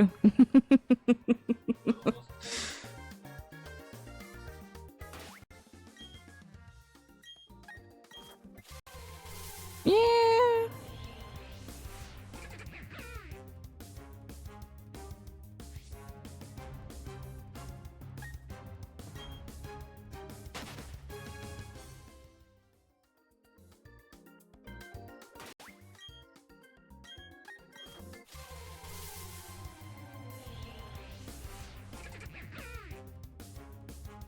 I mean, I will say that I just don't want, like, I'm fine even living in a what are those houses that have multiple different things but aren't apartment buildings.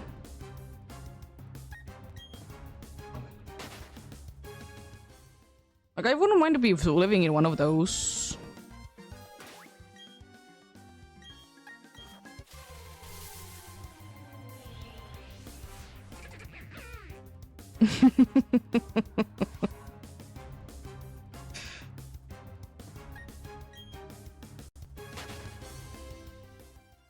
I just mainly want to be living in a place that, you know,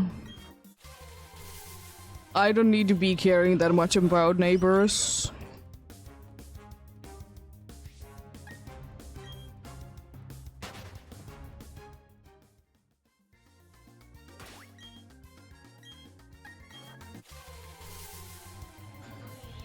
Because it's not like they bother me too much, even though last night there was an upstairs neighbors that for whatever reason they were moving furnitures very loudly, literally at midnight for like a solid half an hour. And I'm like, what? The dog can be so important to be doing. I mean, to be fair, I'm not sleeping. I don't really care that I would be woken up by that, but still. What are you doing in the middle of the night that needs to be doing just at that moment?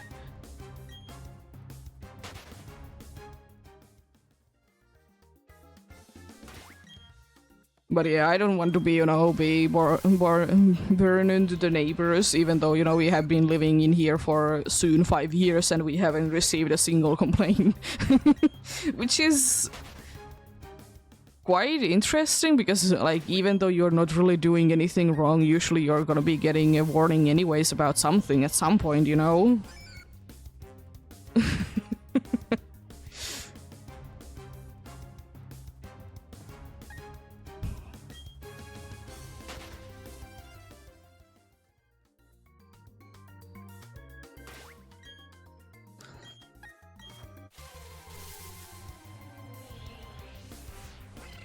Yeah, we have in here also places that, you know, are like very cheap to be buying a house from.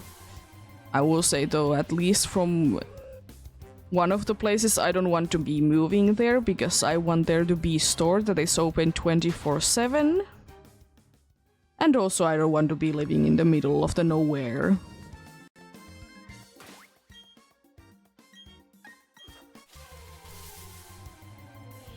Oh no. Hopefully don't need to be using it too much.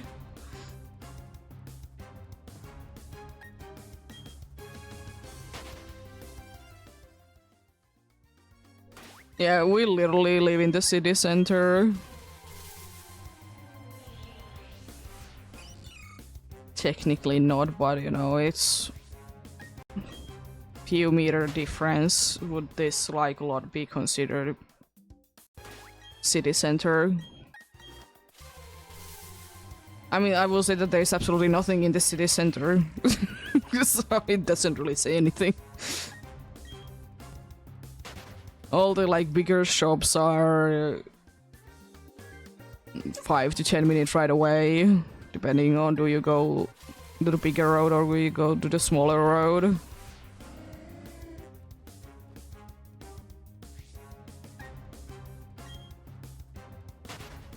But yeah. Doobie what it doobie.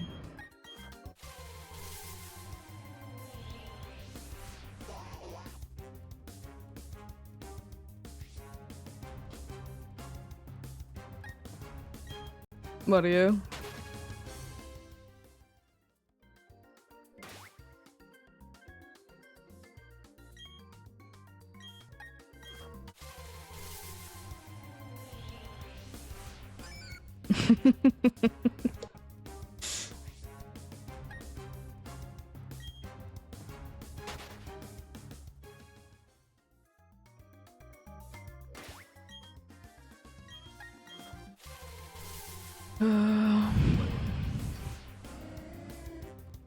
Yeah.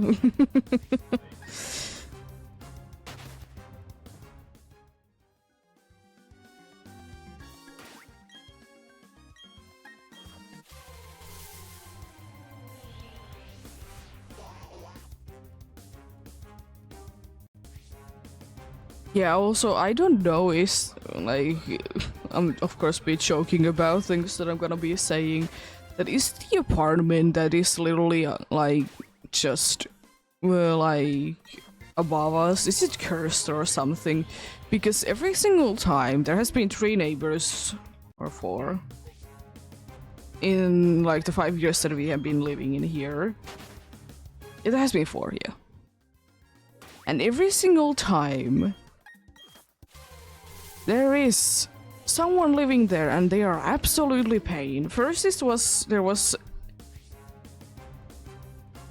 but the first problem was that the first neighbor said when we did move here that first of all they did like fight like almost every single day and you can be hearing almost what they are saying.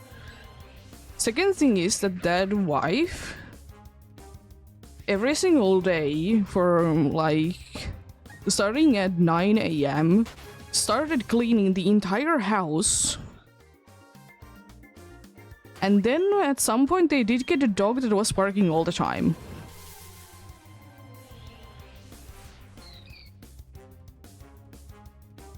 They did eventually move out, thankfully, because jeez.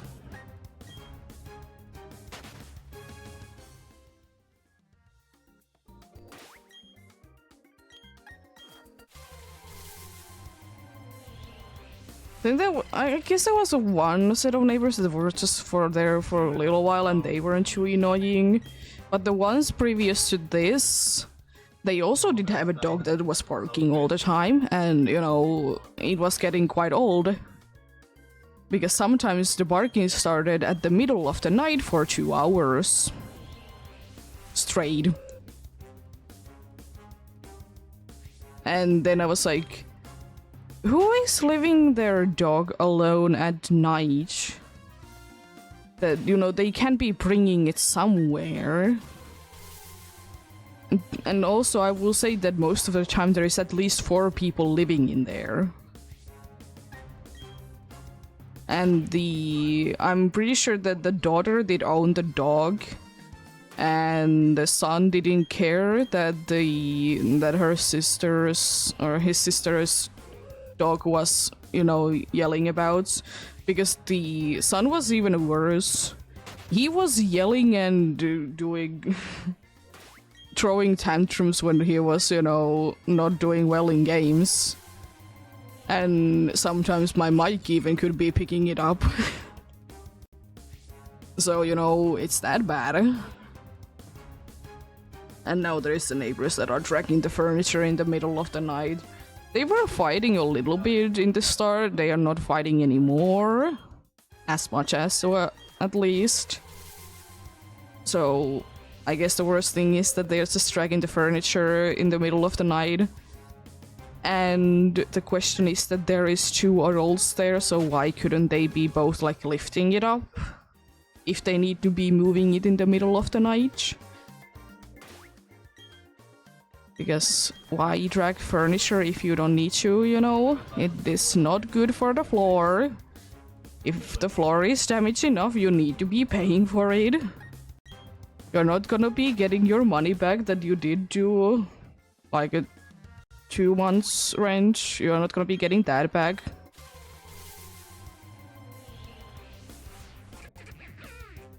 Like, I just don't understand.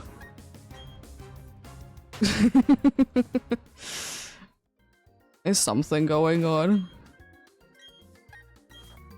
There's something going on in that apartment.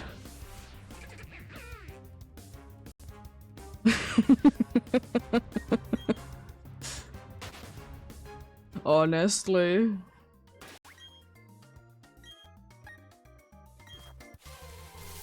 And honestly, because of that, because this room that we are in right now, it literally has, like, we only have upstairs neighbors in here. We're just not really caring that, you know, if they are getting bothered by us yelling in here, because they are tracking furniture in the middle of the night.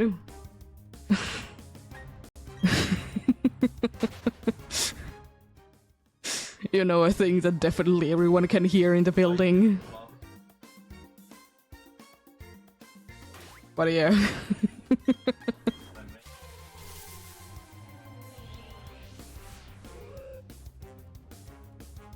But yeah. At least you don't need to be hearing vacuum cleaners anymore at 9 AM. Because I get that, you know, you like to be having things cleaned and everything, but, you know, things can't be getting that dirty in a day. Even though they did have kids that were quite young. But still.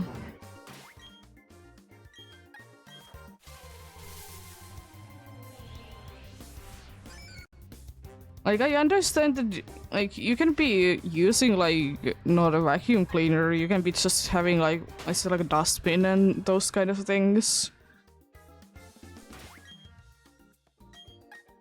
You can be using one of those, most likely.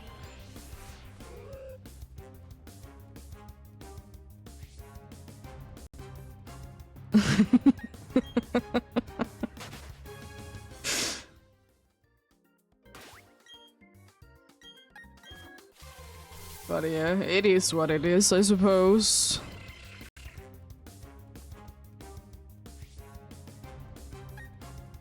Because I don't think that when I was a kid, and to be fair, I did have 3 other siblings, that I think that we were like having vacuum cleaner up maybe like at the most 2 times a week, normal situations. Other than that, we were just, you know, either letting it be or indeed like using dustbin or something like that. Because not everything requires the vacuum cleaner.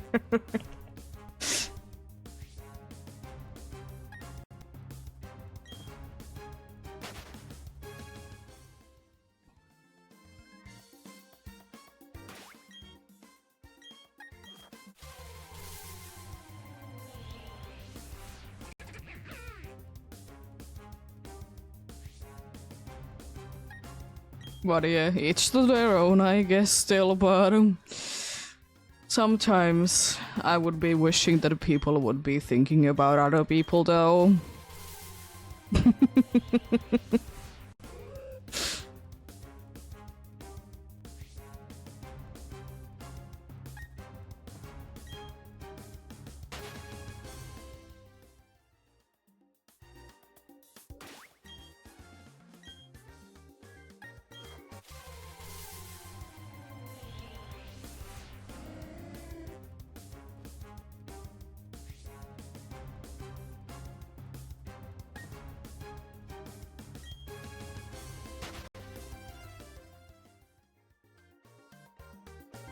But yeah, going back to a little bit to the cleaning, fun fact is that you can actually do a complaint to your, you know, landlord or whatever thing if your neighbors are actually cleaning and using like a vacuum cleaner for more than 3 hours.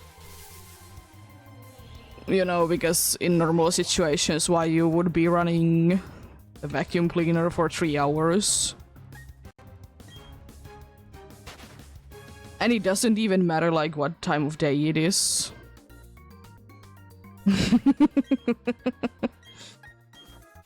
We did do a deep clean not too long time ago because we did get a new oven, so you know, we did do the deep clean before that happened.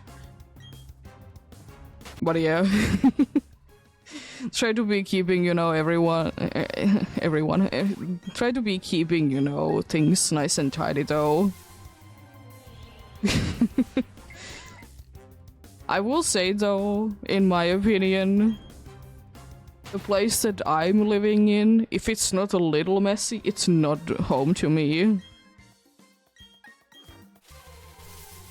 So, you know, I wouldn't be able to be living with a person that needs to be having everything perfectly cleaned.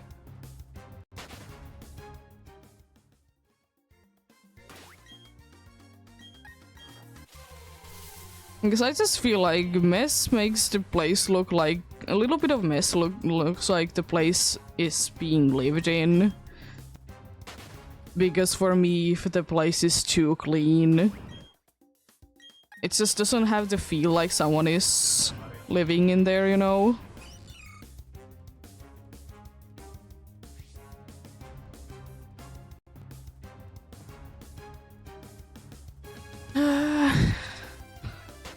As long as it doesn't get, you know, too out of hands, then, you know, everything good, right?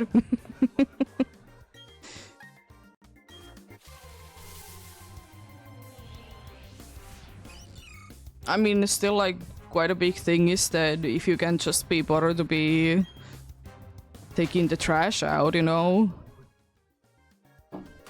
I guess that's one of the worst things to not to be doing.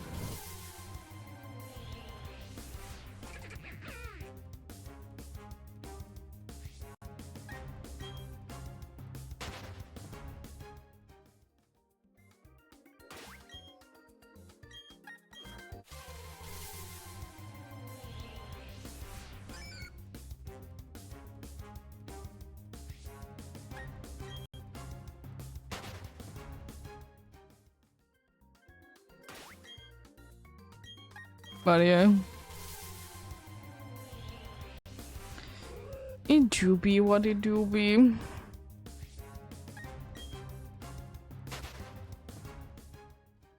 Like, surely we could be having a cleaner place, but at the same time, if we really need to be cleaning the place up when someone is coming, we can be getting things done in up like maximum 2 hours. Like if we really need to be cleaning quickly.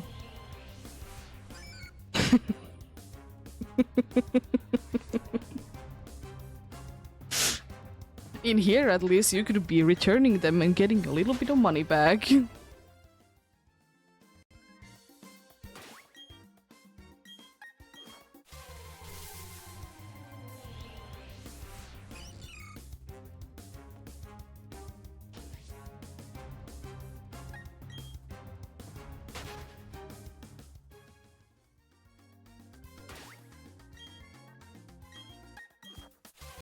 What are you?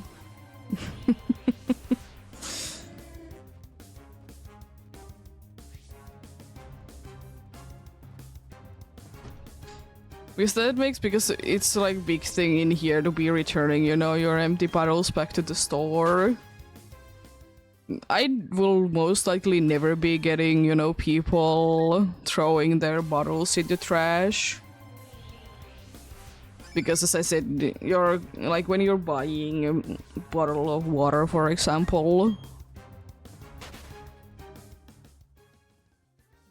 and you pay like, let's say 20 cents more, and then when you return the bottle you'll be getting the 20 cent back, which is a good thing. Unfortunately, for some reason, like they are thinking that it should be getting rid of, like we should be getting rid of that, like that's a bad thing, which I don't understand. It's so stupid. But anyways.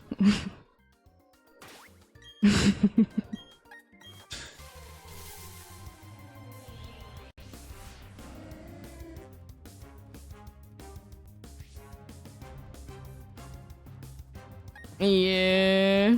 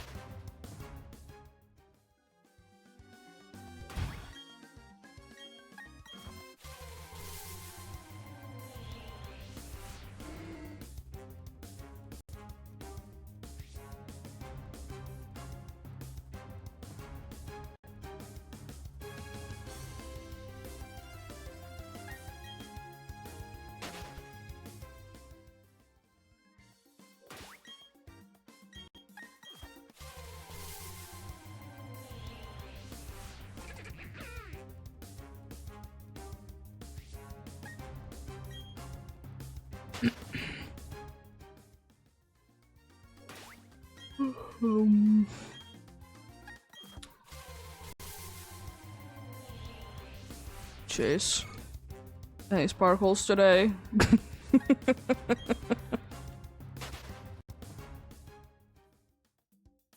Would be quite nice. I didn't even realize how close I am to 20k total. Nice.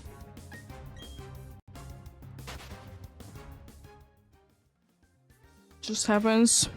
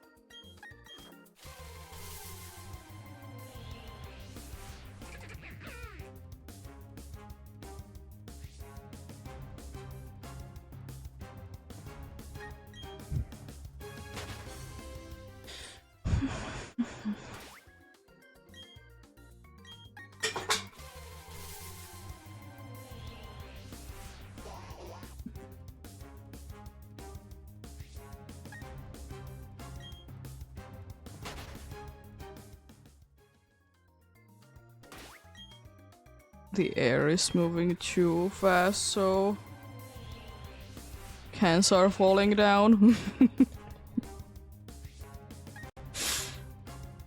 Oh boy. Love it.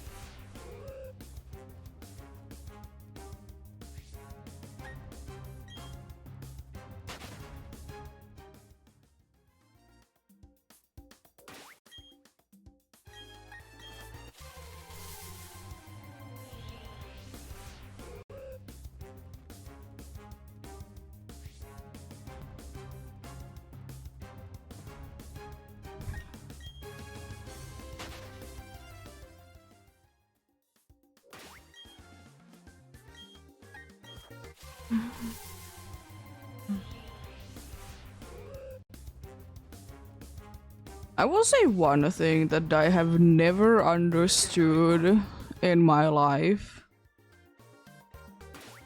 is that when parents get off day, like their summer vacation on July,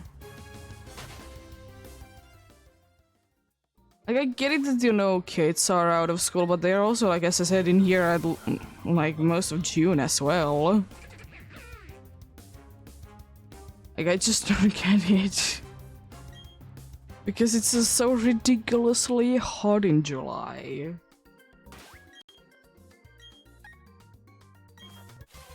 And the problem is as well because, like, everyone is in quotes taking breaks on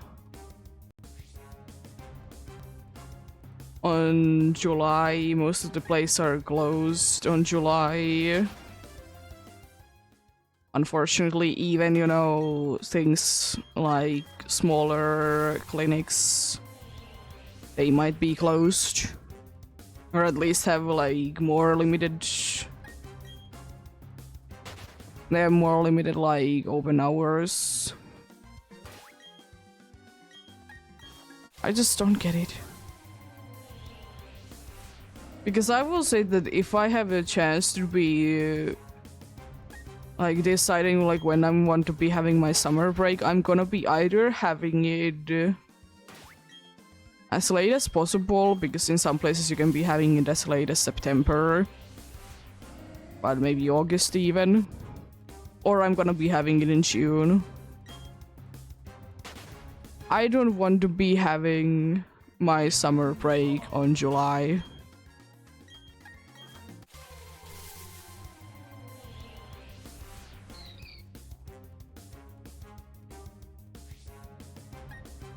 First of all, it is indeed the hottest month, like, if we go on the base average. So, you know, I would say that I couldn't myself be enjoying my vacation if I'm uncomfortably hot the entire time. Plus, you know, I couldn't be doing anything. Even though I will say that if I would be on a vacation, I wouldn't really be doing anything anyways. It's different. And also because, as I said, everyone is taking breaks then, so if you want to be going, like, visit somewhere, you most likely can be doing that. I will say though that I don't recommend going ahead and going into, as a, you know, fan who likes very cold weather. Don't go in a vacation into the South Europe in August.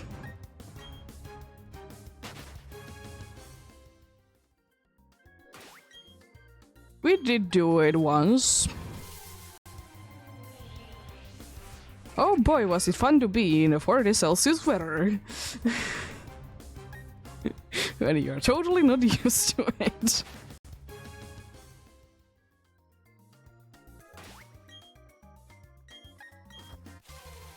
Oh jeez, was it a pain? It kind of ruined the trip too, in a way, because couldn't really be enjoying it because it was just so hard. We did still get a bunch of things done. Could probably be getting more things done if, you know, it wouldn't be that hot in there. But it is what it is.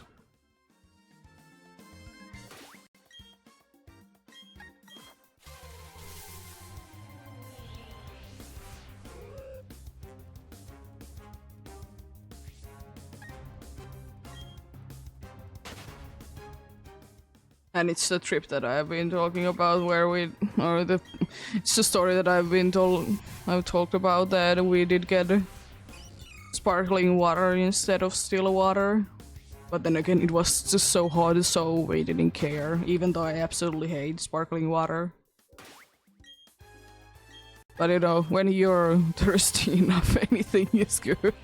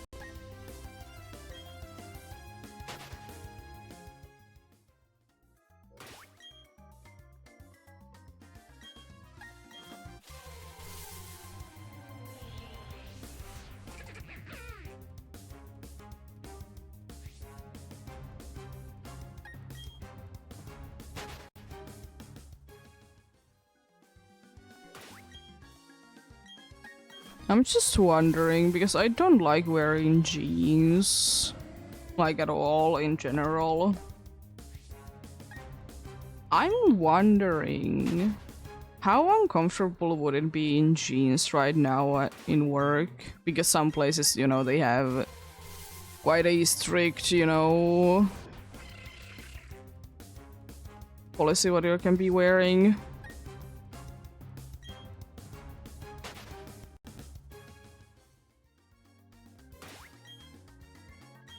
I wonder how painful that would be. Probably a lot.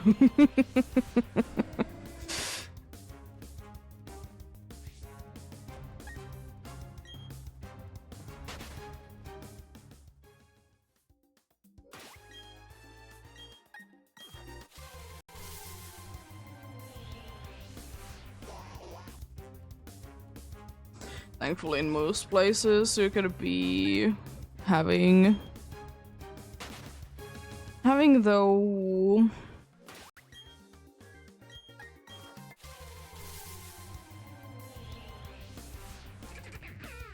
though weather dependent clothing.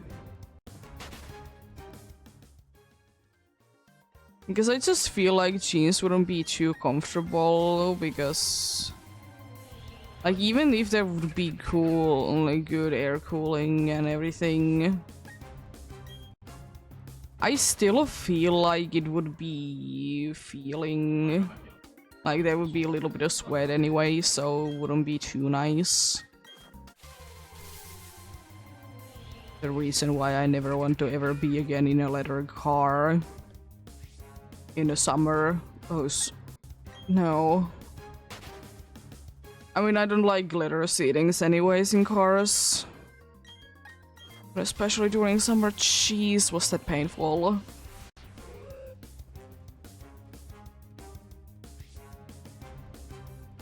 When we did have one, like, I don't know, a long time ago. It was a very long time ago.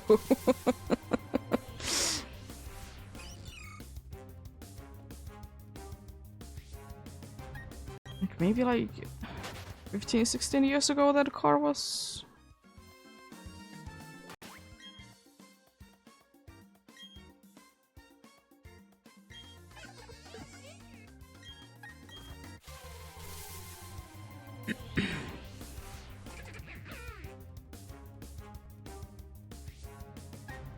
And the thing was as well that it's not like it was even the worst kind, aka being black leather. It was just leather.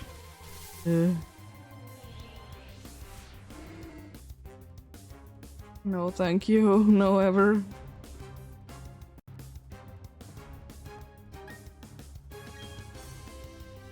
But yeah, we're gonna be having break soon though. So, you know, as usual, I'll be stopping the hunting during it. I'll be doing a few more though.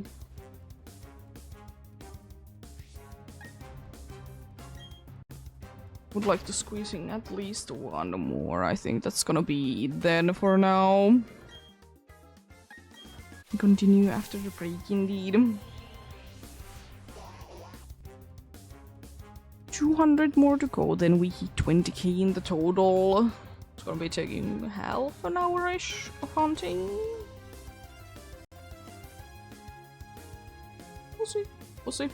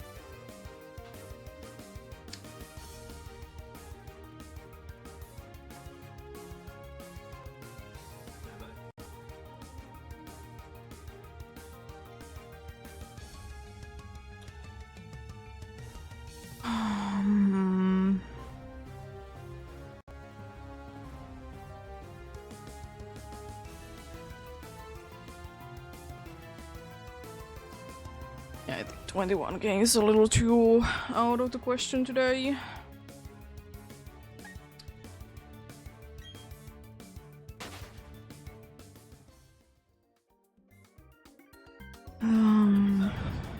Because I'm thinking that today I don't want to be doing... Just because I want to be, you know, be sure that, you know, don't do too much when it's too hard. I don't want to be going... I don't want to be going too much over 6 hours today.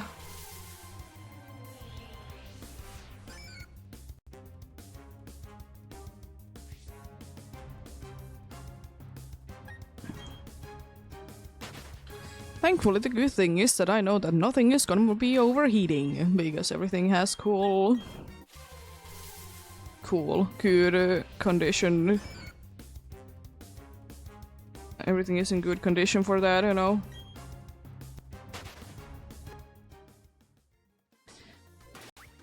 thing? There is only like few times I suppose that like a console for me has been overheating.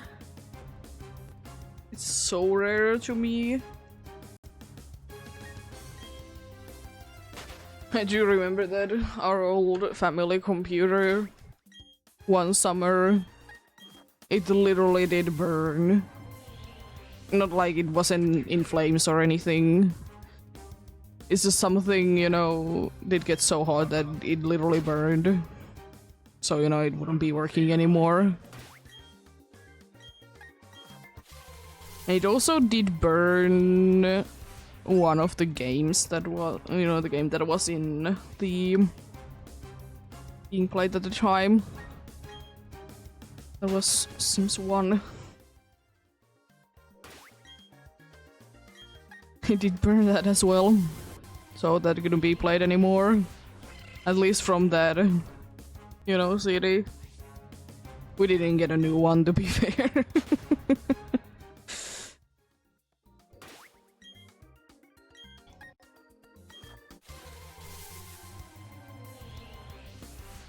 Yeah, I don't know.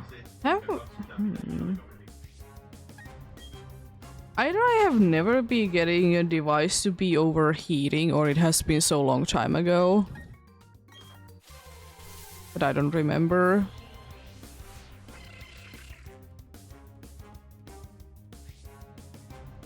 Because I haven't overheated any of my laptops or computers.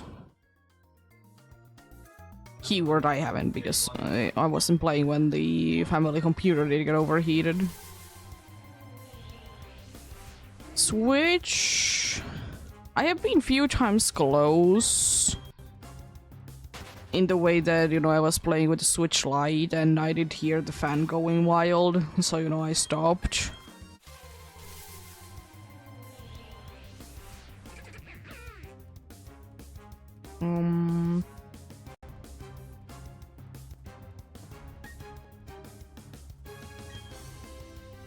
I haven't overheated any of the other consoles either.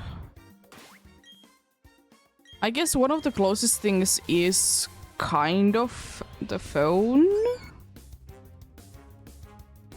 But it was more because the sun was shining to it. That it was like saying that, please lower temperature. Like it literally said something along those lines.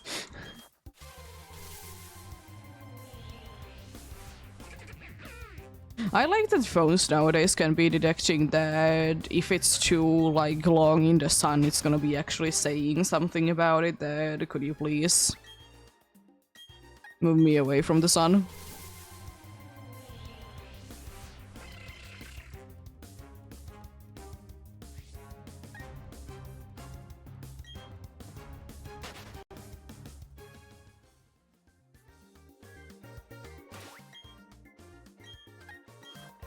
Yeah, I guess I haven't overheated anything. I guess a good thing.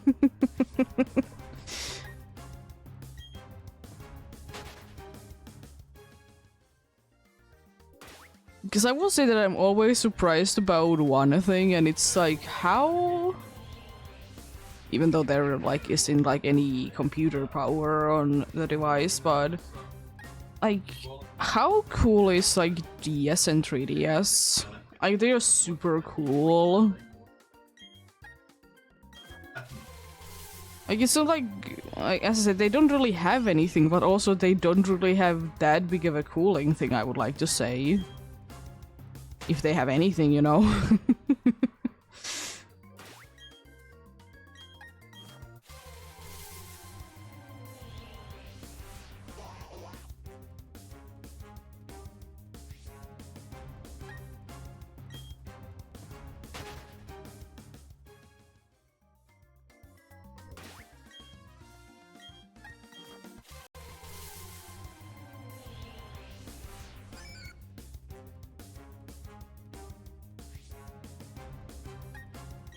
I guess the camera is the only thing that I can think of that has been overheating. Because it has been stopping working a few times when I have been going on for 6.5 hours.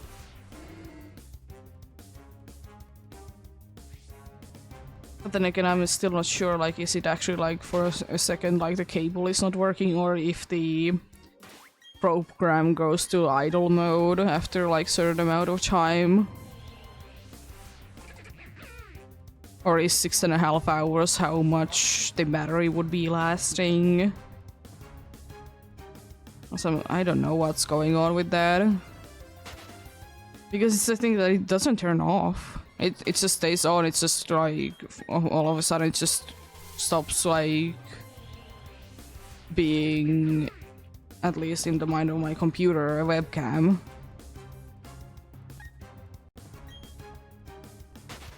No, but as I said, 6.5 hours is pretty good to be keeping going.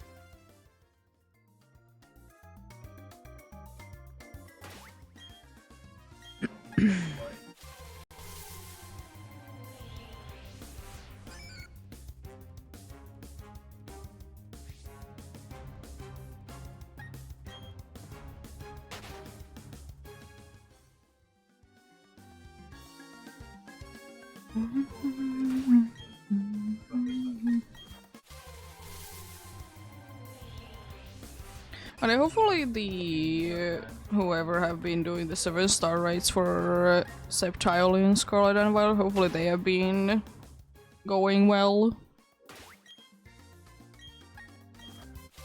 Hopefully indeed.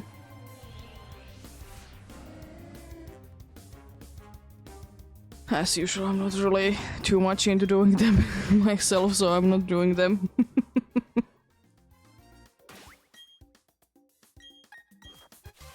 Don't care about them indeed.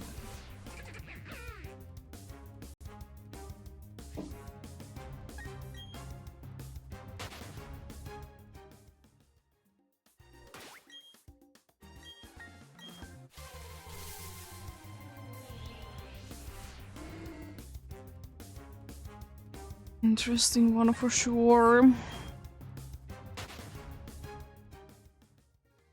I wonder that could they be doing, I don't know, I guess. I don't know, they haven't really been concentrating on starters, on the 7-star rates. I would like to see some other Pokemons too, though.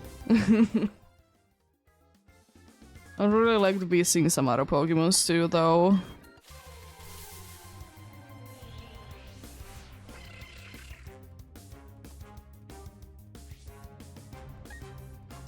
I don't know who would really be fitting there, but you know something. I guess because Legends ZA is gonna be coming out, they could be doing like for some of the Pokemons that don't have Megas. They could be doing for those. Possibly, you know?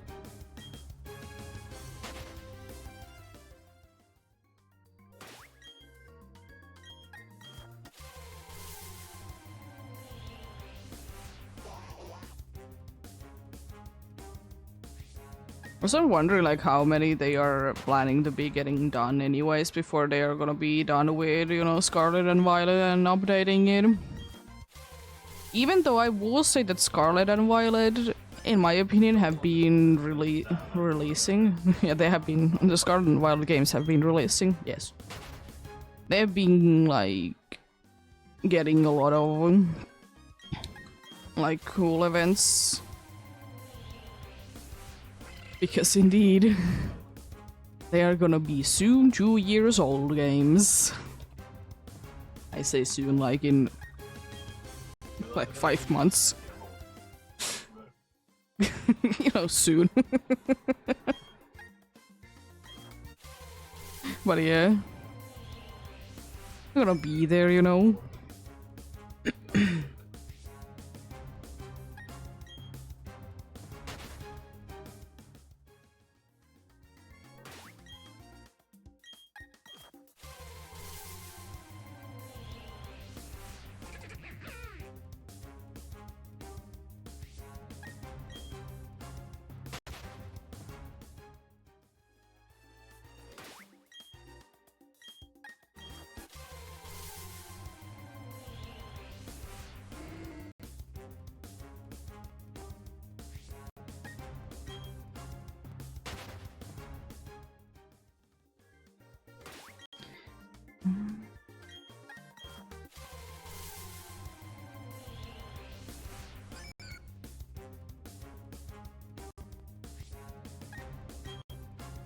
I did see recently someone be getting a shiny Fennec in X and Y, and now I'm very tempted to be getting one myself, even though I don't have the games.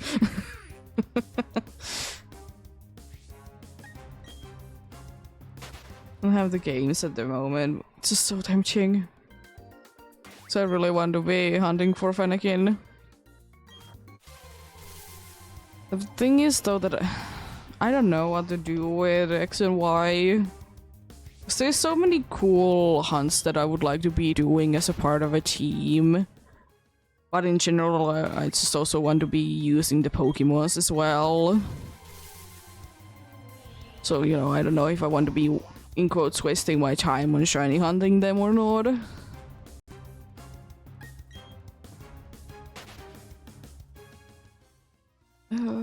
Hard to know. Just yet. We'll see. I suppose we'll see.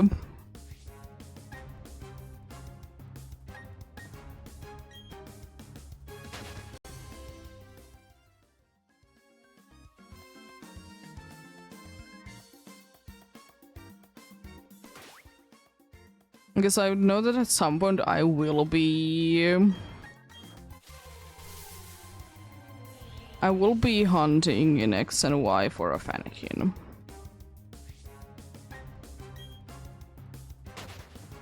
It's the only one that I'm gonna be soft resetting for.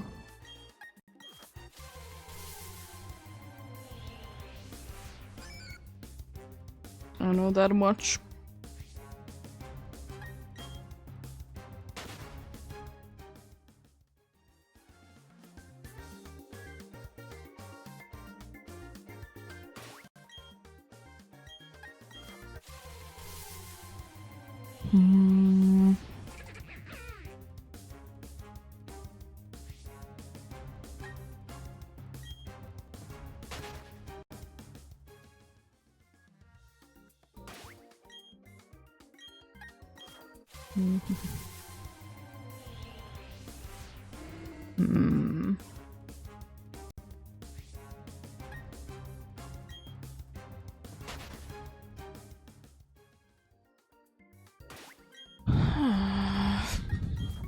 Because the thing is that I know that there is 2 Pokemon that I know for sure that I want to be having, you know, my team on my first playthrough of X and Y, and it's Fennekin and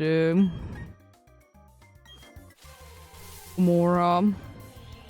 Then of course their evolutions. I want to be having those on the team for sure.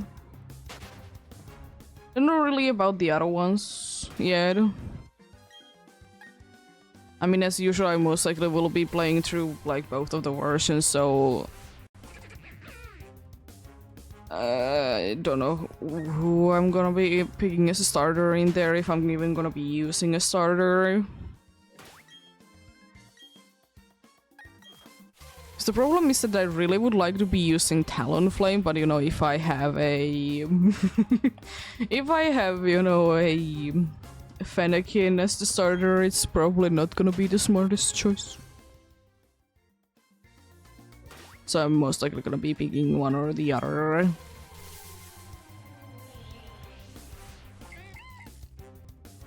One or the other, indeed.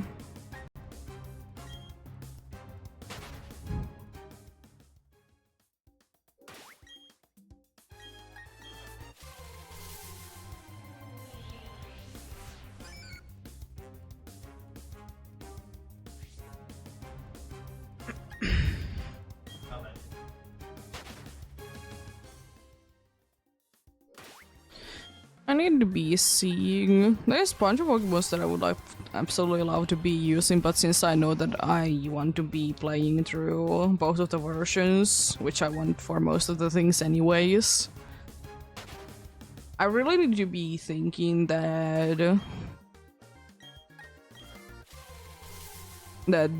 which team I use on which, you know.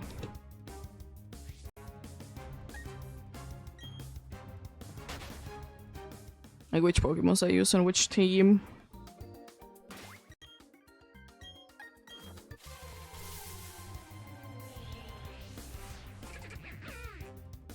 Hello, cat. I've been getting the rest of your food if that's what you're asking. I know you have. You asked for it like over 2 hours ago. And you got it over 2 hours ago. I just want to be going underneath my table. I don't know what it is about her. She has been like a lot recently be underneath my table. It's not like it's particularly like cool spot or anything, but I mean I guess the thing does hit it there, but the wind does hit there, but still.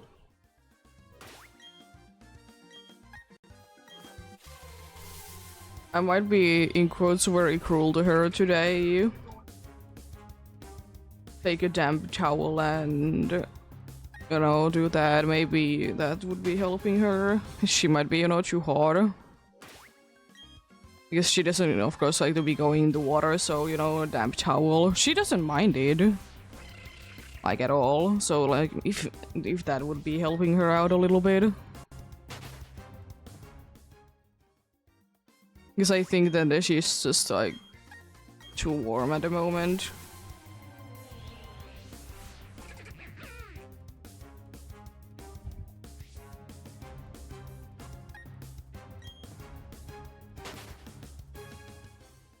We're doing that to you today, I suppose.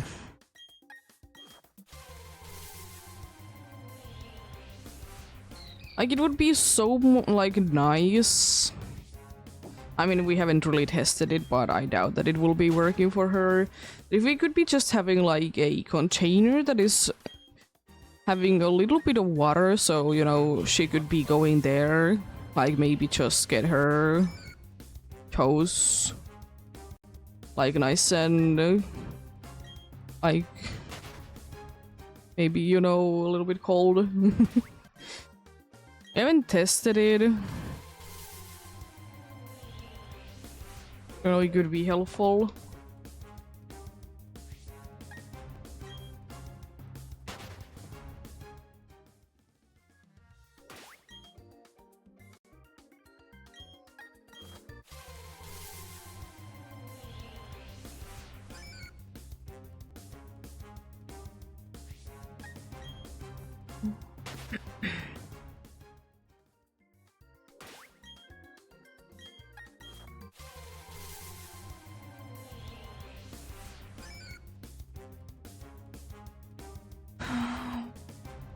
Yeah. We haven't thankfully need to be doing it too much this summer yet. Hasn't been that hard. Been doing it maybe once or twice. 20k, by the way. On overall. So since I did hit this, I'm gonna double check that My counters are correct.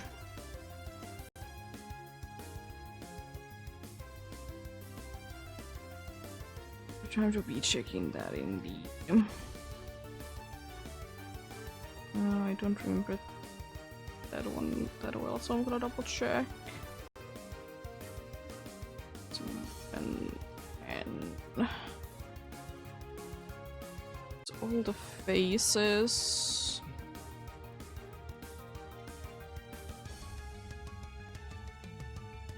Yes.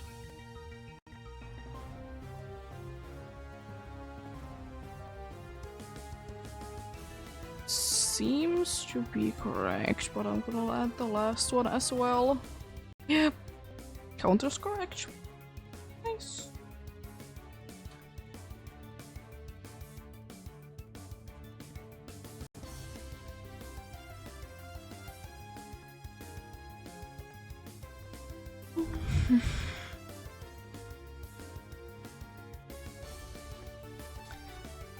Let's continue then.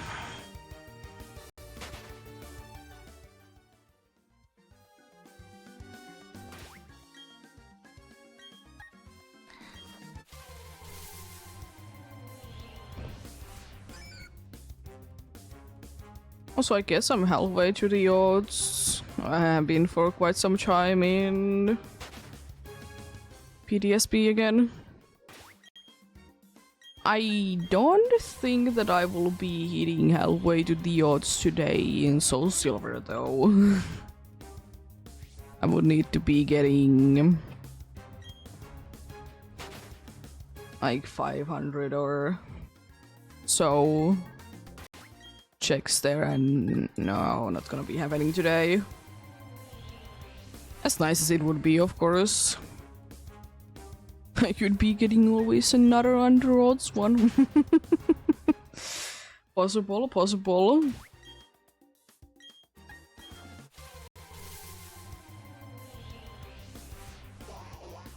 It's quite funny that there has been only one that has been going over odds, and it was the 9710 for the first Whooper that was inverted.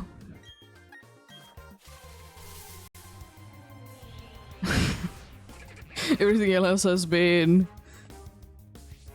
either severely under odds or under odds.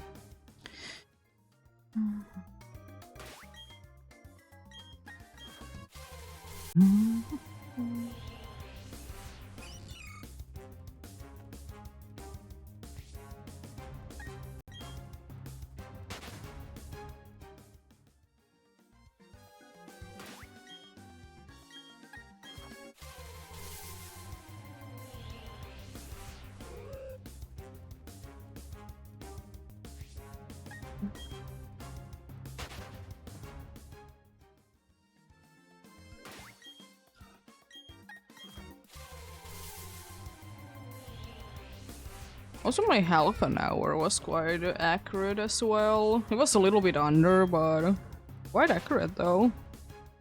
I mean, to be fair, like, I should be hitting in half an hour of hunting, I should be hitting 250-ish.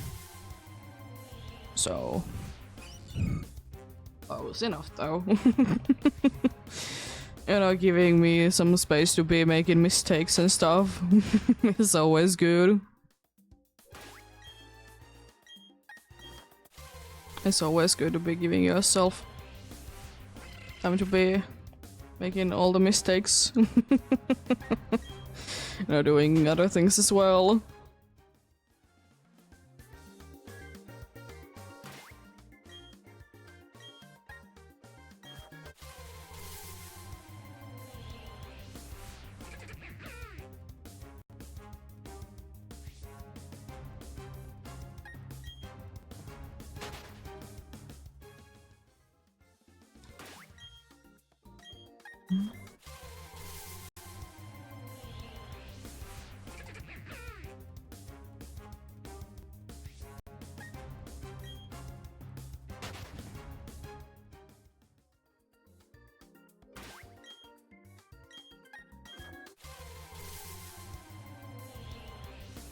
I'm gonna see when I hit the 3k mark today, which is 20,250. Because I was thinking that I would be squishing in today to 20,400, but we'll see when we get there. See when we get there, you know.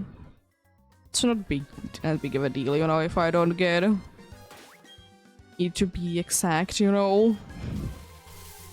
Not the end of the world by any means.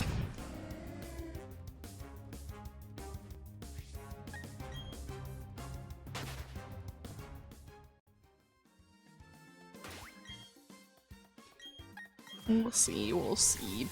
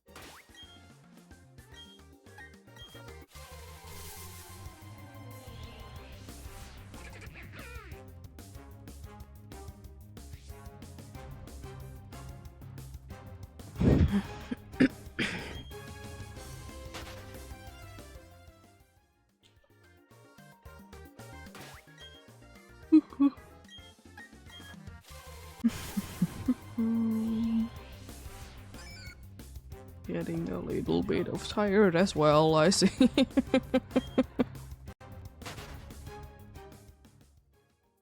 I did sleep quite well last night though. I didn't wake up well though. I did wake up like quite sleepy, like sleepier even than usual, but like I knew that I did sleep quite well. Because after I did wake up, I was feeling quite fine.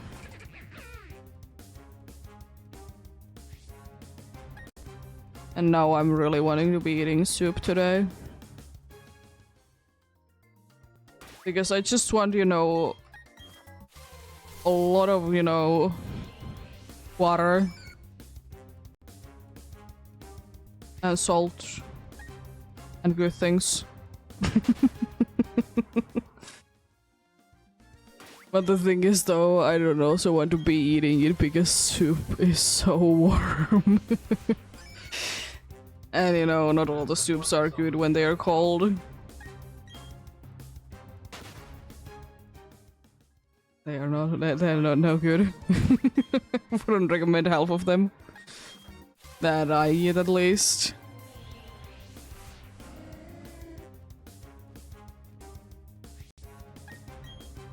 Guess they're literally meant to be eating when they are hot. I will always be complaining about one thing about soup instead. It's annoying that the last bits of that you eat of it are the best. And when you want to be getting more, you're gonna be again be like burning your tongue. Because it's hot. And it's not nice.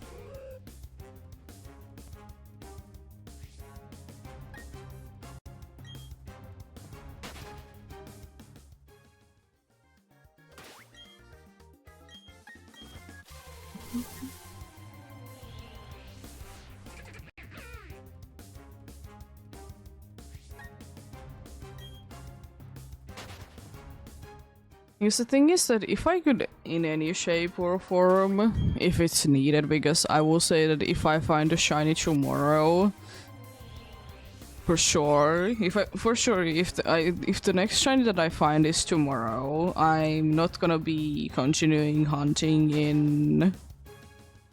If I find either in one of the Brilliant Diamond or Shining Pearl, I'm gonna be not gonna be hunting in those games. If I find one on Soul Silver, then you know I leave Soul Silver out.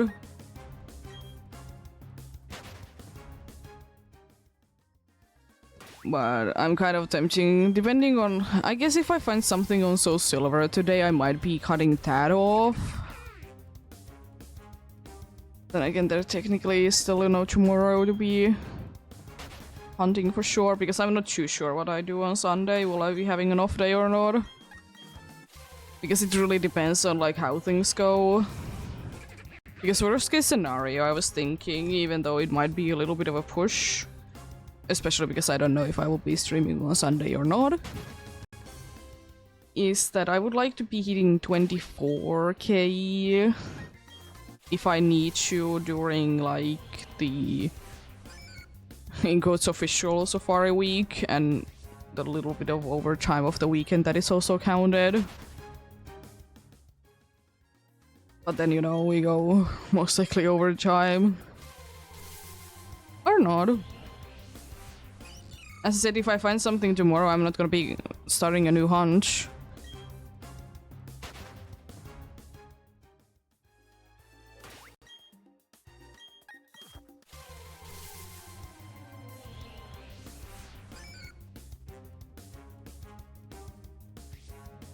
I was thinking that I could be doing double Cookie Radar, but then I was like, oh, I can't because I don't have the national dex on the other one. And I kind of want to be keeping that way as well.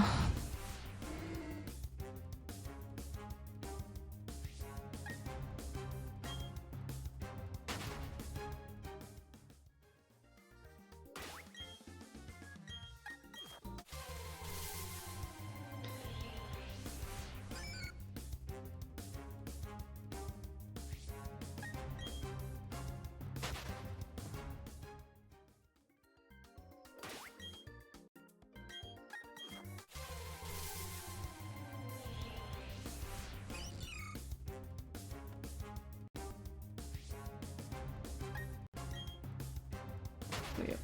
Decent, pretty decent. Indeed.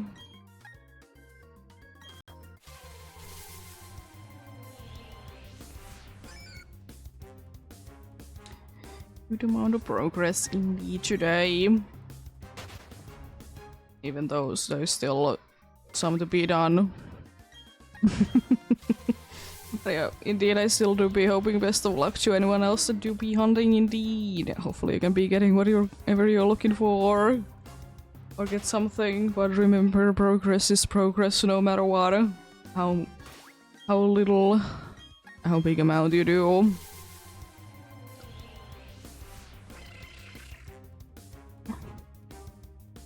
And it's still like, if you are gonna be doing any hunting in Safari zones, or Safari games, I suppose, I really hope that you can be able to catch it as well.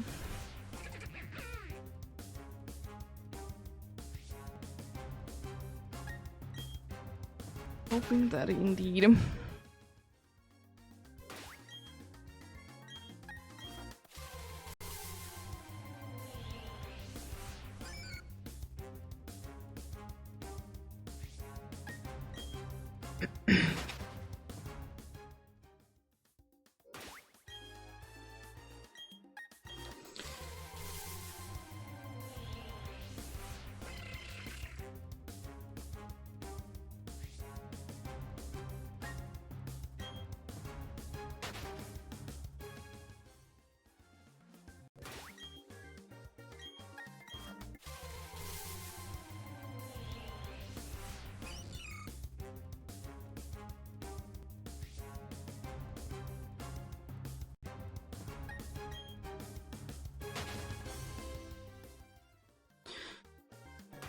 Yeah. I'm most likely gonna be doing the 100 or so more than I'm gonna be leaving it there exactly at 3k today. I'm not gonna be pushing myself.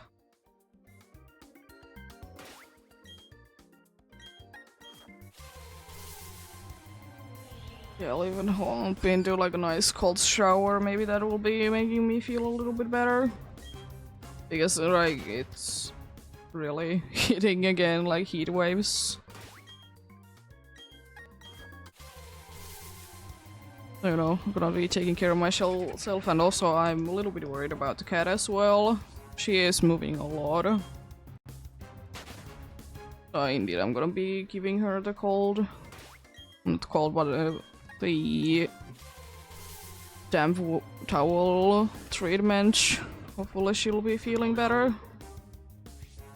If she doesn't move usually too much, there's like something up.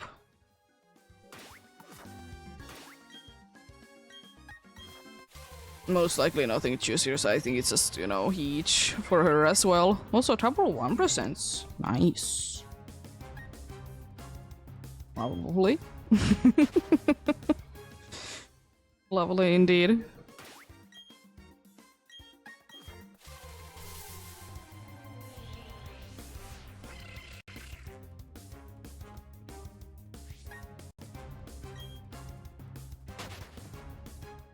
Also a reminder, if you haven't been hydrating too much, I would be suggesting to be hydrating as well. You know, it do be... At least in the half of the world there is, you know, nice and warm. So, you know, staying hydrated anyways is good. But especially when it's warm.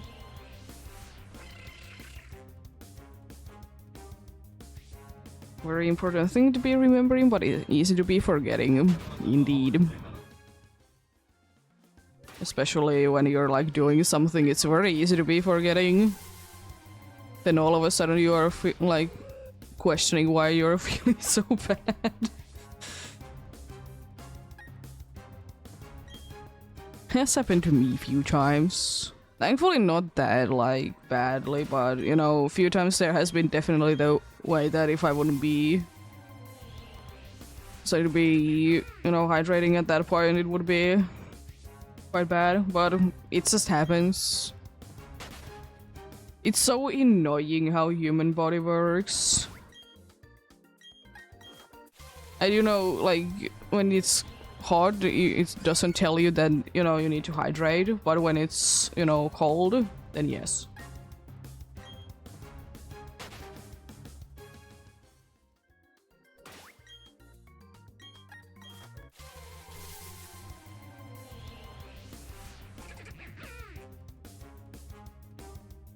And also I guess like it would be a good reminder also to be eating something.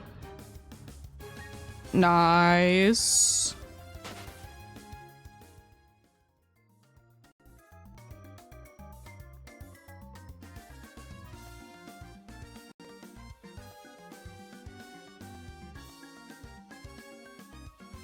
Also, I'm curious about EEST about one thing.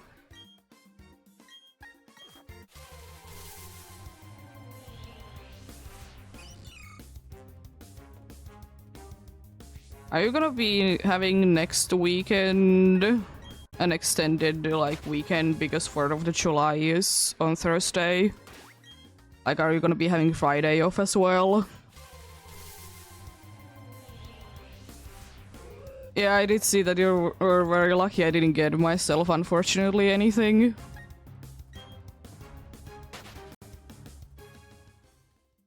Not even small or a large one. Yeah, I thought so. Because why not, you know? So you have extended weekend. Nice.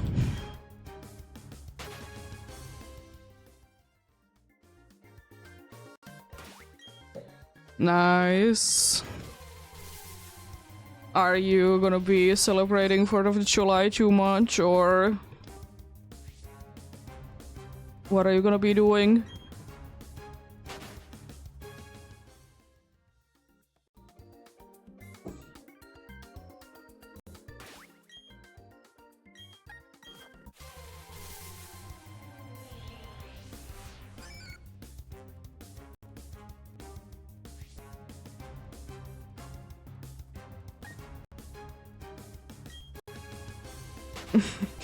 I see. So you're like me when it's because I do I understand it correctly that 4th of July is like Independence Day? I'm always asking it, I feel like. Yeah, because what I do on our Independence Day is that I might be having an off day if I feel like it. I'm not really celebrating it, I don't care. I don't care to be celebrating it. It is what it is. Cool day.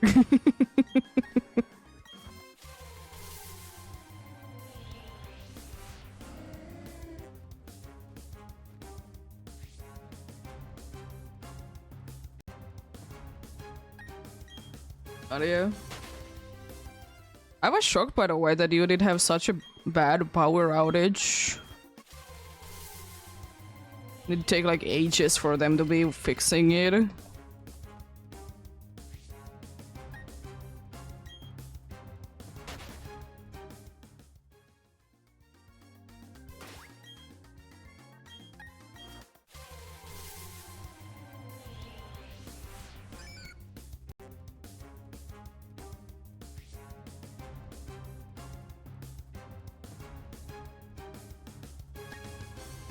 Yeah, I mean, of course, it's out of your control. I mean, I understand this is like a streamer that enjoys streaming, that it's annoying when something like that happens, but you know, you can't be doing anything about it.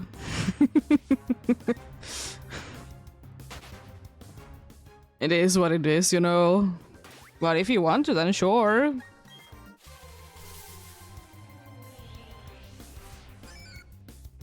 Yeah. It's a smart choice.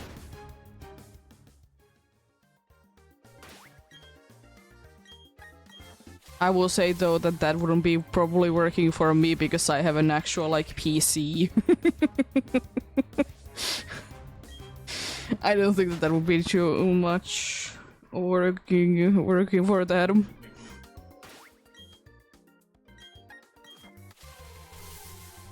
Yeah, exactly, like that's nice enough indeed.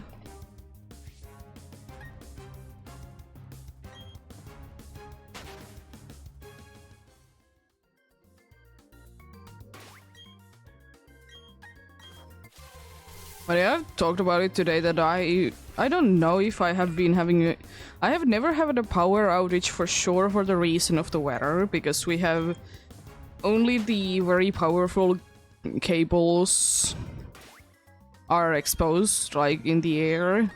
Everything else like in the city, they are underground for safety reasons and also because then weather can't be doing anything to them. The only time that we have been having few power outage is because, you know, we have been getting too much electricity at a given time. And you know, things can be handling that.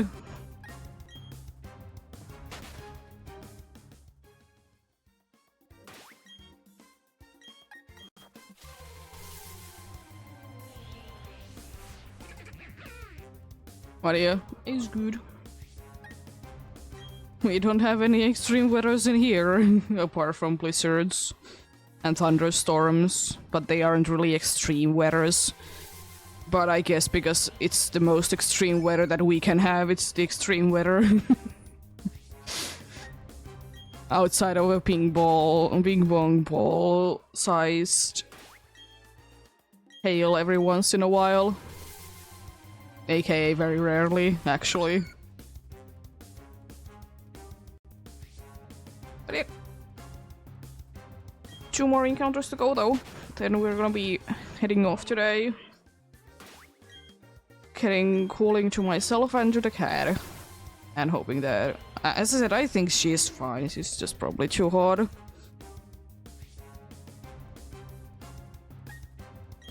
But yeah.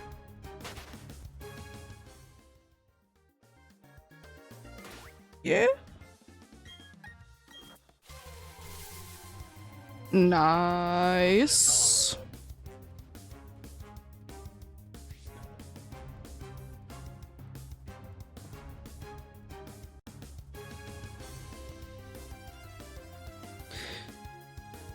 But yeah, it's gonna be it for today indeed.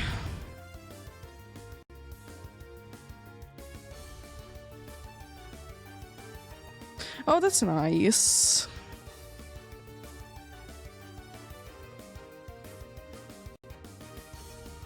Yeah, that's nice that your coworker did just get a kitten then. And thankfully in here we don't really have any stray cats, kittens, whatever things out on the streets, because they are mostly gonna be gotten away from there. They're gonna be put to shelters, which is good. We're like almost never have any stray cats in here. But yeah, if you want to be sure when I'm streaming, of course Discord is a good place to be joining.